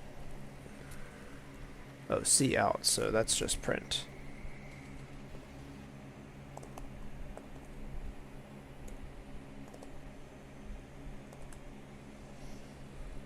Alright. So, seeing as we're on the stream, and I do want to break this down a little bit, let's see if we can figure out, even though my brain is like at maximum capacity right now, I'm not gonna lie, I really don't want to walk away from this not understanding why it works. I know I converted the code correctly from C++ to Go. It's not that complicated, but the question is, why does this work? So, let's see. What we're doing is we're basically ranging over the entire array, or in other words, n. Realistically, we could actually just range over A, but whatever. Actually,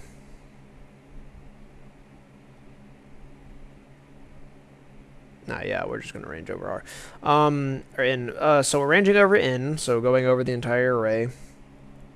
And then we're doing another for loop. And we're saying we're going to continue doing this for loop while R is less than N, right? So that makes sense, because obviously if R was greater than N, then we'd be outside the bounds of the array. And SM, which I'm not entirely sure what that's supposed to be. I think SM might be what was previously our DT, perhaps. DT, I think that was our DT. I think that was originally our DT. So I'm gonna quickly, so that way we can kind of make sense of this. based on what we've already worked on. Don't have to relearn variables. So we're going to just call that dt, because I think that's what that is. I think that's dt. So as long as dt, so our, no, not dt. Why did I call it dt? It's bt. Oh my lord, my brain is just completely gone. dt, we're gonna switch that with bt. That's what that's supposed to be. So book time, or really could be reading time. RT, so like RT for read time. Yeah, let's do that. So read time, amount of time read. I like that. Yeah, okay. So we're gonna do it for RT instead. So our read time. So and our read time plus a R. So assuming that's like a rightmost value.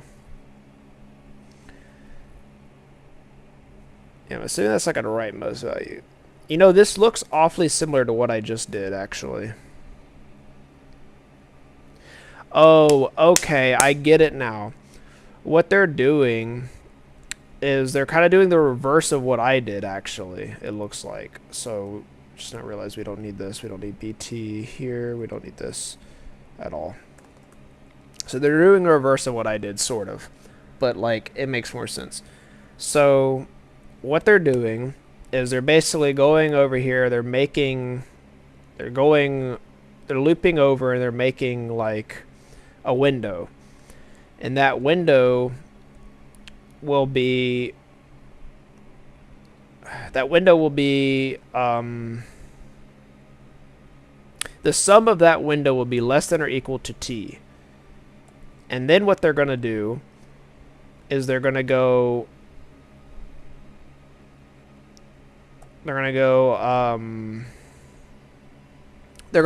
set their answer to the larger of the two values between answer and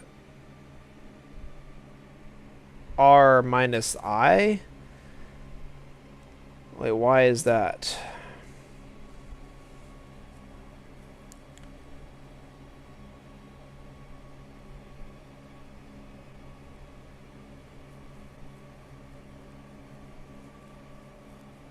Oh, I get it.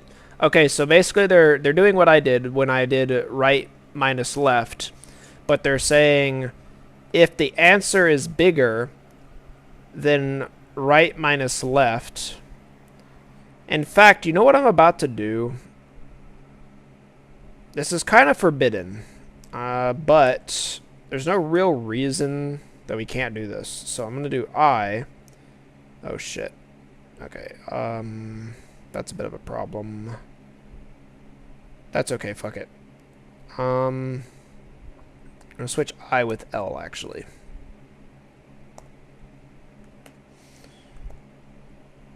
The reason why, now that's gonna fuck up this, but that's okay.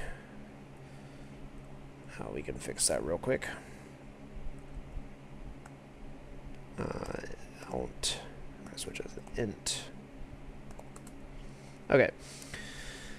So the reason why I'm doing that is because it is effectively a right and left value, but we're getting our right value, right window value at the beginning here, and then we're going, all right, which is greater, r minus L, our current r minus our current L, or our current answer. And if our current answer is greater, then it's gonna stay that. If right minus L is greater, then it's gonna become that, which makes sense. And then what they're gonna do is they're going to subtract from the read time the leftmost value. They're gonna subtract from the read time the leftmost value. And they're going to continue to do that until they get to the very end of the array. And what's going to end up happening is because they're using this max function, even though this is going to end up making a window smaller than our answer, our answer will only ever change if we find a bigger value. This makes so much more sense than what I did, and I don't know why I didn't come up with it. I think I struggle to use max in this way, to be honest. For some reason, this is how it's really meant to be used to begin with, but I think of max more of like a limiting function, which it kind of is / isn't. It's really meant for stuff like this, and I should get better at that. But I think I understand their implementation now, and it makes a lot more sense than what I did. However, I will say that had my version of it worked, I think it would have been faster. I don't know. Let's see. All right, we know this is probably going to work, but let's just see. Let's see how fast it really is. Oh, wow. Never mind. Never mind. I take it back. Their implementation is way faster. Holy shit. So, you might be wondering, if you know anything about big O notation, you might be wondering, well, if this for loop is here, isn't this turning this big O notation to O n squared? And the answer is actually no. It's actually at most, at best, it's O of n plus n, which is still just O of n, if you know how a big O notation works. So, the reason why is because it only does this for loop once, right? At the beginning of this for loop. And then we only increment this down one, or increment this forward one. Yeah, we only increment forward one each time. And then we only increment one or two times, or we only increment a little bit more on the rightmost value if it can actually go that far, if that makes sense. So, in other words, I think this is O of n. Am I crazy? Hold on a minute. This might not be O of n, actually. Hold on a minute. It doesn't really say... Interesting. It actually doesn't mention whether or not it's O of n or not.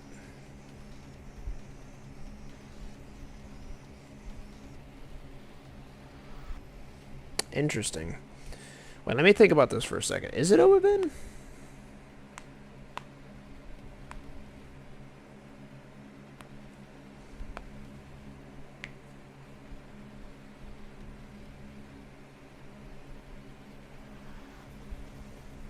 Seven. No, I'm not. I'm streaming right now. On YouTube.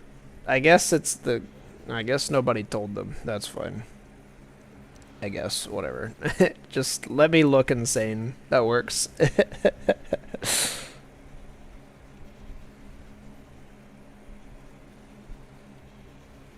What? That's not true, Basil. Don't even say that. You know that's not true. I wouldn't steal you just to program. I mean, we've worked together, but like, I wouldn't take you from a public VC just so I could program while you're in the VC. Oh.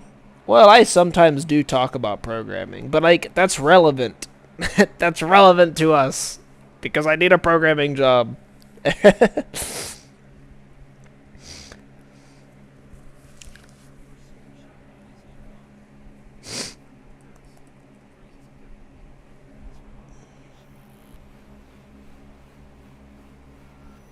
Yeah, that's true. That's fair. But, like, what I'm saying is the reason I talk about it is because I'm trying to express, like, progress. Because the closer I get to the 1800 range in this Codeforces website is the faster I can get a job. Which is, like, good for the both of us. Anyway. Although I'm talking about this on the stream now all of a sudden.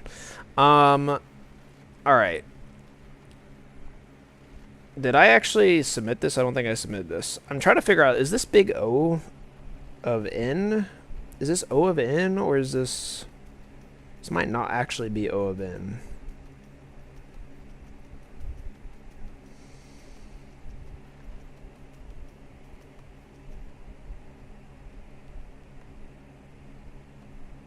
I think this might be O of N times 2 at best, so it's still O of N. Yeah, so it's O of N. It's O of N. I'm waving it off. It's O of N. Anyway. So, hopefully, since we followed the tutorial this time, this will work. And I have some relative confidence in the tutorial, so... As soon as this goes through... Whoa, what the heck? As soon as this finishes, I'm just going to call it a night on the stream.